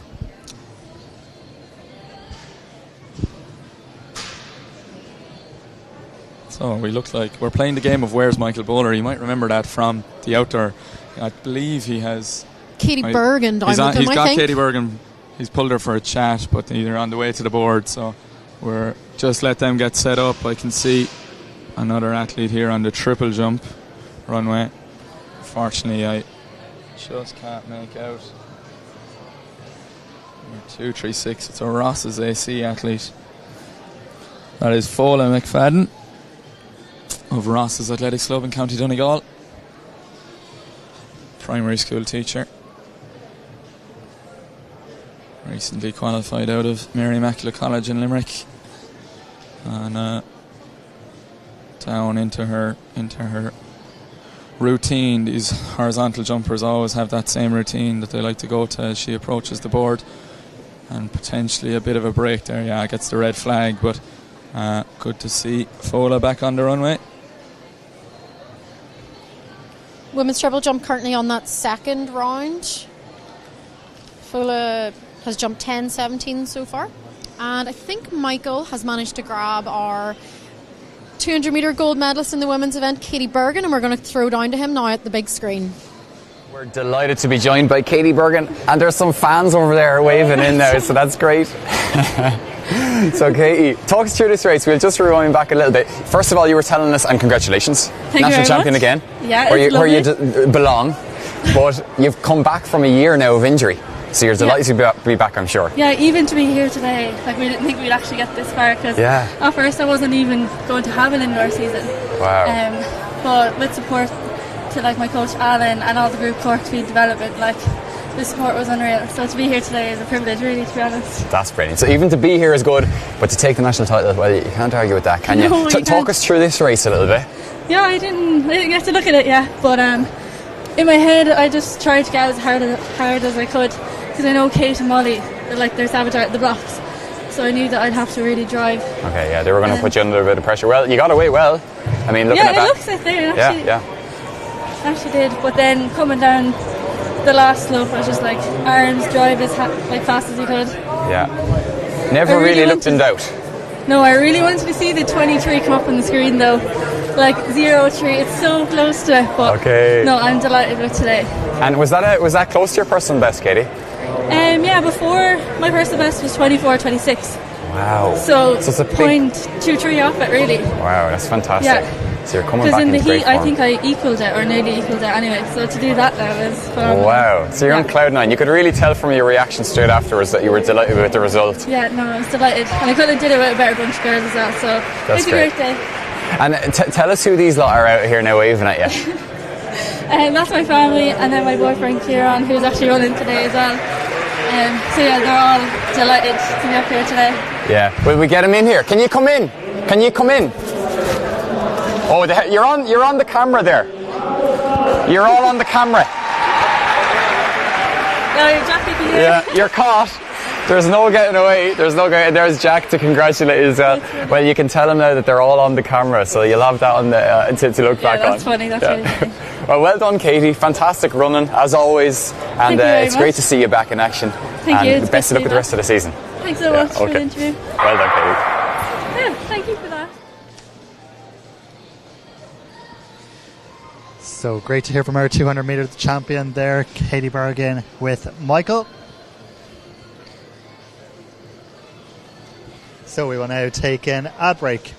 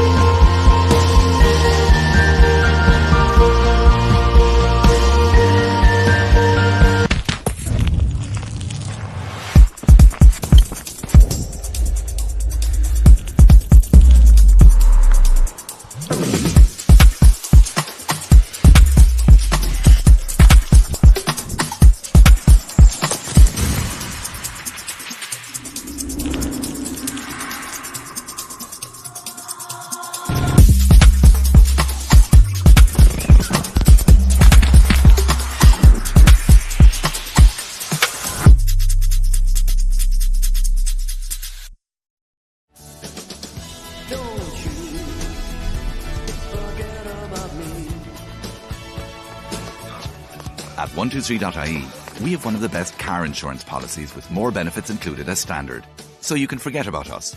And remember the more important things. 123.ie. Give better a try.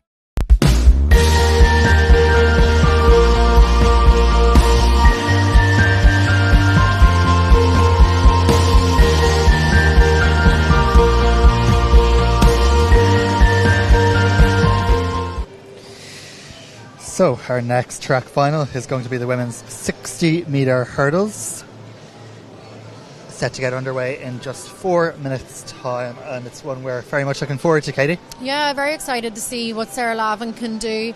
Decent performance in those heats earlier on, 8:10 or so I think it was for her.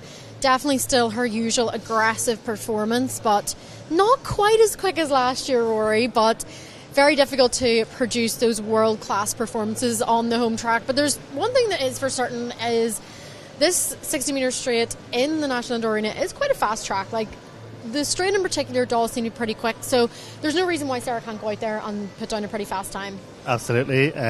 You also see the camera focusing in there on Molly Scott, but I'll give you the full lineup.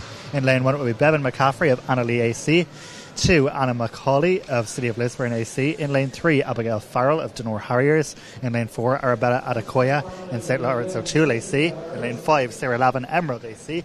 In lane 6, Molly Scott, St Lawrence O'Toole AC. In lane 7, Niamh O'Neill, St Coleman, South Mayo AC. And in lane 8, Orla Mannion, South Galway AC. They're just introducing the athletes here. Our stadium announcer, Fintan Riley.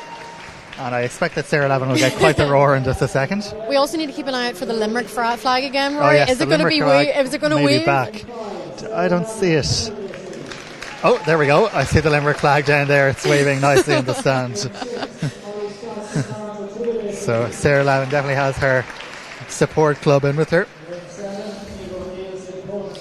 Yeah, plenty of support for Sarah Lavin in a sold-out National Indoor Arena, Rory, which is great to see. Not too many seats available in the stands, and plenty more demand for the tickets anyway. Absolutely, and we're sure there'll be a great crowd in tomorrow. So again, in 1 McCaffrey, 2 McCauley, 3 Farrell, 4 Adekoya, 5 Lavin, 6 Scott, 7 O'Neill and 8 Mannion. A lot of young talent in this field as well. Be a battle for those minor medals with. Yeah. But who knows what can happen with the barriers in front of us. Possibly Adekoya or O'Neill coming in to take that bronze. Anna McCauley could also challenge as well. It would be great to see any of those girls on the podium. So watch in particular for lane 5, Lavin.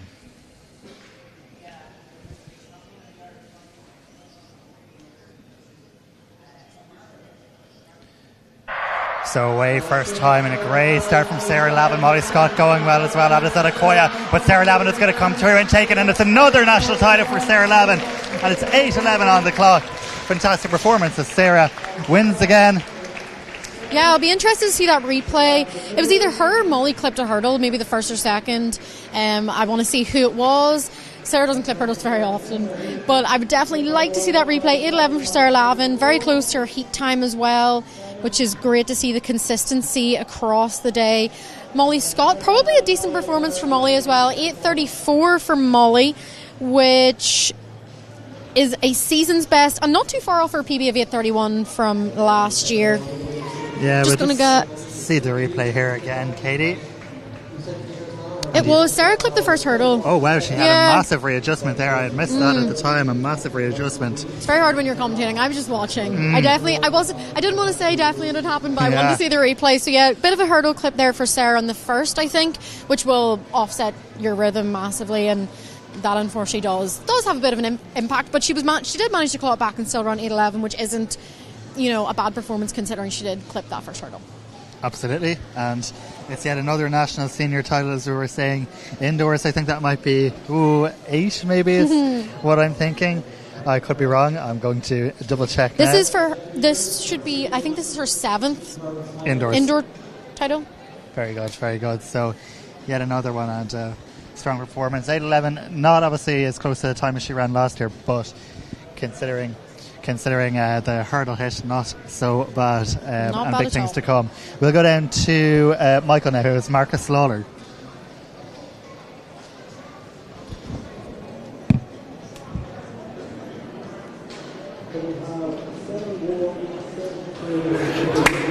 Well done, Marcus. Thanks. Look at that. That's when you know, right there. That's when you know. The guns and the Olympic rings. Marcus, you take that. Fair play to you. Yeah, thanks for what a season you've had, huh? Yeah, it's been going well. To be fair, like I suppose it was the form runner kind of coming into this championships, and a couple of PBs along the way. But it's a long time since I picked up a national title, so delighted. How long has it been? Good question. I last down there before, but I'm actually not sure. To be honest with you, but look, obviously today's a good day and we'll take it. It's a very good day. Yeah. And you know what? I was only thinking beforehand. Hey, will Trish will you come in? I'm asking She's running away. She's running away. Mirren, definitely not getting her in. Mirren, you come around here. Come around. They will not. Oh, they might come in, they might. But Marcus, I was only looking there earlier, right? So I remember you racing in Belfast Indoor Arena, and you were against David Hines. Yes. And it was on RTE that night. Yeah. And it was. They asked you in the interview, and they said, "Who do you think won that?" You were only a young fella at the time, and you said, "Dead heat, no winner." But it was a joint first. You both got gold medals, didn't you? Yeah. Look, me and David had great battles a long time ago, and there might have been a couple of elbows across the line there as well. That day it was so tight. So it was so tight. Yeah. And you know what? Like I'd love to be able to find that video, but I couldn't find it. But I could find this one. Right, God, you're taking me back. This is 11 years ago. And you still look the very same. You haven't aged a bit since then. Jeez. That was after the schools record that day. Thought that record would last a long time, but in fairness, I think Aaron Sexton took that a couple of years after. But look, that was a great run, and I actually ran a little bit faster than it today. So amazing. I mean, you know, it's hard to imagine that fella chatting right there. If you had told him you'll be running your personal best in 11 years from now. Well, look, as you know, it takes a lot of hard work, a lot of time, a lot of dedication, and it doesn't kind of come instantaneously either. So no, it doesn't. That has taken a long time. I'm 29 now, and I'm 30 in a couple of days' time, and that was a big indoor PB. Wow. Yeah. So. But you know what? We'll take a little bit of time here because I don't think there's any other action just at the minute on the track. The sprints are coming up soon. Okay. We have about 45 seconds. Let's see if we can get back to the actual race here now. But tell us a bit about your family, and they're hiding back there. Mirren, will you come in? Come on in. Yeah. So look, she's coming in there. She's coming in. This is the big support team on the way in now, and there's a few others behind the scene as well. But I suppose Trish is the main coach, and I was actually nursing a niggle all week, and Warren kind of got me over the line here today. So. Well, fair play to you, Marcus. With a little bit of treatment. You're back with Trish, your mum. We have to give her a shout out. She's giving us a thumbs up, but she wouldn't come in here. But sure, everyone knows who she is anyway. She's over with Adam Murphy's mum there, and in fairness, Adam, I think it was 18 senior finals for Adam, and that's his first medal. So really, well done. Shout out to Adam Murphy. to hard work and dedication. Talk us through the race anyway, Marcus. Look, I wanted to get out really, really hard and try really attack that back straight.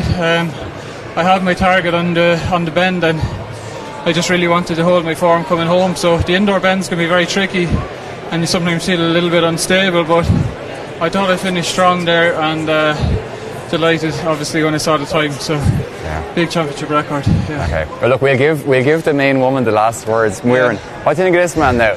You've kept him on the straight and narrow, have you? Oh, I don't know now, Michael, but very proud of him.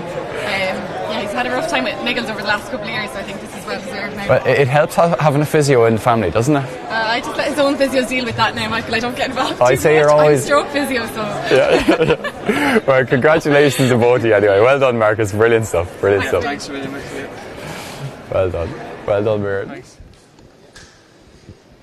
Great to hear from Marcus Lawler. A bit of a blast from the past there, but he's in the form of his life, and it's fantastic to see the Tokyo Olympian in such fine form, Katie. Yeah, no, it's great to see Marcus back, and really good to see him. I think that was his fourth indoor 200 title, and the last one was in 2016. According to your records, whether that's correct, I'm not sure. But great to see him back on form nearly 9 years later. Next event on the track is the men's 60-metre hurdles. From the inside, we've got Franskens Kaldlek from Clonliffe Harriers, Rolas Alusa from Clonliffe Harriers also. In lane 4, Sean Carmody from Leeville AC. And in lane 5, Adam Nolan from St Lawrence O'Toole, definitely our standout performer in this field. In lane 6, Emmanuel Osas from Road Toth AC. And in lane 7, Reuben McCarthy from St Lawrence O'Toole. And in lane 8, Jack Keating. Manuel Osas straight off that high jump runway and into this men's 60-metre hurdle. Such is the life of multi-eventers, I suppose. Have to try and get as many events in one day. Adam Nolan definitely looks poised to take this. He's having a good year so far. Season's best of 8 flat, which he ran at the Irish Universities. Not too far off that 2024 PB of 7:98. He's the Irish leader in the event, of course, and he has raced 4 times. So plenty of fitness behind him. And all his races have been really consistent, Rory. Like super close to that 8 flat range. He was also outdoor champion in multiple different events last year for his under 23 age group, and he was second in the national seniors last year. Yes, that famous video. It was very wet that day in Moorton, and he just lost his footing going over the last barrier. But he hoping to rectify today and win his first national senior title. Actually, yeah, no. Maybe has 1 under his belt already. Last year is indoors, I'd say. Yeah. He did make the European under-20s semi-final in 2023, so plenty of international experience as well for Adam. And I know when he burst on the scene, like, everyone was very excited to see a short hurdler in action in the Irish vest. Hopefully he can get the job done here today. Hurdle height here is incredibly high. For anyone watching at home that isn't familiar with the hurdles, they're just over a metre. For me, I'd have to duck under rather than go over, to be quite honest, and it is a massive skill to be able to run fast and cover those barriers.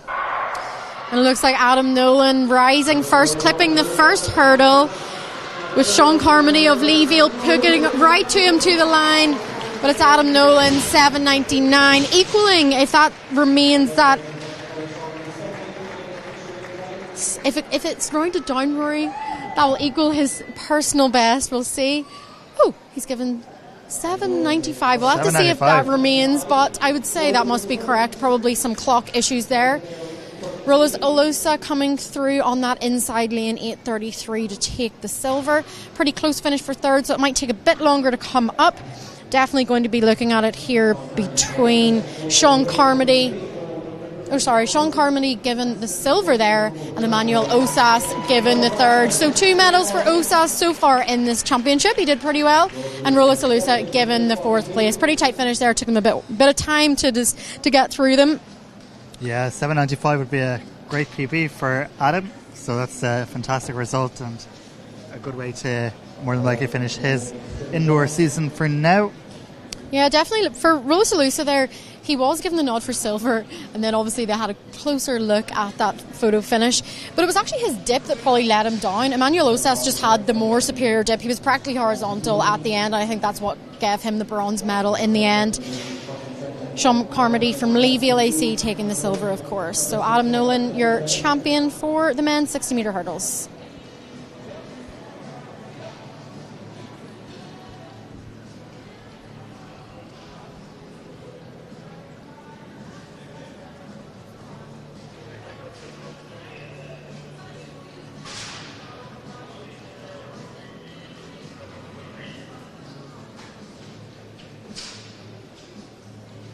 Anna Ryan on the runway in the women's triple jump, currently on her 3rd round of competition. 12:11, Anna's best so far today. I think that puts her into 2nd place.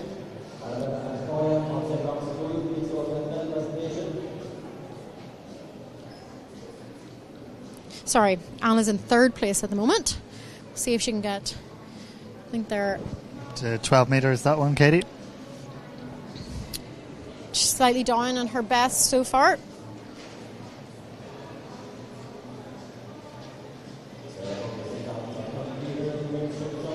Sarah Buggy currently leading the competition as she's on the runway. Biggest jump so far, 12:47. What national title is Sarah Buggy on at the moment?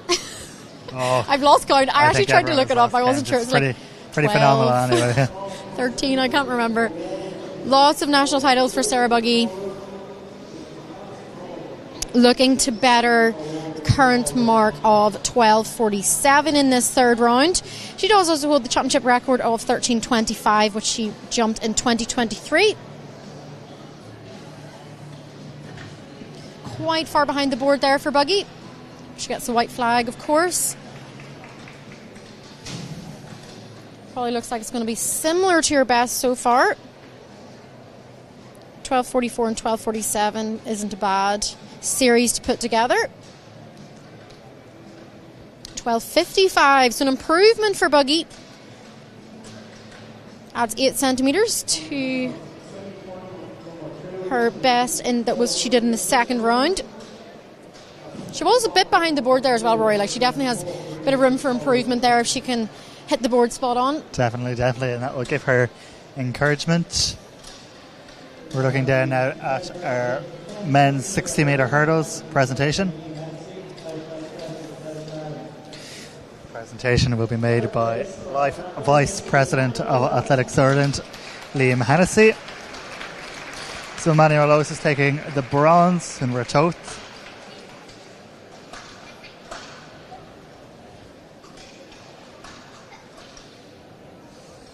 And then, of course, Rory, the next event we're going to see on the track is the 400 semi, so plenty of action to come. Absolutely.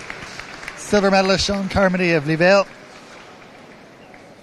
Great to see him back on track this indoor season. They've been coached by Gerard O'Donnell, who has won so many national titles in the hurdles down the years. And our champion this year is Adam Nolan. 7.95 personal best, and a great performance from Adam. Yeah, big rounding down on the clock anyway. I was thinking it would be close, but it was actually a bit of a smashing of the personal best for Adam, which is great to see. He's been sort of chipping away at those times this year, very consistent, and then to take, a big chunk off like that is always nice to happen, especially on the home track and at the national championships.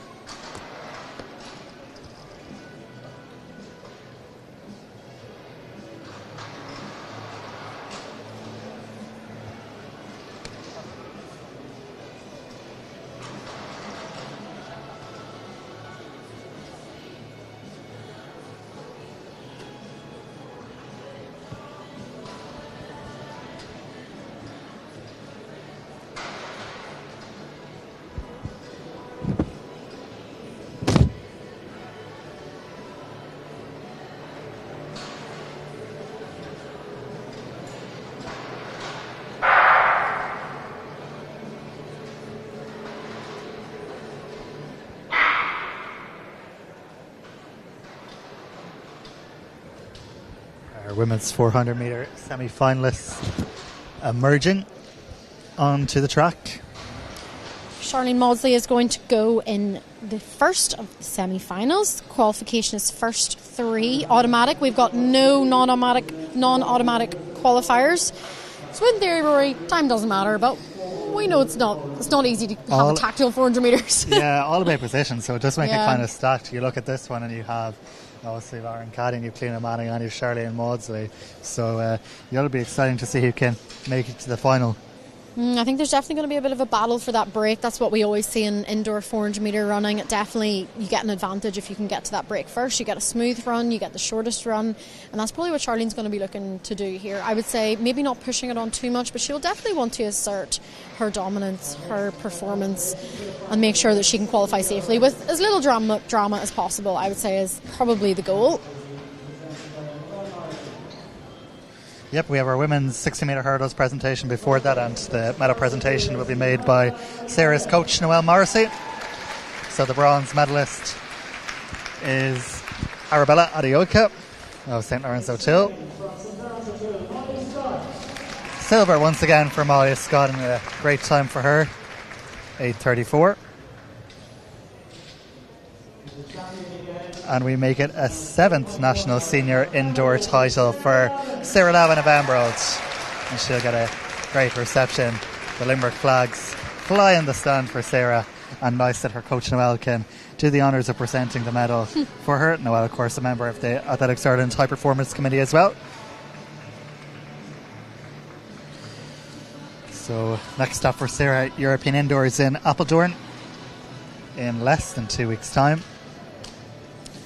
What do you think, what can athletes do to prepare when there's really Not much time left. Do you think Sarah will race again? Because I know she does love to race. Like that. Yeah, I would say she probably will try and race again. Like, that wasn't perfect from her today. She's an athlete who loves perfection. So I reckon we'll see Sarah race again before Apeldoorn. And I'm sure she'll be down with Michael at some point, and we can get all the inside information on her performance. And she's super critical of herself, so Sarah will absolutely grill her performance. But we are nearly ready to go into this women's 400 metres, the first semi-final. In lane 1 we'll have Sinead Tracy of Crogwell. In lane 2 Aisling Stratford of Ratoath. In lane 3 Daisy Walker of Monaghan Phoenix. In lane 4 Lauren Cadden of Sligo. In lane 5 Cliona Manning of Kilkenny City Harriers. And on the outside in lane 6 multiple European medalist Charlene Maudsley of Newport Athletic Club. Lane 5 Cliona Manning of Kilkenny City Harriers. And lane 6 the defending champion Charlene Maudsley of Newport Athletic Club. So a nice applause there for these athletes, and they're settling behind their blocks now. A reminder, just the first 3 to qualify automatically. No fastest losers means no room for any errors. Expect Maudsley to get to the break first. She's kind of been making that her goal this year, to get out that bit harder. She was racing in Liévin a couple of weeks. Not Liévin. She was racing in France a couple of weeks ago. I think it might have been Metz, and she was quicker to the break than Lika Klaver, which is saying something because Lika Klaver likes to get out hard.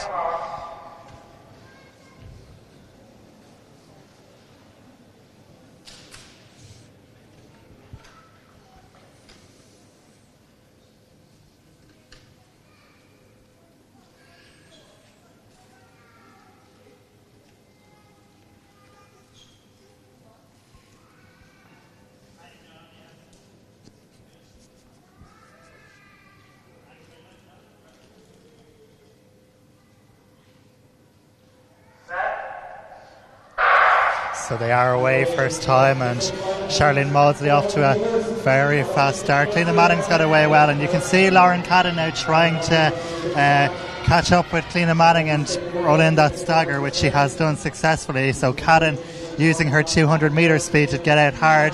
Maudsley, though, will lead at the break ahead of Cadden, and Cliona Manning is going to be a third as they hit the break. So through there in 24.69. So this is quick, and Maudsley leading by about 2-3 metres, Katie. Yeah, really great start from Maudsley here, and Lauren Cadden going out really strongly. Be interesting to see if Cliona Manning can use her strength to come past Cadden in this second part of the race. To be honest, at this stage looks like there's no doubt Charlene, I think, is going to take the win in this, and really we'll be looking to see who can take that second and third place. Will the girls settle with their qualification, or are they going to want to battle it out to see who's going to get the better lane tomorrow? Yeah, so Charlene takes this one in 52.86. And very close on the line there between Manning and Cadden, who both would have ran pretty quick, I think, there. Yeah, we'll have to keep an eye on Lauren's indoor PB, which she ran just last week, I think, at the Keeley Classic. Could be close to that, Rory, which would be always good to happen in the semi-final stage. So 52.38. Sorry, 52.86, sorry, for Charlene. 54.02 for Cliona Manning. And Lauren Cadden 54.05. Yeah, very close to your season's best there. We're going to watch this again. Charlene Maudsley pulling away from Lauren Cadden and Cliona Manning. Cliona Manning, to be honest, with about 50 to go, probably looked like Lauren had maybe got the better of her, but ended up coming into that second position. It was very, very close on the line, of course. Charlene saying hello to Mum Louise, I think, there, as she walks off the track and prepares for tomorrow's final. She'll be joined by Cliona and Lauren in that final. Great to see Cliona Manning. Only her second 400 of the year, Rory. Second of the day. Not a bad run. No, not a bad run at all to get down 54 low. I think that's actually an indoor PB as well for Cliona. The mark that I had down previously was 54.21 from 2023. So not a bad run. Excellent. Great that she's obviously then in fantastic shape, and of course with relays in mind for Apeldoorn, you want to be putting yourself in very good shape, and Lauren Cadden in PB shape indoors, Cliona in PB shape indoors, Charlene in PB shape indoors, and Rachel McCann as well. So yeah, it's definitely no shortage of depth in the women's 400. I know the relay will be out without Rashida Adeleke and Sophie Becker, but still plenty of strength there, Katie. Yeah, there's going to be plenty of people to pick from, and to be honest, tomorrow will be quite important in terms of picking those relay positions and having those head-to-heads for the selectors. And I think we going to go back down to Michael Bowler. He's joined by Adam Nolan, winner of the men's 60 metres. Oh, okay, so we have about 40 seconds before the next race, and we're going to chat to 3 smashing St. Lawrence O'Toole's hurdlers. Arabella, you took a bronze medal in that race. We'll start with Adam, actually, because we have Adam's race up here, and then we'll go across to you. Adam, tell us a little bit about this real quick. Started the race, not great. Absolutely smashed the first hurdle, but I sort of just said to myself, just stay aggressive, stay composed, and get over the line. Try not to slip and slide this time, Well, it looked pretty good to me, and that was a good finish. Arabella, you grab that mic there for me, because you're one of the youngsters. These two have several national titles, don't they? Yeah. But you were waiting for your first senior national title, aren't you? And I think it's coming. Something tells me it's coming, because you're running really well, aren't you? I am. Talk us through your race. This is you here, isn't it? Yeah, it is. Okay. Got a bit caught up there. Yeah, you held on very well, because there's a lot of pressure, huh? My heat was a lot better. What's it like having these 2 club mates? Amazing. They're great people to get a challenge against. I know. Molly? It was okay.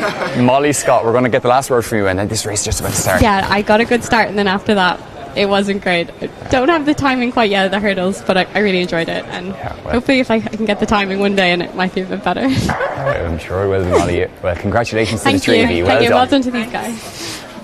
Yes, second semi-final in the women's 400 metres. In lane 6, Phil Healy of Bandon. In lane 5, Arlene Crossan, Finn Valley. In lane 4, Rachel McCann, Northdown. In lane 3, Miriam Daly, Carrick Shore. In lane 2, Quiva Cronin, Lakayla. And in lane 1, Niamh Murray of Bray Runners. Yeah, interesting one for Phil here. Pretty quick time that Charlene won that in the first semi-final, but of course times don't really matter, Rory. You just want to make sure you get the win so that you get either lane 5 or 6 in tomorrow's final. I think that's probably the most important thing that will be in Phil Healy's mind. Great start from Phil Healy. Of course that 200 metre speed will probably play into her hands. Looks like Phil Healy and Arlene Crossan getting a little bit of a gap on Northdown's Rachel McCann over these first 50 metres or so. But it still looks like Phil Healy from Arlene Crossan, from Rachel McCann, and Niamh Murray actually from Bray Runners on the inside coming through, probably in about 3rd position at the break. But I think there's no doubt Phil Healy coming through there in 24.87. Rachel McCann really starting to move. Sometimes isn't the fastest starter, but her strength really comes through in that final 200, Rory. Yeah, Rachel McCann definitely more of a strength-based athlete in the 400, and you see her going around Arlene Crossan now, and McCann will be trying to move up onto the shoulder of Phil Healy, who still leads by about a metre or 2. And you see McCann now moving around and challenging Healy, so it would be interesting to see who holds on. But McCann will come through and take it from Healy in 53.63, ahead of Phil Healy. Yeah, really great finish from Rachel McCann there. That will give her the prime position tomorrow, Rory, for that final. Not sure how they'll seed them, but will probably give her lane 5 or 6, which is obviously where you want to be so that you can get the advantage of that bank. And just having a look here, Rachel McCann, she was sitting back in 3rd. She was a good 10 metres potentially off Phil Healy in the opening 200 metres when they took the bell, but her strength just really coming through.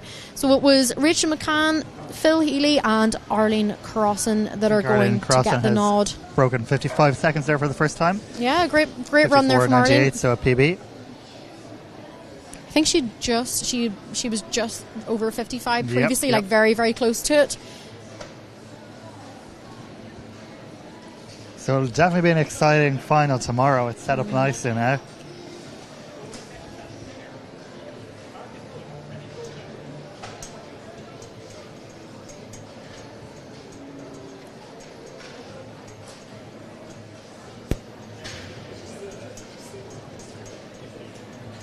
Next on track will be our men's 400 metre heats, with just the 2 fastest to advance to the final there. So that'll be one to watch. Yeah, we've got 3 heats or 3 semi-finals for the men's 400 metres.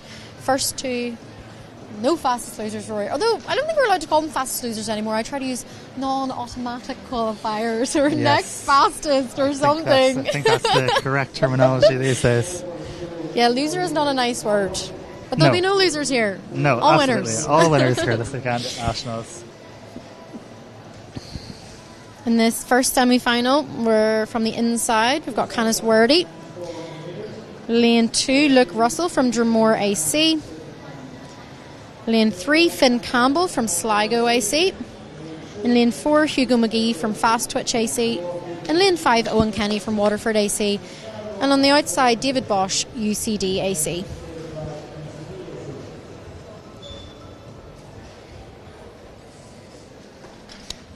David Bosch, probably the standout performer in this first semi-final.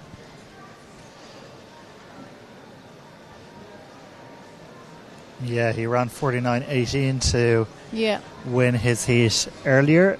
And I think he's also got a 48 flat to his name as well from this season. Yeah, quickest heat winning time earlier from David Bosch, 49.18. So he'll be backing himself to make the national final. Yeah, he's definitely capable of it.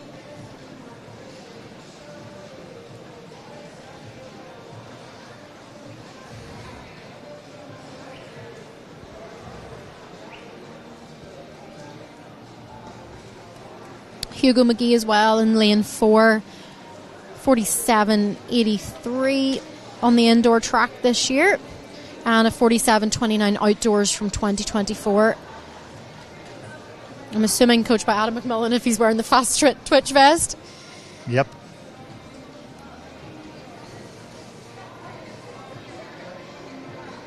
This is due to go off in about 3 minutes, Rory. We're a little bit of ahead of schedule right now. Which is great. Great to be ahead of schedule. Sometimes they do make them wait on the track, so we'll see. Go bang on the 4:40 mark.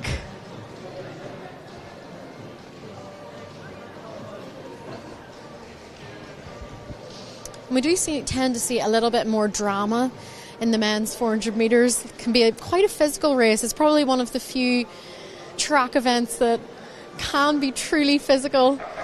We've had a lot of drama over the years, plenty of fallers, everyone fighting to get to that bell, get to the break first. Hopefully no drama today. We're also going to see in the semi-final 2, we're actually going to see Conor Kelly and Jack Raftery come together. So I would expect some fireworks for that one, and at least pretty fast time, as there'll be a battle on for those prime lanes in the final tomorrow afternoon. So Werty, Russell, Campbell, McGee, Kenny and Bosch in semi-final 1 of the men's 400 metres, all looking towards that all-important final tomorrow at 3:45. You can watch it on the live stream. You can't get in. There's no tickets. Don't come. Just watch on the live stream and I'll keep you up to date. Put the feet up. Put the feet up.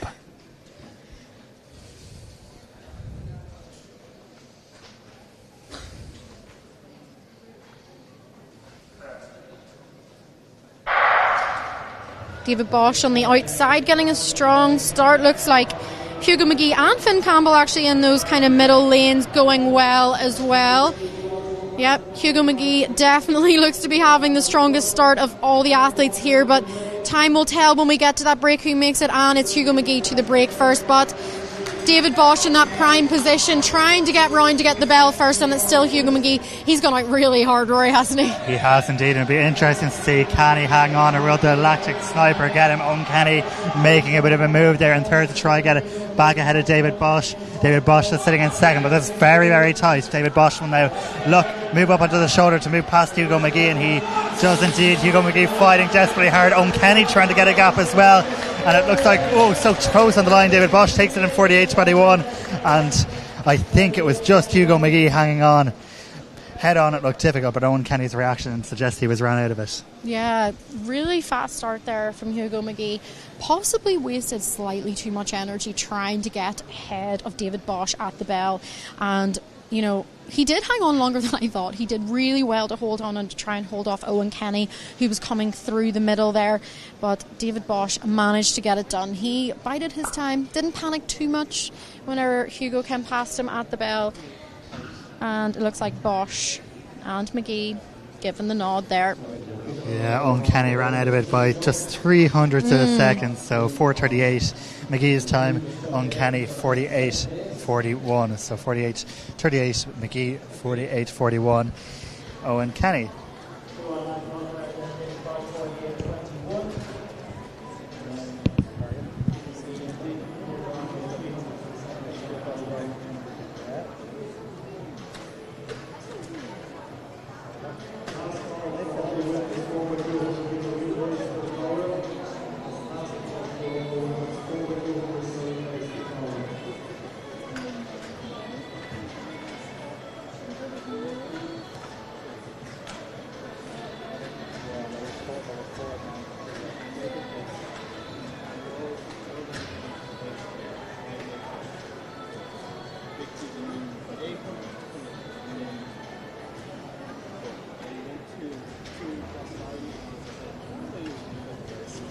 Yeah, it did.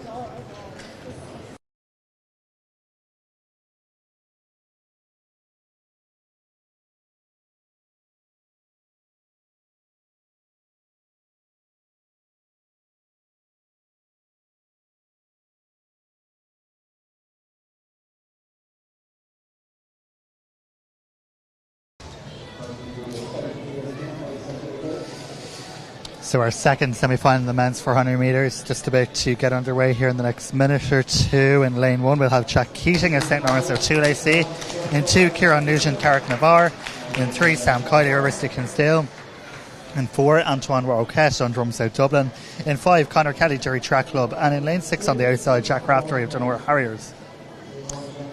Yeah, this is going to be interesting. We both said interesting at this. So, yeah, it is interesting, Katie, in the sense that Conor Kelly, who's got a 46.80 best this year, Jack Raftery, who has ran around the 47-second mark, 47.3, I think. Jack Raftery out in lane 6, Conor Kelly chasing him down. We know Conor Kelly likes to get out hard, so you'd expect Conor Kelly to lead at the break, but then Conor Raftery uses his long loping stride to catch up. I think this is going to be an aggressively run race. By who, I'm not sure.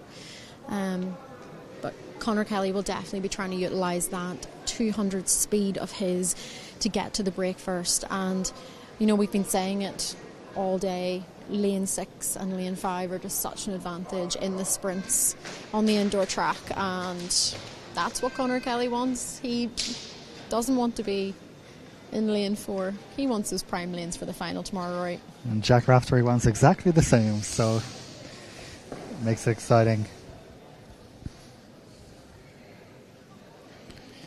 So settle into their blocks.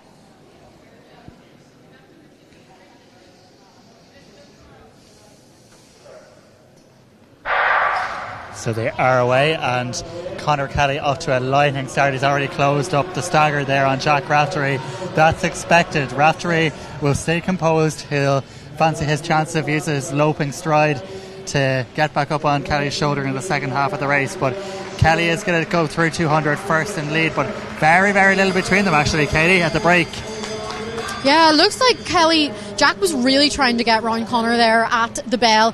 Couldn't quite manage it, but he may have used a little bit too much energy, and Conor has also been trying to hold him off this whole way. He went off so hard with Jack kind of relaxing into it a little bit, and I think we're about to find out how that's going to play out, Rory. Yeah, Conor Kelly looks strong. He moves slightly out wide, and he is going to get the prime lane for the final. 46.63. Wow.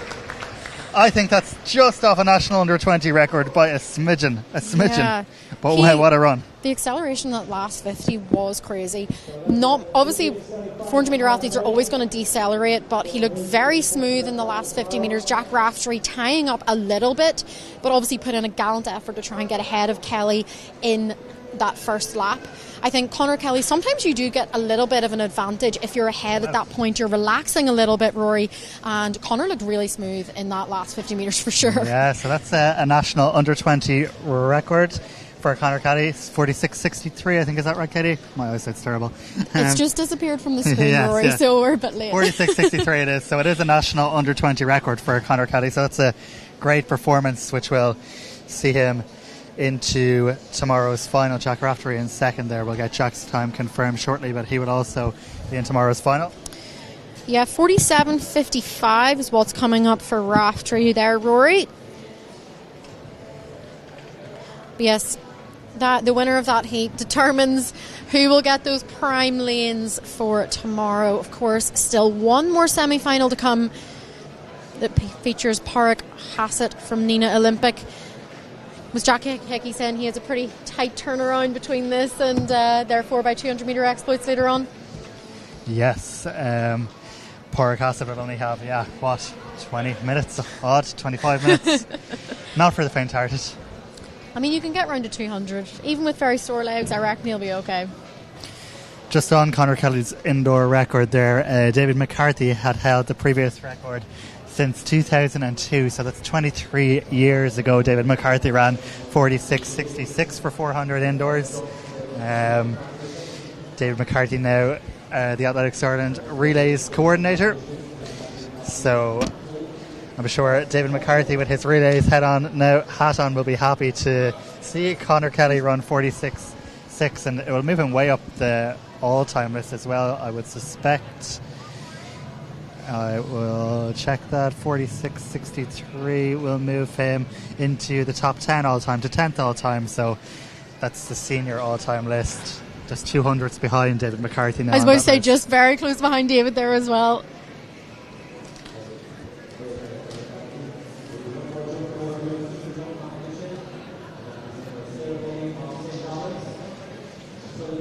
He also has run inside the B standard for European indoors, of course. Automatic time for that is 46.20, so who knows what tomorrow will bring, Rory? You don't know. Yeah, well, talk about laying down a marker. That certainly lays down a marker for tomorrow's final. Fantastic performance by Conor Kelly. So yeah, moving towards semi-final 3 from the outside, we've got Pádraig Hassett from Nina Olympic. In lane 5, we've got Sean Doggett from Athenry AC. Lane 4, Owen Buggy from St Albans. Lane 3, John Kirby from St Senans AC. In lane 2, Jamie Mitchell Emerald. And in lane 1, John Delaney, also from St Albans. 2 St Albans men in this field. And kind of keeping an eye on these outside lanes of Pádraig Hassett, Sean Doggett and Owen Buggy. As I would say, all 3 of them would have an eye on that final for tomorrow. Hassett, of course, running in that relay later on, but I can't imagine that'll be too close to his mind right now. Pretty good start there from Sean Doggett of Athenry, already on the shoulder of Pádraig Hassett from Nina Olympic. Owen Buggy going well, and also on the inside, Jamie Mitchell from Emerald AC seems to be having a strong start there, Rory. Yeah, Doggett will get out hard. Can he hang on? That's the big thing, and Doggett does lead at the break, going through there in 22.88. Hassett second, Buggy third, Jamie Mitchell in fourth. But this is open, Katie, wide open. Yeah, that was, to be honest, I think the move that Hassett made at the bell there was really smart. He didn't try and push past Doggett. He was maybe trying to move on, sit on him. But it looks like that Doggett is actually starting to pull away from Hassett in these last 100 metres. Doggett looking quite strong. Those 2 positions look secure, Rory. What do you think? Yeah, he's looking really, really strong. He'll cross there in 48.40 to take that from Pádraig Hassett, who will make the final. Will he run the relay now? So Sean will be delighted with that. 48.40 on the clock. Great running. Listed as, I think, an indoor PB for Sean there, Rory, and so, yep. Significant improvement on his season's best so far. Bit of a celebration at the end there, just pleased with his own performance, which is great to see. He's looking straight up at the camera. We'll expect some showmanship tomorrow anyway, Rory, I think, from those 2. Yeah, the thumbs up there. He's delighted with that. And just getting a look at that replay again, Sean Doggett pulling away a little bit from Pádraig Hassett in those last 50 metres. Owen Buggy just unable to quite keep pace with those 2 who are qualified for tomorrow's final. Pádraig Hassett, you need to get up, my friend, because you have a relay to do in about 20 minutes. Yes. Oh, God. You make a 400 metre final, you had to run a 200 metre relay. I reckon I would be saying no to that at that point. I'd be like, I think I'm okay. I think I'd be saying no as well, but that'll be the decision for the Nina guys now to decide what I wonder if they have do. a replacement. Probably not. It didn't sound like it. So we have just the relays to come. We're going to go down to Michael in just a couple of minutes, but yeah, mad first day. It's mad that we're nearly at the end of it. It's been a great first day of competition, though. Yeah, really great day of competition. I've really enjoyed it. It's actually the first bit of commentary I've done, I think, since indoors last year. So hopefully I haven't been too rusty. Absolutely not. Stellar job, Katie. Stellar job. The preparation is key, I think, is the thing that makes all the difference. But no, really enjoyed today, and I'm wondering who Michael is going to be getting next. Sarah Lavin has been floating around, so I think it is Sarah Lavin who's going to join. And Rory, I want to hear that analysis. I want to find out about hitting that first hurdle. I want to hear exactly what she's going through, what her and Noelle are working on. Mm-hmm. They are so technical and so critical. As I said in the stream earlier, Sarah's her own harshest critic. Her second harshest critic is probably Noelle. So I think it will be interesting to get a bit of reaction here and see what Sarah thought of that. We'll have that in just a second. Sarah's probably been swarmed by... we're getting Noelle, so we're going to have Noelle and Sarah together. How great. It will be double the critical analysis. It'll be very in depth for anyone who wants to tune in for that. Next on the track, we do have those relays, be fast and frantic action, and I think Killian's going to rejoin us for those. I think in the women's, we've got 6 teams. And I think in the men's, also 6. So 6 teams in each. Excellent, which means 2 straight finals to finish the day. Yep, only 2 races. And yeah, Paracasset, my friend, you are in that Nina team. I don't know if they'll be able to change it now. He still hasn't made it back to the warm-up track, I'm looking down, so... He'll be fine. Quick. Yeah, the women are just coming out on the track now for the final women's track event of the day. And we're going to take more ads.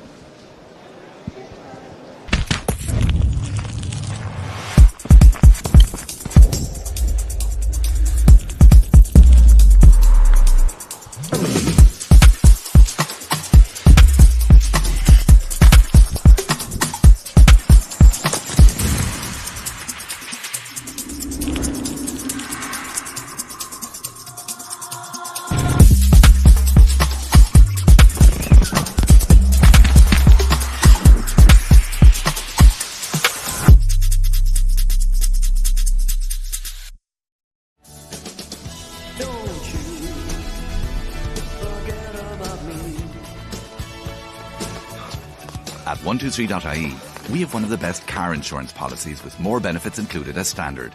So you can forget about us. And remember the more important things. 123.ie. Give better a try.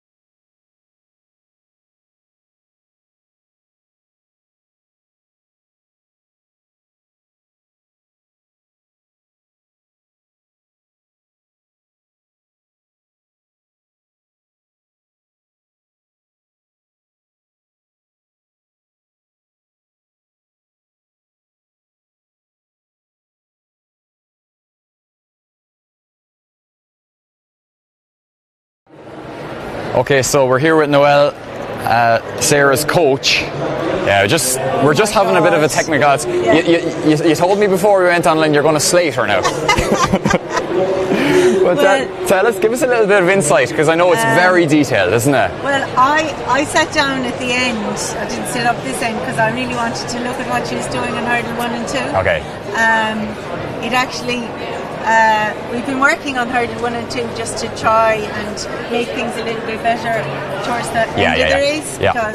But even here already now, I mean, she came to me afterwards with 2 big bashes on her knee, and I'm not surprised she nearly took herself out there in the first one. I didn't think that she'd done that badly on the first one, but obviously she gave it a right clatter. So that obviously has a knock-on effect. For every single hurdle in the rest of the race. Especially, I suppose, it's more unforgiving, isn't it, 60-metre hurdles compared to 100, where you have a little bit more time to get back into your rhythm. But but really now, the way it's gone, it doesn't matter. No if room you do something wrong, there's no way of coming back, you know.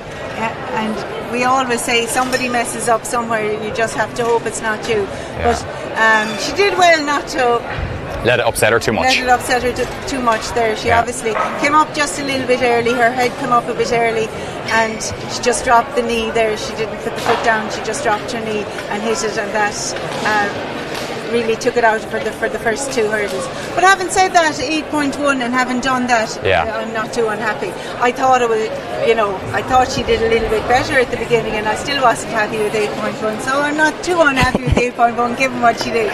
That's good. We'll have to tell her you're not too unhappy. No, that's great. She said that you'd be. We'll have a little look here, just on Dartfish, right? So I got a different angle from the far side of the track. And it's not the best video, but it shows you at least a closer look at some of the hurdles that she really nails towards the end of the race. Well, this is it, but she does nail the hurdle. Again, there, the leg is straight out, taken off there. She could have kept that a little bit bent to come down that little bit quicker. And that's the thing we've been working on, really. And sometimes you can... you're working on something, and it's hard when you go out then in competition and you just want to win the race or whatever. But you have to be a little bit more patient and maybe not run as fast as you would normally run, just because you're changing. Here she comes down. She's dreading what I've said about her. I'm so scared. I knew I needed to come back to save myself. She's after slating you. Here, I know. Take that mic, Sarah. But you're I know. Look, but I before I even know what it said, I know I hit this first. I hit the second. There was all this rotation. There was a side step. You have to bang on the knee if you could see it. I have to beg for mercy in the next 2 weeks to be allowed to go to Europeans. She wasn't too brutal though on you. She wasn't too brutal. But no, it deserved, because once I was up and running, it's actually fine. It's nice. That's what we were saying. 8:01, given the mistake, is excellent. Can you hear me? I actually didn't think the mistake was as bad as it was, because I sat down at the end to watch the first two, but it was bad. So it meant that the 8.1 wasn't as bad as I thought it was. I might give her a chance to go out another day. There you go. You're in the good. Everyone needs to say their prayers. Well, thank you. Well, congrats, Sarah. Well done. Thank you very much. That's brilliant. Thanks, Noel. Appreciate it. Really actually good.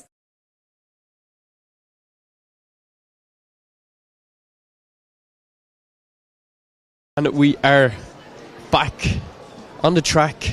Great to get a word from Sarah Lavin. Big thanks to our man Michael, who's been trackside all day. And of course, a well done to Sarah Lavin for picking up yet another indoor 60 metre hurdle title. But for now, we have the women's 4x200 metres relay. From the inside, in lane 2 we've Metro St Bridget's. In lane 3 we've Dundrum South Dublin AC A team. In lane 4 we have Kilcool AC. In lane 5 we have Leavale AC. And on the outside, in lane 6 we have Dundrum South Dublin AC's B team. So these ladies are away first time. The relay is one that rounds off today, Rory, but like the field event really does bring the excitement from the crowd. Absolutely, yeah. It's been a great day of action here. Looks like Leavale are going to lead the way in this women's 4x2. So an exciting conclusion to the action. Dundrum South Dublin just in there now, and DSD will, I think, lead at the break. But an exciting conclusion to the programme. Yeah, definitely. And it is Leavale AC. They've led from the gun. They're coming in for the second handover. It looks like it's going to be Sophie Mulcahy who's going to be taking it for Leavale. DSD's Cara Murphy on the penultimate leg. But the battle's still on for second. MSB trying to claw their way back and close that gap. Yeah, it's Jennifer Hanrahan here at Dundrum South Dublin, stretching out down the back straight. She's got Mulcahy chasing her for Leavale, so it's an exciting conclusion to this one coming up in the final lap. And it looks to be neck and neck. Leavale just getting the inside lane after that handover. But they're coming through now. 150 metres to go. DSD still in with a shout. MSB looking to close that gap as quickly as they can. First, second and third seems to be determined in this race. But in what order for first and second? Leavale AC really strong as they come into the final straight. But DSD seem to have a second gear.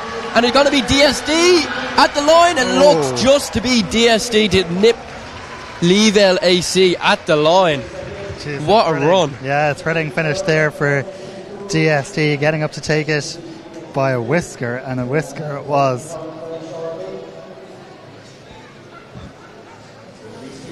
one more race to go.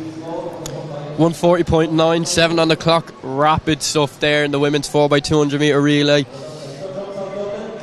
You thought it was really from the gun. It was Lee Vels to lose. They were out in front, and it seemed like things just started to break down over the last 25 metres. Really strong around the back bend and into the home straight, but it was those last couple of steps, like you said earlier, Rory, the lactic sniper just seemed to get the better of Lee Vale today. Yeah, 300ths a second in the end, so very tight. We have the men's final coming up in just a couple of minutes time, so stick with us for that. The final action of what's been a fantastic day, opening day at the 123.ie National Senior Indoor Championship. So much more to come tomorrow.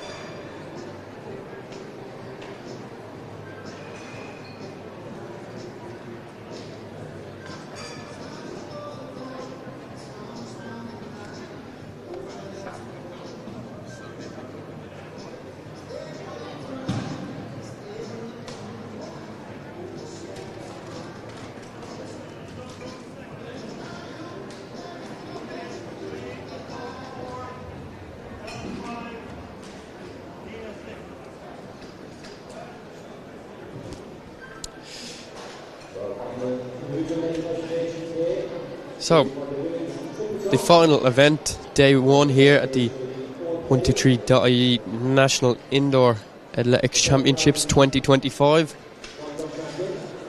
Just before jumping back on, we could see our man Jack Hickey making his way, getting ready for the final event of the day, the men's 4x200 metre relay. Starting from the inside, we have Clonliffe Harriers AC. In lane number 2, we have DSD, Dundrum South Dublin AC's B team. In lane 3, we have Fingallions AC. Lane 4, Ratoath AC. Lane 5, Tala AC. And in lane 6, Nina Olympic AC. It's great to have the relays. Gives many of the men who may have competed in the likes of the 200 or 400 earlier on another run out today if they were unfortunate not to make their way all the way to a semi-final or a final, so they get to get another run out in front of this brilliant crowd you have here in the National Indoor Arena. Like we've been saying today, unfortunately for people wanting to get down, the tickets have been sold out, but you can continue to follow our coverage along tomorrow on the live stream all day long, where it'll be a very busy day ahead of many big finals. But for now, it's the men's 4x200 metre relay.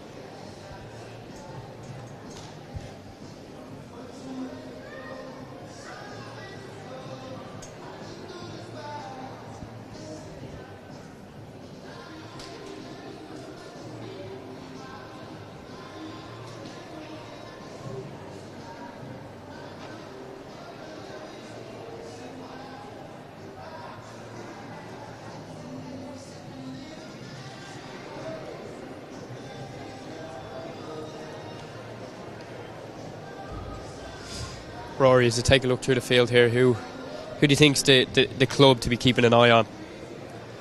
It's so hard to tell. The relays. Dundrum South Dublin will have a strong team there. Tala will look strong, but yeah, and of course Ratoath have a lot of young up-and-coming sprinters. But I wouldn't want to be making a prediction. Anything can happen in the relays, I suppose. We see that from every level, from nationals all the way to international races, but I suppose it's hard to ignore that Tallaght AC team producing so many great sprinters. Israel, Rashida, so many more in between. We even see their presence over some of the longer distances like the 800 and the 1500, but yeah, over the short sprints they're definitely a fierce competitor. But like that with the relay, from cutting in to changeovers to dropping a baton somehow, they're so hard to call, and like we've seen in the women's race, it really does come down to the final steps really before the athletes cross the finish line. Anything can happen, and the officials have the athletes out on the track nearly ready to go. It looks like the athletes are ready to go. It seems like the officials are just getting everything else in place. Blocks are in place. We had athletes standing over their blocks, but just trying to stay warm, keeping the legs moving. Discussions on changeover rules. Some of these athletes may possibly be competing in some of their first relays. So just need to make sure everyone's on the same page and everything goes smoothly.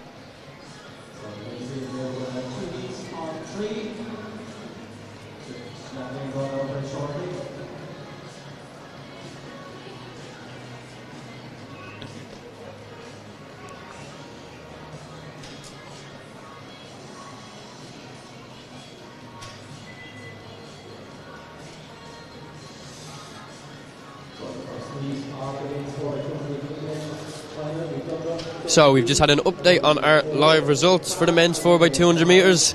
It's going to be split between two heats. In heat 1 we've Dundrum South Dublin AC B, we've Tallaght AC and Fingallians AC. And then our heat 2, Clonliffe Harriers, Ratoath and Nina Olympic.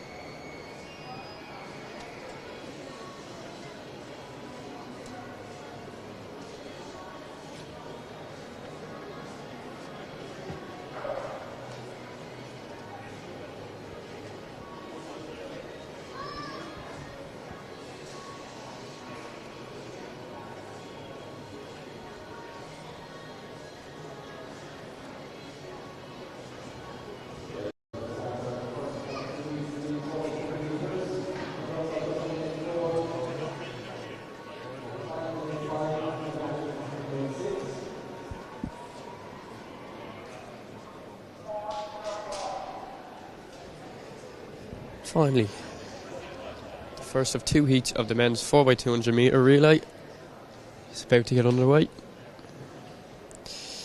Again, heat 1, lane 4 we've Dundrum South Dublin, lane 5 we've Tallaght AC, and lane 6 we've Fingallians AC.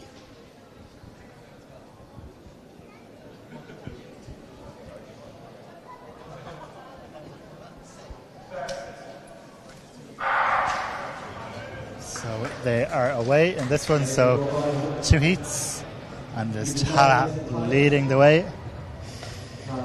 Fingallians there on the outside, and you've got Dundrum South Dublin there as well. But Tallaght and Joseph Ojuimi lead the way. Well, this first changeover, a little bit of an untidy changeover, which has allowed Dundrum South Dublin to capitalise and move into the lead. So Tallaght chasing down Dundrum South Dublin. Fingallians back in third. Yeah, a lot of work for Fingallians to do over these final 2 legs, but Tallaght really quick start. That handover may have just caused them a little bit of time. Dundrum South Dublin coming in still in first place as they change over, but all to play for now. Yeah, and you just see the Tallaght athlete making his move around the GSD athlete there, so starting to pull away Tallaght here. Just shows to show how quickly relays can change. That what was a lead for DSD has now turned into a 6-7 metre gap for Tallaght as they head to the final changeover. Yeah, a lot of work here for DSD to do over the final 200 metres. That penultimate leg for Tallaght really put a gap between the 2 clubs, but like that we really don't know. Tallaght AC coming in around into the final 50 metres, and it looks like they're well clear of DSD. Coming up to the line, what's going to be on the clock? 129.73. Real battle in the middle portion of that race, but Tallaght just seemed to have the edge over the final 2 changeovers. Yeah, Dundrum South Dublin taking second there, Fingallians taking third. We'll have one more heat, and then the winners will be, the medalists will be determined on times. So Tallaght putting themselves in pole position with that 129 clocking, breaking the 130 barrier. It's really trickier down in the first heat sometimes, Rory. You're maybe running slightly more tactically as you've no time to be going off compared to these lads now in heat number 2. Regardless of if they're in first place or not in their heat, they know nearly what times they need to be hitting it to at least find their way onto a podium. Absolutely. Yeah, it'll be interesting. We see the final race of day 1 of the 123.ie National Senior Indoor Championships here at the Sport Ireland National Indoor Arena in Allenstown. We're going down to Michael now, who has Sarah Buggy before that.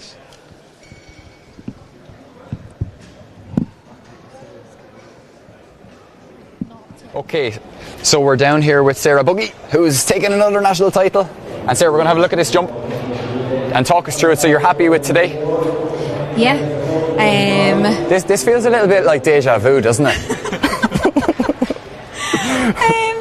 I'm not going to lie, I am very relieved today to pull out a good jump. That's great. That's great. I think this one was my 12.55. Is that what you were saying, Michael? Yeah, so this would have been my furthest jump in the competition at this time. So it kind of was like building nicely through the rounds. And then in round 5, I think it was. Step in just a fraction, Sarah, because they can't quite see you in the camera. Sorry. That's okay. I think it was round 5, then I jumped to 12.85. So yeah, I'm happy with that for today. That's good. And Owen, you take that there. This is the coach, Owen Kelly, now. So we're dragging him in here because every year he avoids me. So, yeah, we're after coming through, I suppose, a difficult period, myself and Sarah. We haven't had the ideal prep coming into this. So today was just using Sarah's experience. This is her 9th title in a row. So we really relied on experience to win this title today. So we left a bit on the board in this one. We didn't actually hit the white of the board. So we lost a few centimetres there. But what Sarah did well is just kept her momentum going through the phases. Didn't lose too much speed. And I think that it was a solid jump, but she, like I said, we built on it and ultimately got 12.85 then in round 5. So we're happy with it, especially I think we probably lost maybe 30 on this by not hitting the board as well. So it's a solid jump, yeah. Okay. You step in and control this screen for me, Owen, and just talk us through it a little bit. Like, One of the things I'm always noticing in this, it takes so much power, doesn't it, on the impact and the landing, and there's a lot of conditioning and probably weights training and stuff that goes into that as well. It does, yeah. I suppose Sarah has really built up her weight training over the years. Small girl, Sarah, I think she's only 5'3", but I think 5'4", okay, sorry, that isn't. But yeah, I think most people would be probably shocked to see what a 5'4" female athlete could lift in the gym. Really? Like, Sarah has over 200 kilos on her shoulders doing squats. Wow. You know, 1 rep max now, but you know, she's up to 85, 90 kilos in cleans. You know, over the years, 90 kg in a hang kilo cleaner. deadlift. You know, so what's the deadlift on? 160 kilos plus in the deadlift. So you know, we've built it up.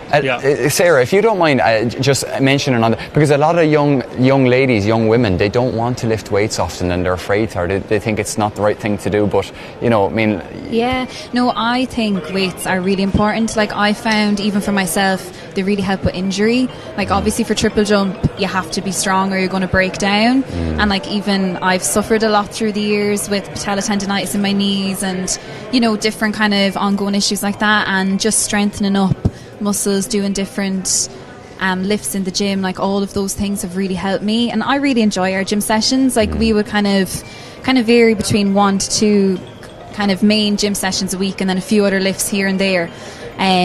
Small reps and fast, just keep the muscle and bulk away. So that's my challenge as well. I find it hard to lift fast, so that's what I'm trying to do all the time. So even when they're heavy, it's trying to move the bar fast. But yeah, I love gym. I think it's really important, and like I said, for injuries and also for your bone density, specifically for young ladies, and especially when you get a little bit older. So I think it's just about kind of, you know, starting when, I think I was in around transition year when I started lifting weights, so maybe around 16. And it's just kind of like going at your own pace where you're at, and then building on that. And then I'm obviously... We didn't start obviously lifting heavy. We started weights at 16, and I suppose it was important to build the foundations. Yes. I think it was probably only maybe in your 2nd or 3rd year of college there where you're really, that's where they pushed on. So 22 years it's given you a great longevity in your career, and congratulations on another national title. Thanks, Well done, Sarah. Well done. Thanks for that, Michael. We are back for the final event on the track. I'm joined, Katie. We're back on the mic. Thank you for joining me for this final event of the second heat of the men's 4x200 metres. In this, we have Clonliffe Harriers in lane 4, Rathout AC in lane 5, and Nina Olympic in lane 6. Seems to be pre-even start. Rathout possibly making up that stagger slightly early on. Yeah, it looks like both Rathout and Nina Olympic having good starts. Paul White apparently on this leg for Nina Olympic, but I know they've had a bit of a change round as Paul White hands over to Jack Hickey, who is going to be helping out a bit more on commentary tomorrow. Yeah, it seemed to have Clonliffe Harriers maybe stepping into the inside lane. It'll be interesting to see how the officials officiate that as the race progresses or when we see them finish. But what a leg here by Jack Hickey. Really doing really well to hold Nina's lead all the way into the 50 metres. Maybe getting slightly closed down by Rathout. They see some elbows being thrown. Jack slightly off balance. A bit of a awkward changeover for both sides there, but a lot of work for Clonliffe Harriers to do to get back into this race. That was actually a really great changeover from Rathout. Like, these two teams were right together at the changeover, and Rathout are now 5 or more metres ahead, and it's still Rathout in the lead. Doesn't look like Nina Olympic are going to put too much on them, but we'll see how this leg changes things, Killian. Yeah, if one team gets a smooth changeover and the other is a little bit awkward, it makes such a difference. And Rathout again with a smooth changeover in the final leg. Nina Olympic, a lot of work to do here over the final 150 metres. Did they do a little too much too soon? It's such a great start to this race, but as we enter the final 50 metres for the last time, it seems Rathout AC absolutely storming away with this race. Keep an eye on the clock. Where are they going to come through in? 1:30.52. It is split up between the two heats, Katie, so we'll be interesting to see when the results come through who's found their way onto the podium. Yeah, I think the first heat was won in sub 1:30, wasn't it, Killian? Yeah, 1:29.72 for Tallaght AC. So it looks like they're going to take the gold. Rathout are going to take the silver, and then Drum AC, DSD's B team looking like they're going to be coming through for the silver medal. Tallaght AC coming through with the gold, and then we will see. Yes, it looks like the 3 teams from heat number 1 are going to be claiming their positions on the podium for the men's 4x200 metre relay. That is going to be Tallaght AC in first, DSD ACB in second, and Fingalian's AC in third. But an exciting race to round off today. Yeah, I think Michael and Rory are going to finish off the day for us down at the big screen at some point. Just not sure if they're in position yet.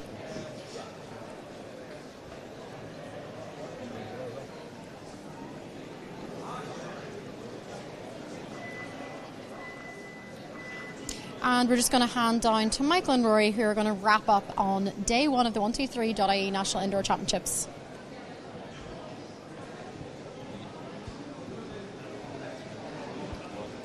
Three, two, one, away you go, Rory. So, day one, Michael, done and dusted. You've had a busy one. I'm sure you enjoyed it. Yeah, it was brilliant, Rory. You know, even just coming in here this morning, first thing, there's such a great atmosphere, and the numbers are fantastic. Completely sold out. It's sold out again tomorrow.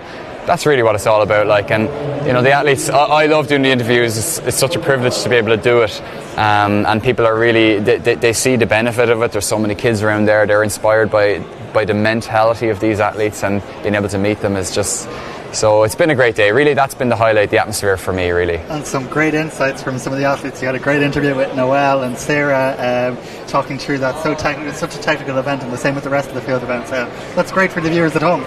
Yeah, exactly. Like, I mean, even just seeing them, you know, interacting with each other, the way they talk about the race, and you know, it's humour, but at the same time, there's some serious messages behind it, and a very strong mentality behind looking for that sort of perfection, I suppose. But it was brilliant. Like, I mean, the high jumpers today, the women's high jump was just a fantastic competition to see. Summer, like, we didn't get her in today, but some of the youngsters, there was just so much depth in that field.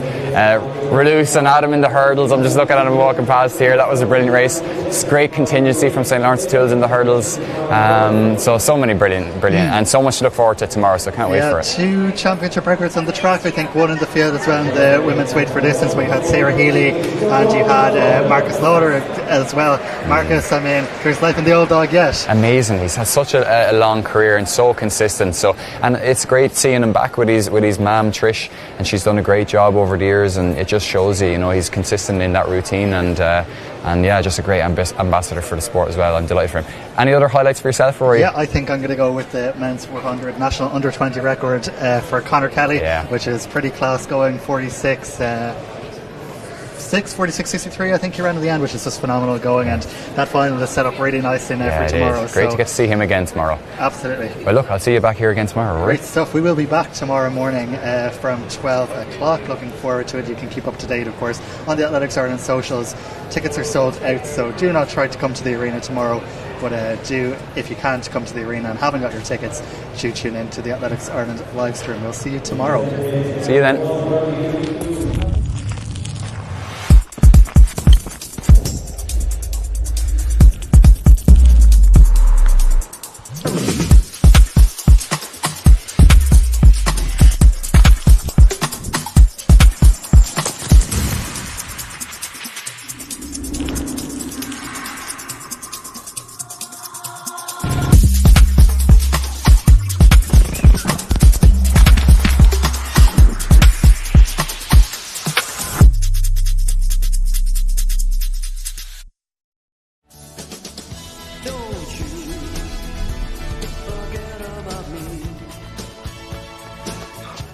At 123.ie, we have one of the best car insurance policies with more benefits included as standard.